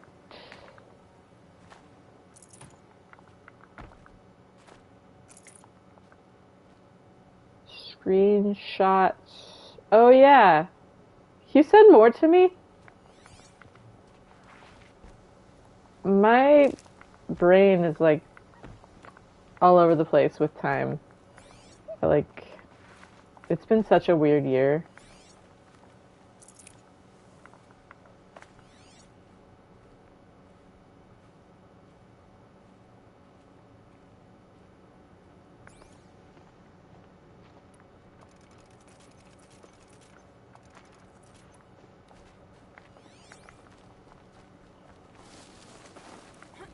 You just gotta make sure you have some blaze for this quest.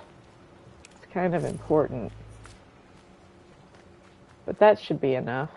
Stop by this merchant and offload anything we don't need. Look at how beautiful this is. Jeez.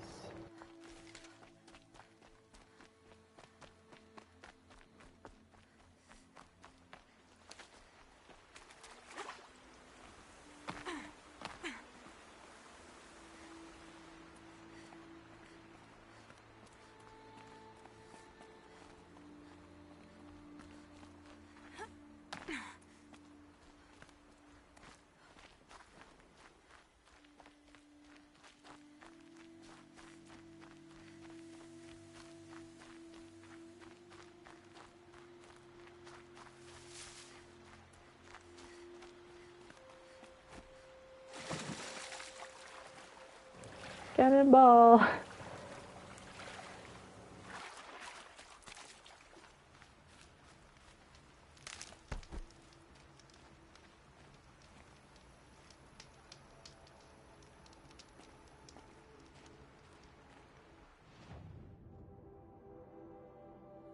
I'm like rich now. Oh yeah, I remember that. Bikini Loy. Donated to science? What are we do? Oh, I don't know. It was diseased. It was inflamed. Ooh, can I survive? What can I afford? Survivor? Heavy? Would be nice. 4 watcher lenses to more stealthiness? I want it. Well, I can't do anything now, so I'm not going to. Although, I just like how this one looks, but I don't want to give you my fatty meat. I do like that one, just for aesthetics. Gosh. Okay. Gotta get rid of stuff. Let's hang on to that.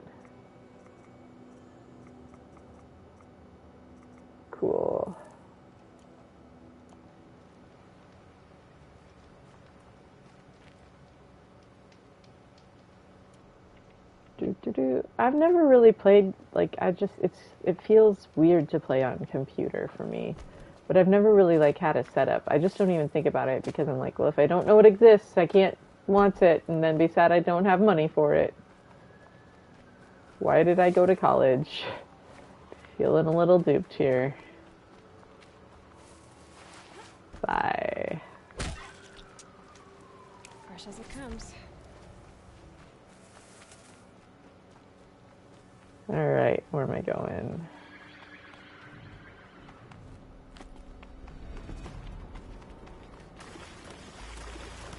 What if you didn't, Horsey?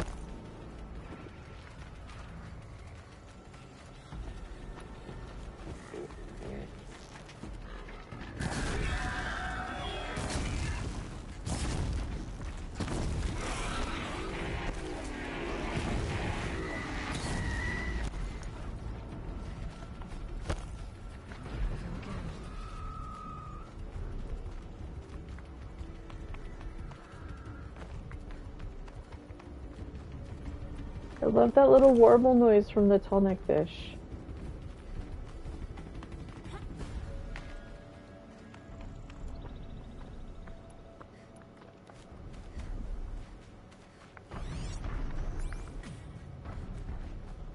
Alright, where's the thing I just flew up? Where'd it go?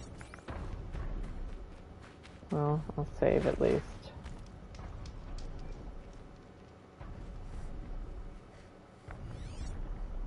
Down there? The one I blew up had to have died, right? Can stop tensing up. There we are. Yay. Stop tensing up. Breathe. 2, 3, 4. Hold and out. 2, 3, 4. Pause and breathe. There you go, Aloy. Isn't that nicer? Gotta be. Horizon Zero wasted resources. Except for all the other ones.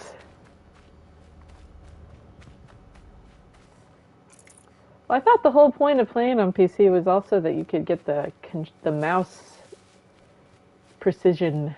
I have a decent gaming mouse. When I was doing mortgages, I got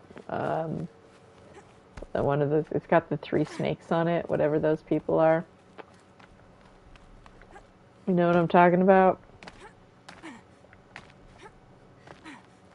Because I was like, well, if I'm going to do this, I want to use my own mouse rather than someone else's mouse that they're all touching and whatever. Like, dude, I worked in a hospital. I got really into infection control stuff when I worked in a hospital, and I learned a lot of things about stuff at the end.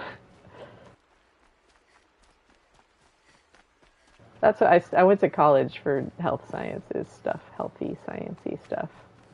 Was going to be a doctor. I wanted to be a forensic pathologist. I've been in some autopsies actually. Out of a really, the attending pathologist said that he solved a murder using a curly fry once, and that was a really cool story. To observe autopsies as an educational experience, which was super rad.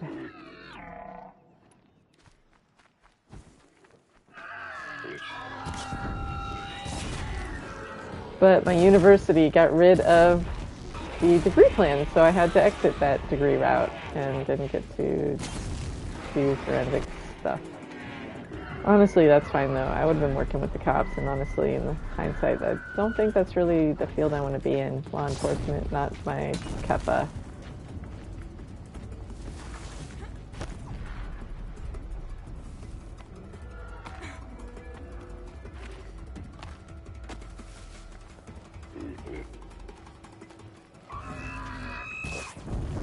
Aw, man, how did that miss?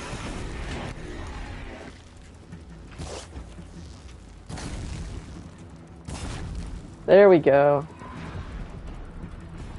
Not that bad. Good with my bow. I wonder where Genesis is. I'm just gonna check my chat real quick. just not be feeling good. I'm not feeling super great. I might need to call it a night here in a minute because I'm just kind of not feeling 100%. It's a spiritual attack.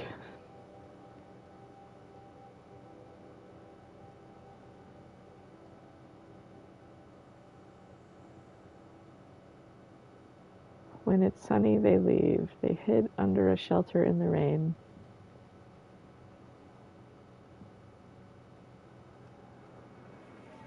The Utaru say different things when it rains. Oh, they love the rain, I bet, with their gardener, their farm garden house. They're so precious. I wish they didn't starve themselves to freaking death. Like, guys, your lives are worth more than that. Eat meat rather than die, please.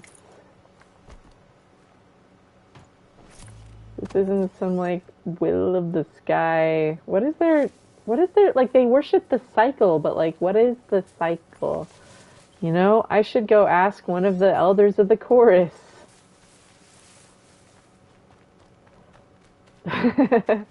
That was a very, like, deep lore joke. Sorry, guys. We go into the meta of the meta here.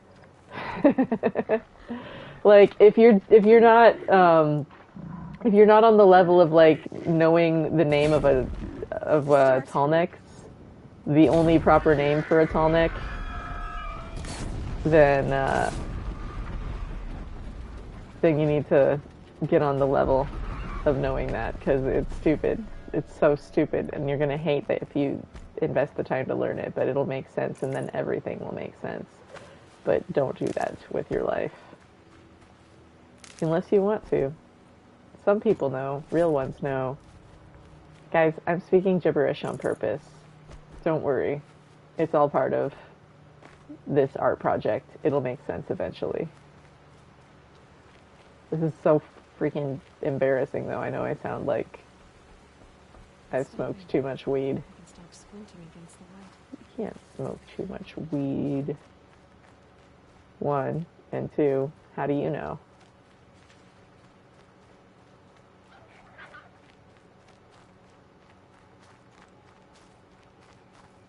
Look at how pretty this is.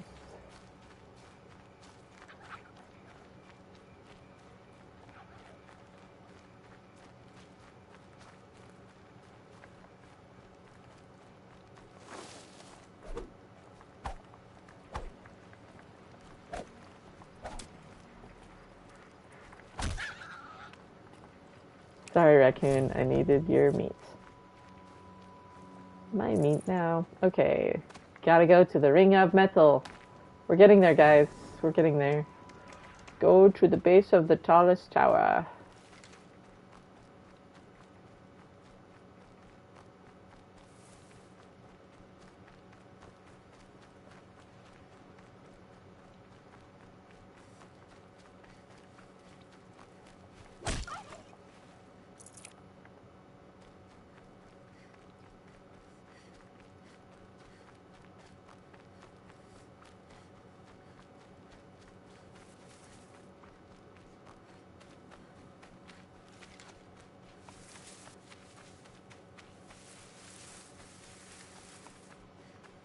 Uh-oh, spotted.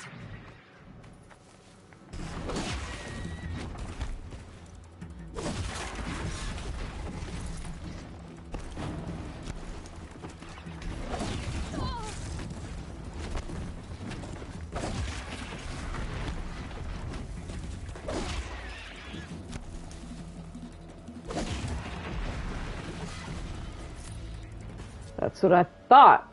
I'm gonna make that last one my pony.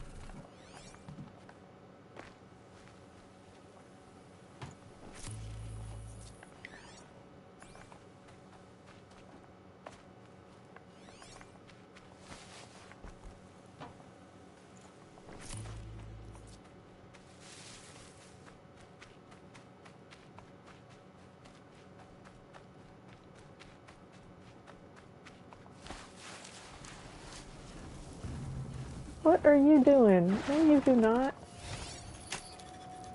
What did I say? What is up here, Skill?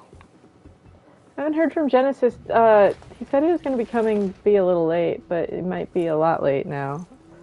I don't know. Life happens. That's all good.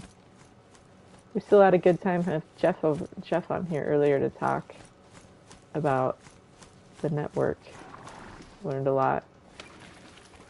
It's so crazy how similar it is place to place. It's like freaking churches doing abusive, controlling things to people. So wild.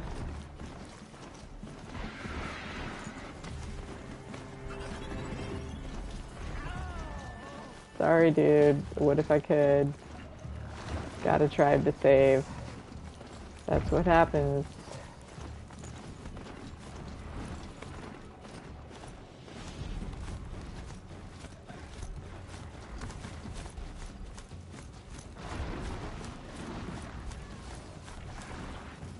It's a brutal world we live in, Aloy. I hope the TV show captures that. Mountain Dew.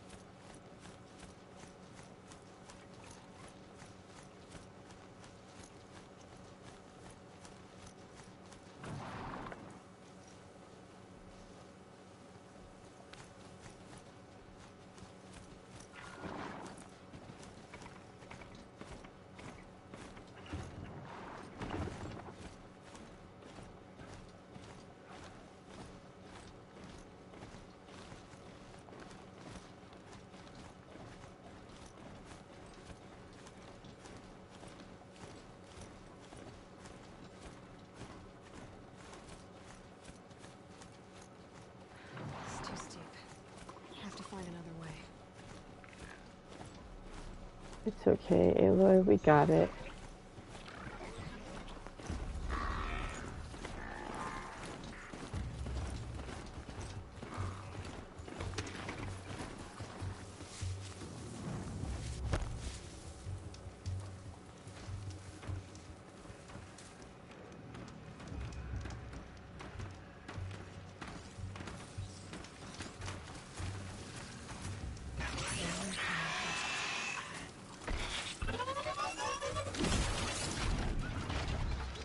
Not my pony! Don't hurt my friend. I can't let you. I just made friends with that horse. We were enemies.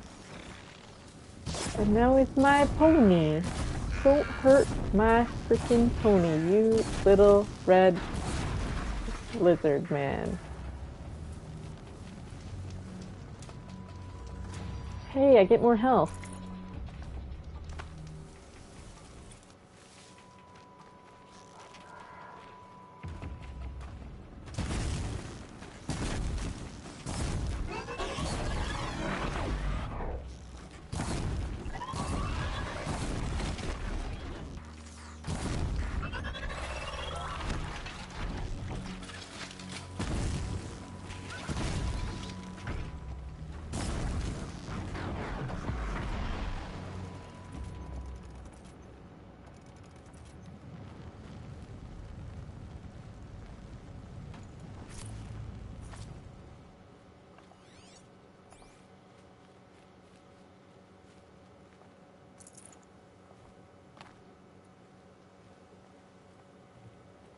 Look at these fuel pumps. Speaking of oil going negative, someone left their frickin' cell phone at the gas station. All the same. Let's see what it says. Personal log, user 67681. I am so sick of these robot battle hollows. How many of these things can you watch before you realize that every single episode is exactly the same? You show up on the battlefield, you watch a bunch of Thrasher bots tear each other up, you choose which court you're going to root for. Explosions, explosions, explosions, and then it's over. Am I the idiot? Everybody else seems to love this stuff. That feels relatable to a lot of things.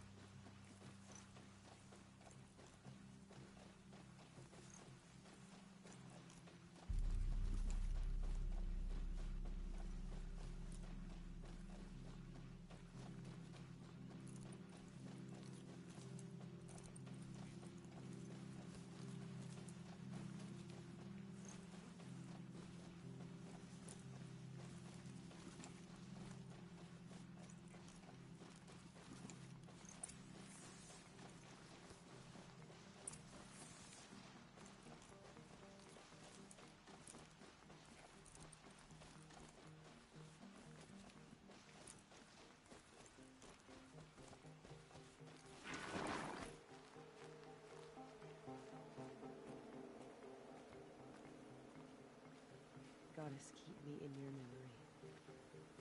Goddess, help me be brave. It is as Varl says. We must enter the ruins for the tribe. May All-Mother forgive us for what we are about to do. What do you want to hear about? All-Mother will guide us. I know it. Surely you have other things to do besides talk to me. I don't listen to anyone who doesn't speak for generations.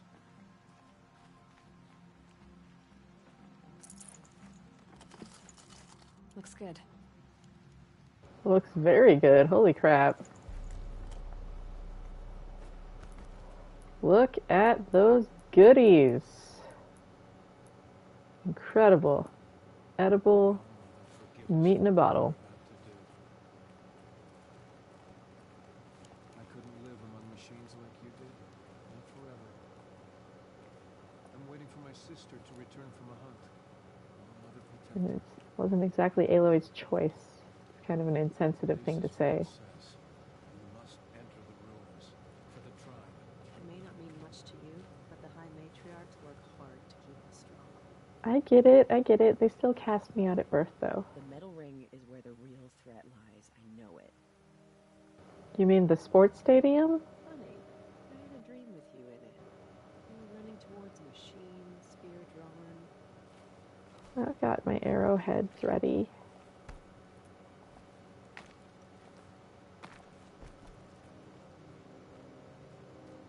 That's what we call high context language, guys.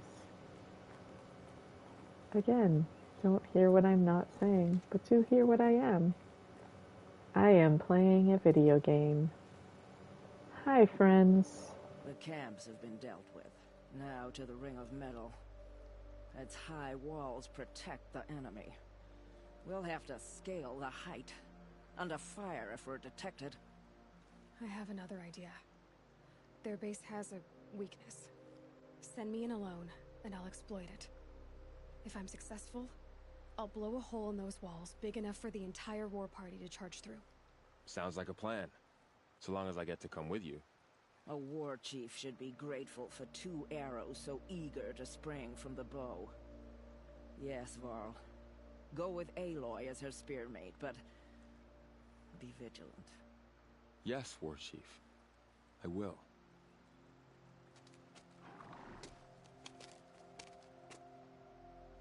Go now. We wait on your signal.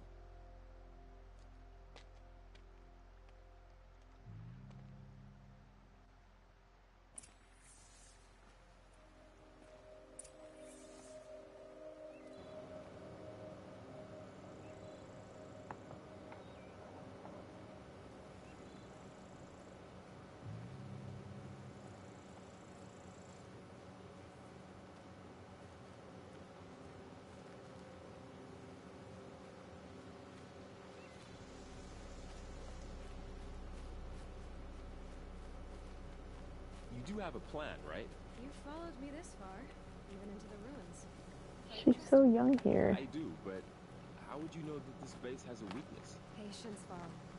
You'll know soon enough. I don't like how she treats him here.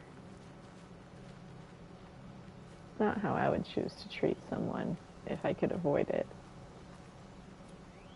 But I like having information, so I try to give it. Then I give too much and people get overwhelmed. And then they think I didn't give it to them because I gave them too much and they didn't see the TLDR I put in there. And that's always frustrating. So, story. Crazy and funny. I wonder if we will ever see Sona again. I remember this mission died the first few times I tried it. Aloy's around, yeah, like 19 or so. Game ever mention her age? It does, indirectly. There, if you go later, we'll get to a part. I don't want to spoil anything to you yet, but there's a part later where we get to a point where it actually says her birthday. True story. I don't even have, like, a strike from above.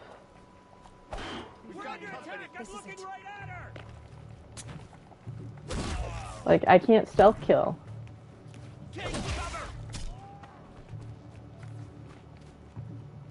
Sorry, Varl, we're going the fun way.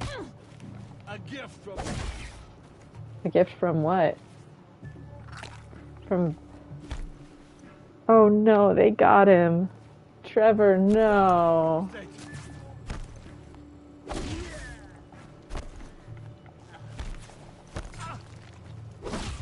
Yeah, Varl, we got it.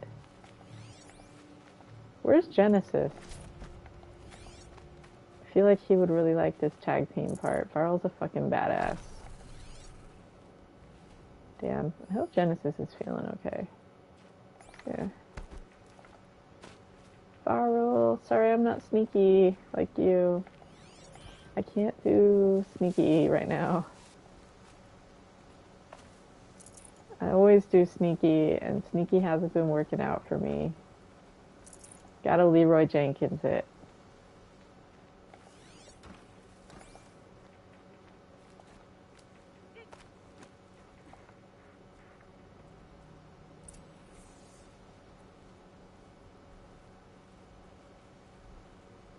Two more. You take the one on the left. Varl, again, I don't have the ability to do this in a sneaky way. I tried to warn you.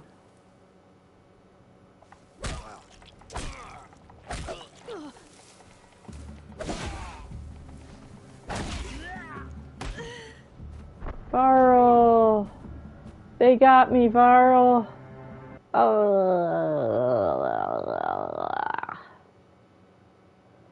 Oh no, Varl. What am I gonna do?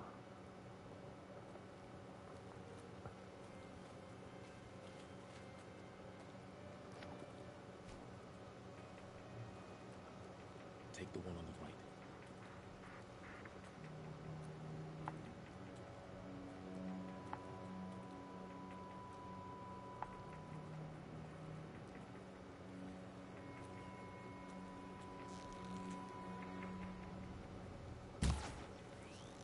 There! I see something!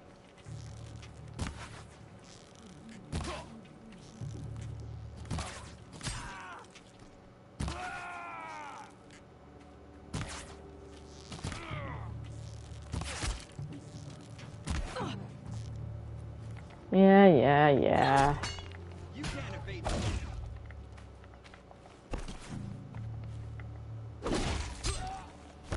The shadow.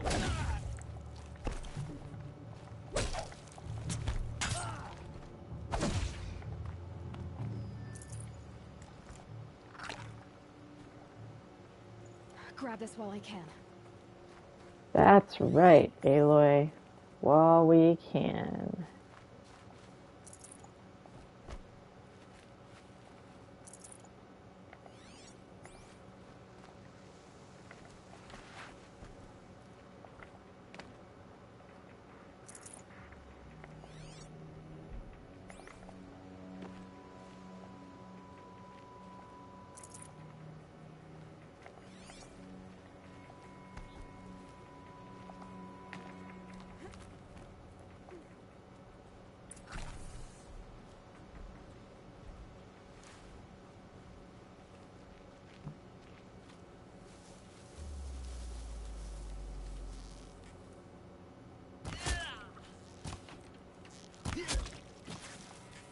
Varl, where are you at, man?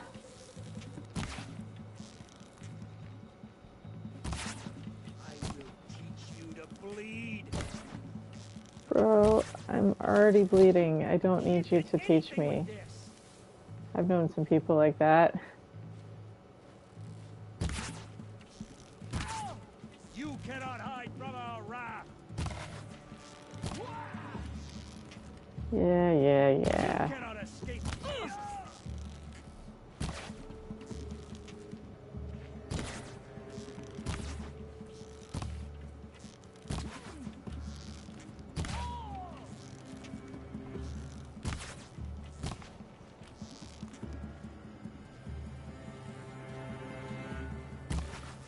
Unleash the power of the shadow upon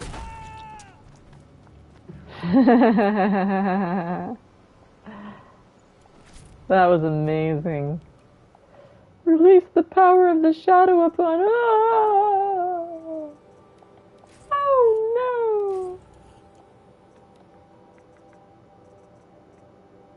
Montana Recreations.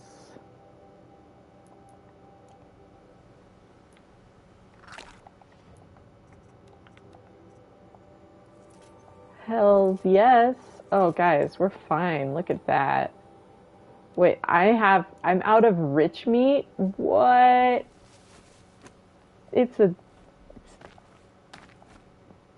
That's not how that normally goes. I'll take it. There. See that covered shelter? Do you see those corruptors? Focus, Varl. That shelter is full of blaze. A whole stockpile of it. If I set it off, the explosion will destroy those corruptors and collapse the wall, too. A breach for the Nora to charge through. Can't hit it from here, though. We'll need to get closer. Not we, buddy. You head back. Me. The plan and lead them to that side of the ring. I'll see it done. And when the wall collapses, I'll be first through the breach.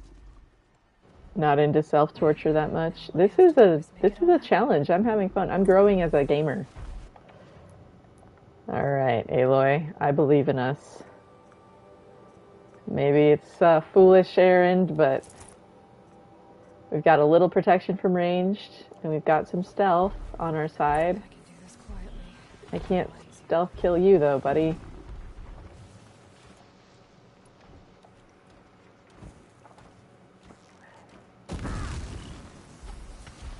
Don't get too close to me, dude.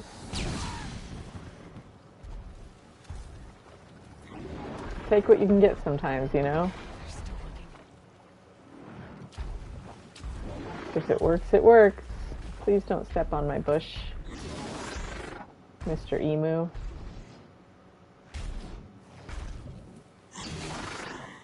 Not a fan. Not a fan. Don't put your puddles on me, please. They're gross. Please don't bump your tail into me when you turn. Off you go. Oh, I am nervous. Woohoo! That could have been a whole experience. I blew up one of your people and you didn't even notice. You guys are kind of negligent.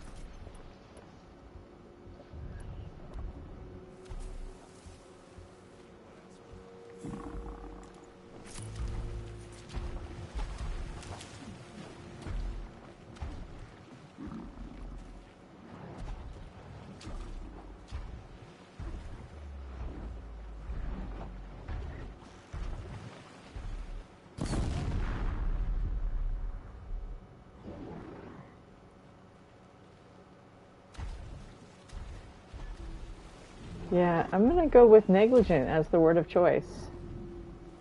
Just need to get an angle on that blaze and shoot it.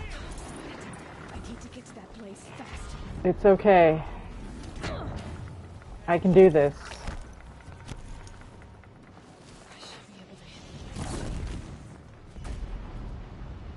Welcome back, Jeffity Jeff. We got a good little chat going on. We got a whole little party here. Nora war party, if that tickles your fancy to call it. Hi everyone in there, buddies. I enraged you guys, didn't I? Okay, I'm gonna put my better outfit on now that I'm done with the sneaking. Okay, I think that is the smart move, is what it is. You know, a little corruption protection is not the worst angle to take. Now, here's the trick on this. You can just step outside if it gets to be too much here.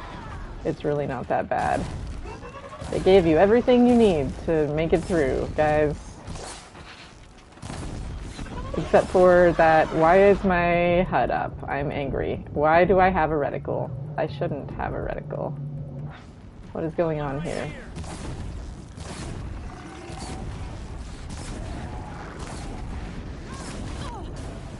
Ow.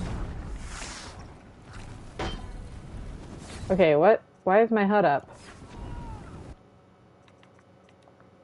What is going on with my HUD? Dynamic. I don't know what's going on. Oh well.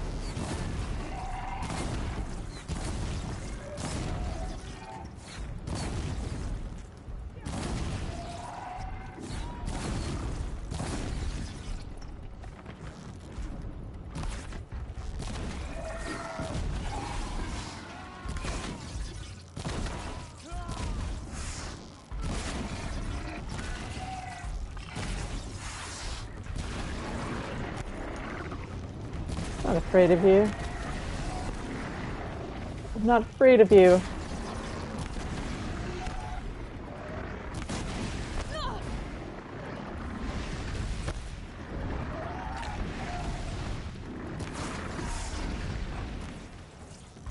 Yeah, that's right, Emu. You remind me of Canehurst Castle. I'm gonna leave that explanation there so as to not traumatize anyone. But if you played Bloodborne, real ones know.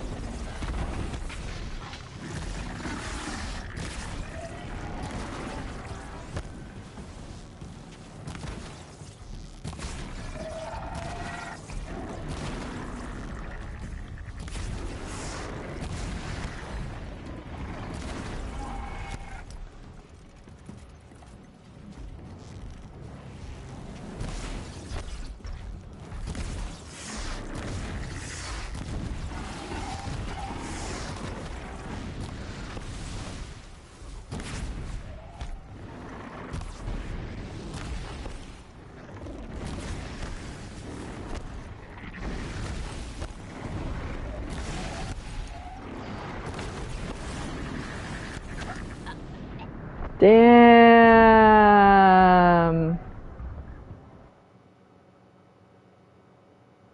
All you need is heart and some fire arrows.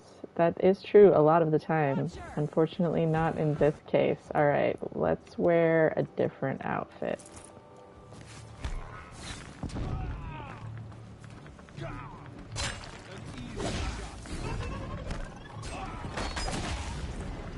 Carl, me and you, buddy.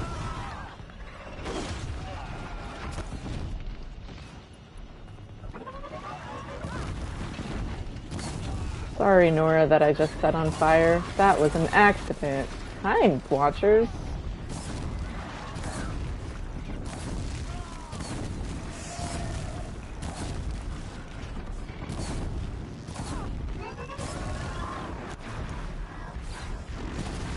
Hi, Bellowback. What if you didn't? Whoop! I don't like it.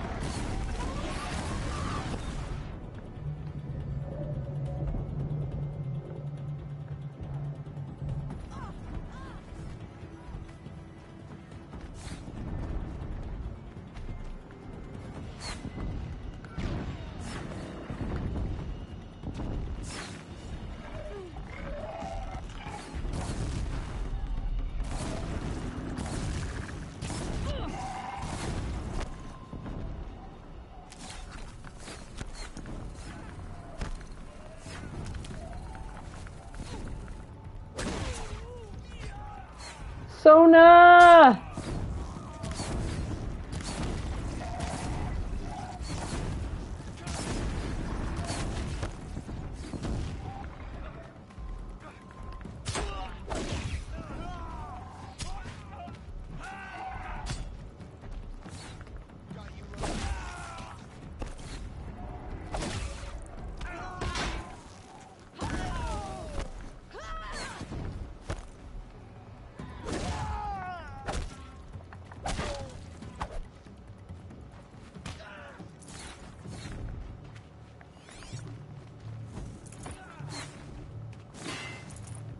I really feel like I'm one with the Nora right now. This is amazing. No skill run is kind of cool. Everything feels so much more dramatic. Like, this battle feels fucking epic right now. Oh my god, they took it down! Oh man, that's so cinematic and amazing. Probably going to bed soon, guys. Victory. A debt of blood is paid. Remember this day, brave Nora. From your lips to the goddess's ears. Yes, remember it.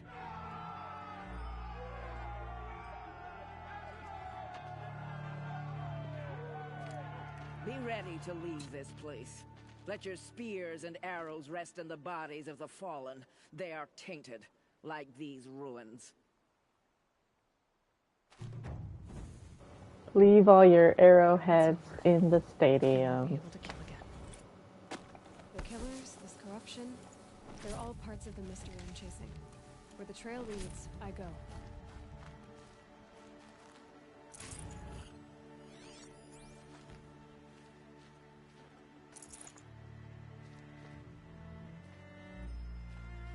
You're a skilled warrior, Aloy.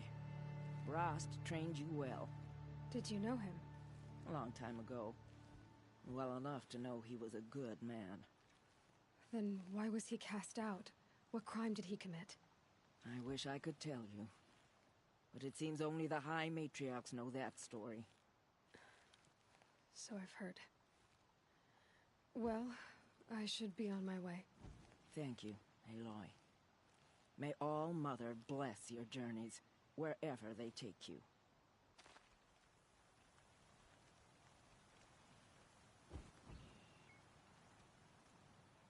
You fought well. We wouldn't have won without you. The tribe's defenses must be strengthened. There is much work to do. Soon we will head to Mother's Crown and reinforce the Braves there. You fought well. We wouldn't have won without you. We need to do Mother's Crown next and talk to Sona there to get that one quest that she has. Soon we will head to Mother's Crown and reinforce the Braves there. This does tell the story better. I want to do the Frozen Wilds, but I like how this tells the story as well. It's important to do the Nora follow-up. I haven't. Not yet. Look, I know you have to go. You're a seeker. There's some... Hold on. If you ever pass this way again... Then what?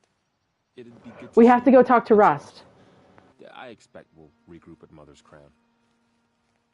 Maybe I'll see you there? Maybe you will. I'll see you then. I'll be in Mother's Crown. We'll be on our way soon enough. May the goddess protect you. May you be safe in your travels, Aloy. I'll be in Mother's Crown. We'll be on our way soon enough. May the goddess protect you.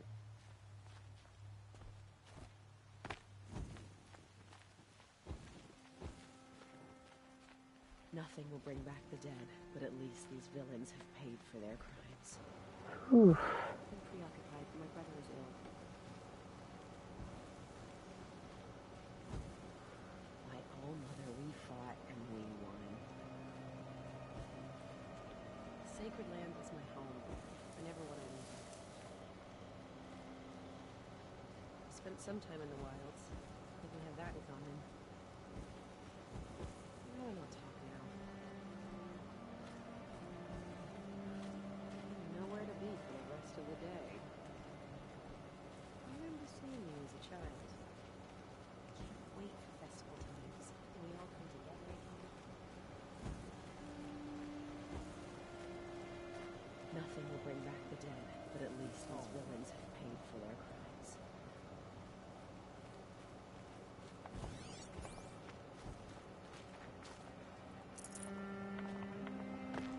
I'm pretty proud of myself. Only one death, right?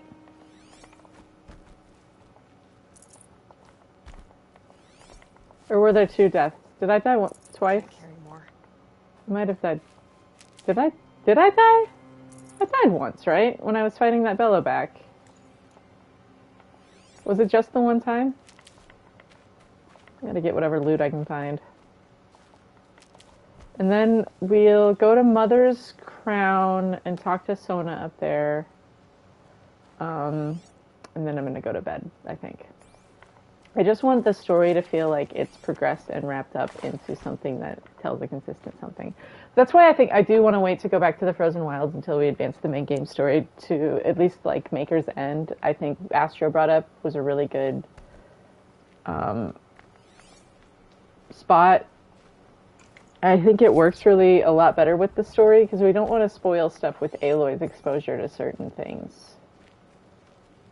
And thus with whatever audience might watch this weird, very long play, long game, art experiment, cult, tell-all, coded, veiled, ciphered language, super pop culture reference, makes a lot of sense if you're literate. Maybe read a book sometime, art project.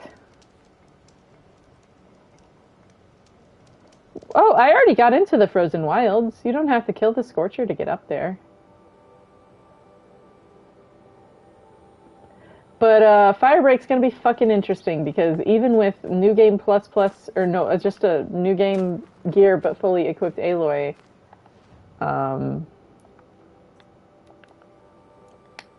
we had interesting experiences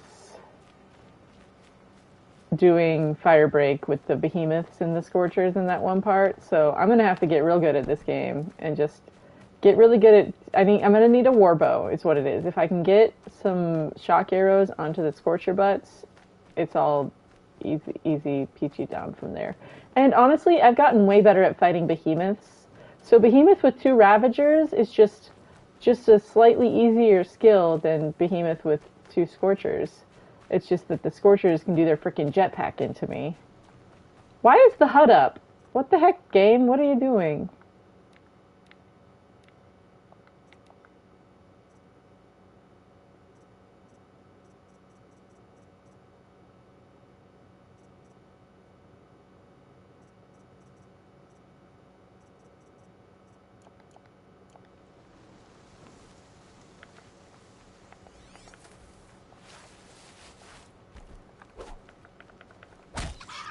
Well, this'll last. I might just need to call it here because I can't get my HUD to go away, and it is bothering me because, like, it's not the same game anymore. All of a sudden, it's like, oh, all the disadvantage I gave myself doing no skill. Suddenly, well, yeah, when you got a point and clicker, then you're gonna hit shit. But that was half the fun.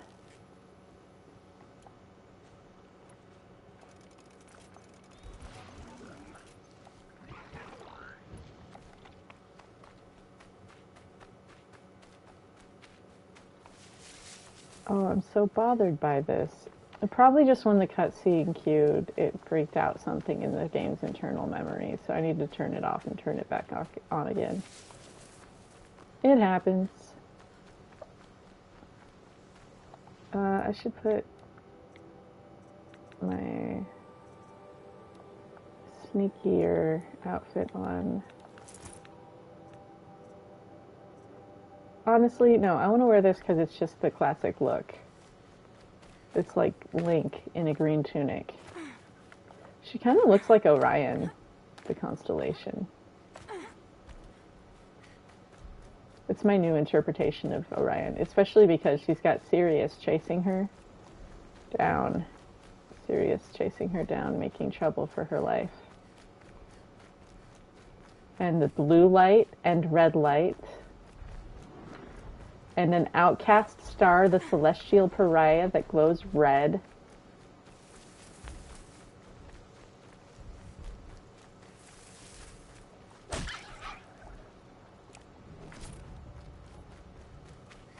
And I think that instead of a serpent, you can look at it as a bow being drawn back. Instead of a raised club, it's the other hand drawing back the bow. And then look at her belt. And then it's got the thingies hanging down off of it, just like on Orion. I feel like that's what I think about when I go out and watch meteors. Like, what else could this constellation be, if not some dude? Because, I don't know. The upper hand. Why not? See? Totally different experience. What am I even doing? Oh no, are there scrappers around here? No, man. I made a boo-boo.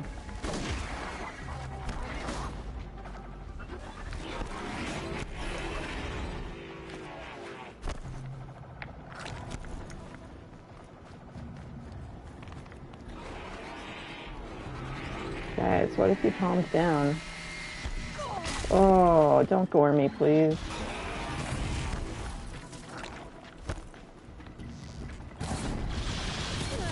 Go run to the scrappers, buddy. I believe in you. That's right, just like that. Aw, yeah.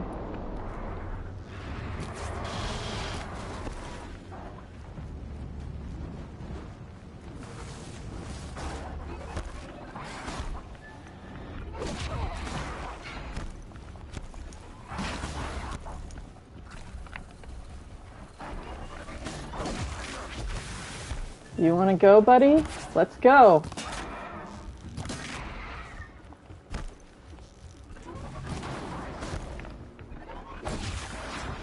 That's what I thought. Don't fuck with Aloy, guys. It's that simple. She has a will to live, and she will engage with that will, and she will overcome. But she's also fucking smart and trained. And so she's skill and intellect and drive. You could say it comes from being curious, willful, unstoppable, but with enough compassion to heal the world just a little bit.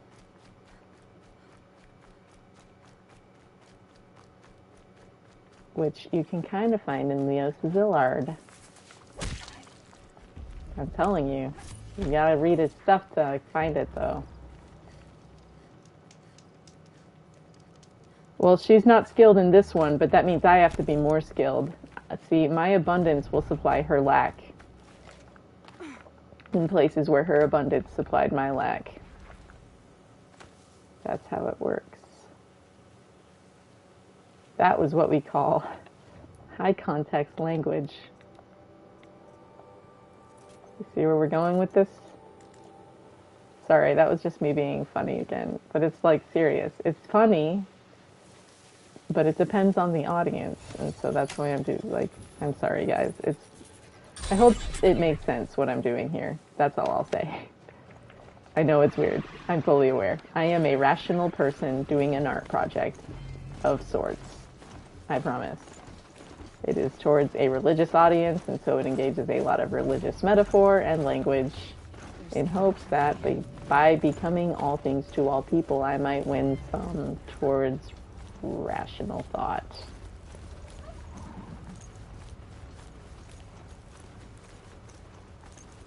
I will look undignified for the sake of a good cause. See, that was what we call a high context reference yet again. Alright, we're pulling up on Mother's Crown, but I'm actually gonna call it a night at the next fire I find. Because it is time. What? How am I supposed to get up there? Oh, really? That feels like a trick.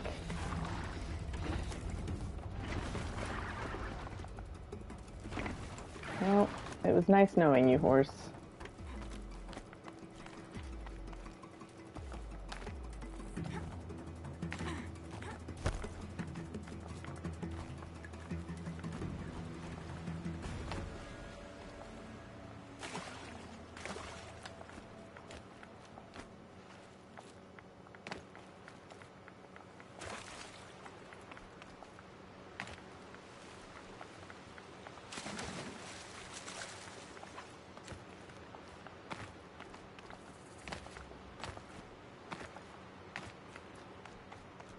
Look, if you're not climbing rocks the Skyrim way, what are you doing with your life?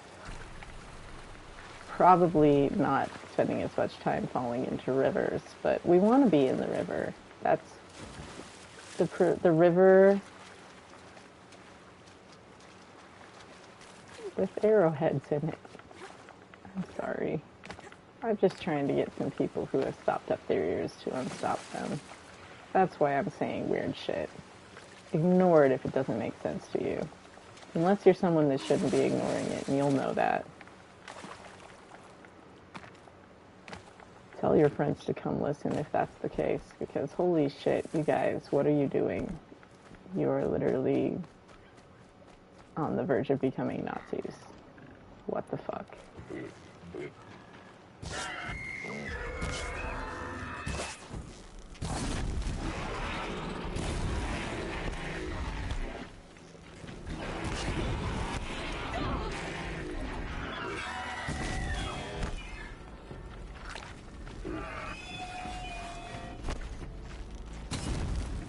That's right, run back to your friends.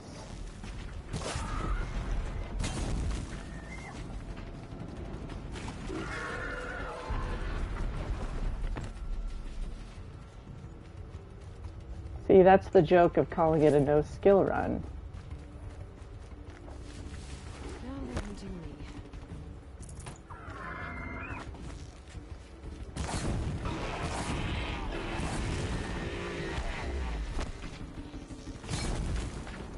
Don't run at me, please. Please stop and explode far away. Thank you.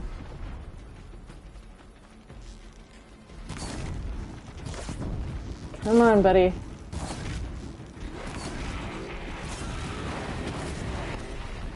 Not by me, please. Not by me. Shit. We're okay.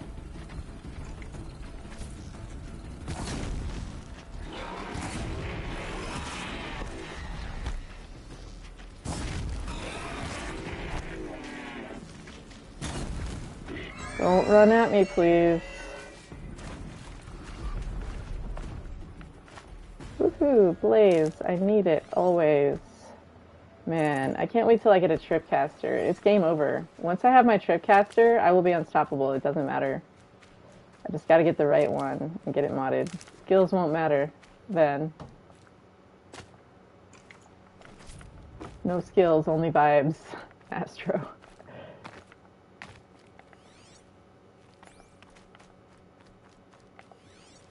It's the vibe that gives the skill in the first place. That's the joke. You just gotta vibe. Get in the dance with the machines. Watch what happens. Have fun. Play a game.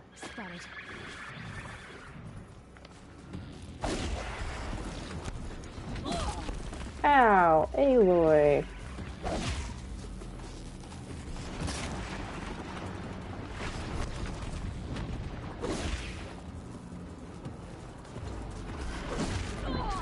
Ow, Aloy.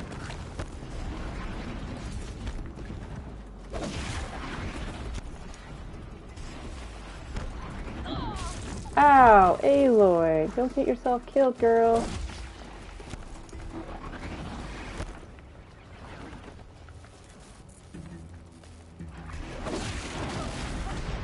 What did I tell you, kiddo? You know what that does, though? Gets us to a campfire. Death isn't real. It's just a loading screen. So now I can go to sleep. Or see what my roommate's cooking that smells freaking delicious. That's really what's under this whole thing. When we pick up, we're going to go to Mother's Crown. Remind me I need to talk to Sona when we get there. Because we got to get a signal arrow quest. It's very important to do the signal arrows. Otherwise, I feel like an asshole later in the game. Even though it makes no difference. It's a story consistency thing for me. Thank you everyone for hanging out.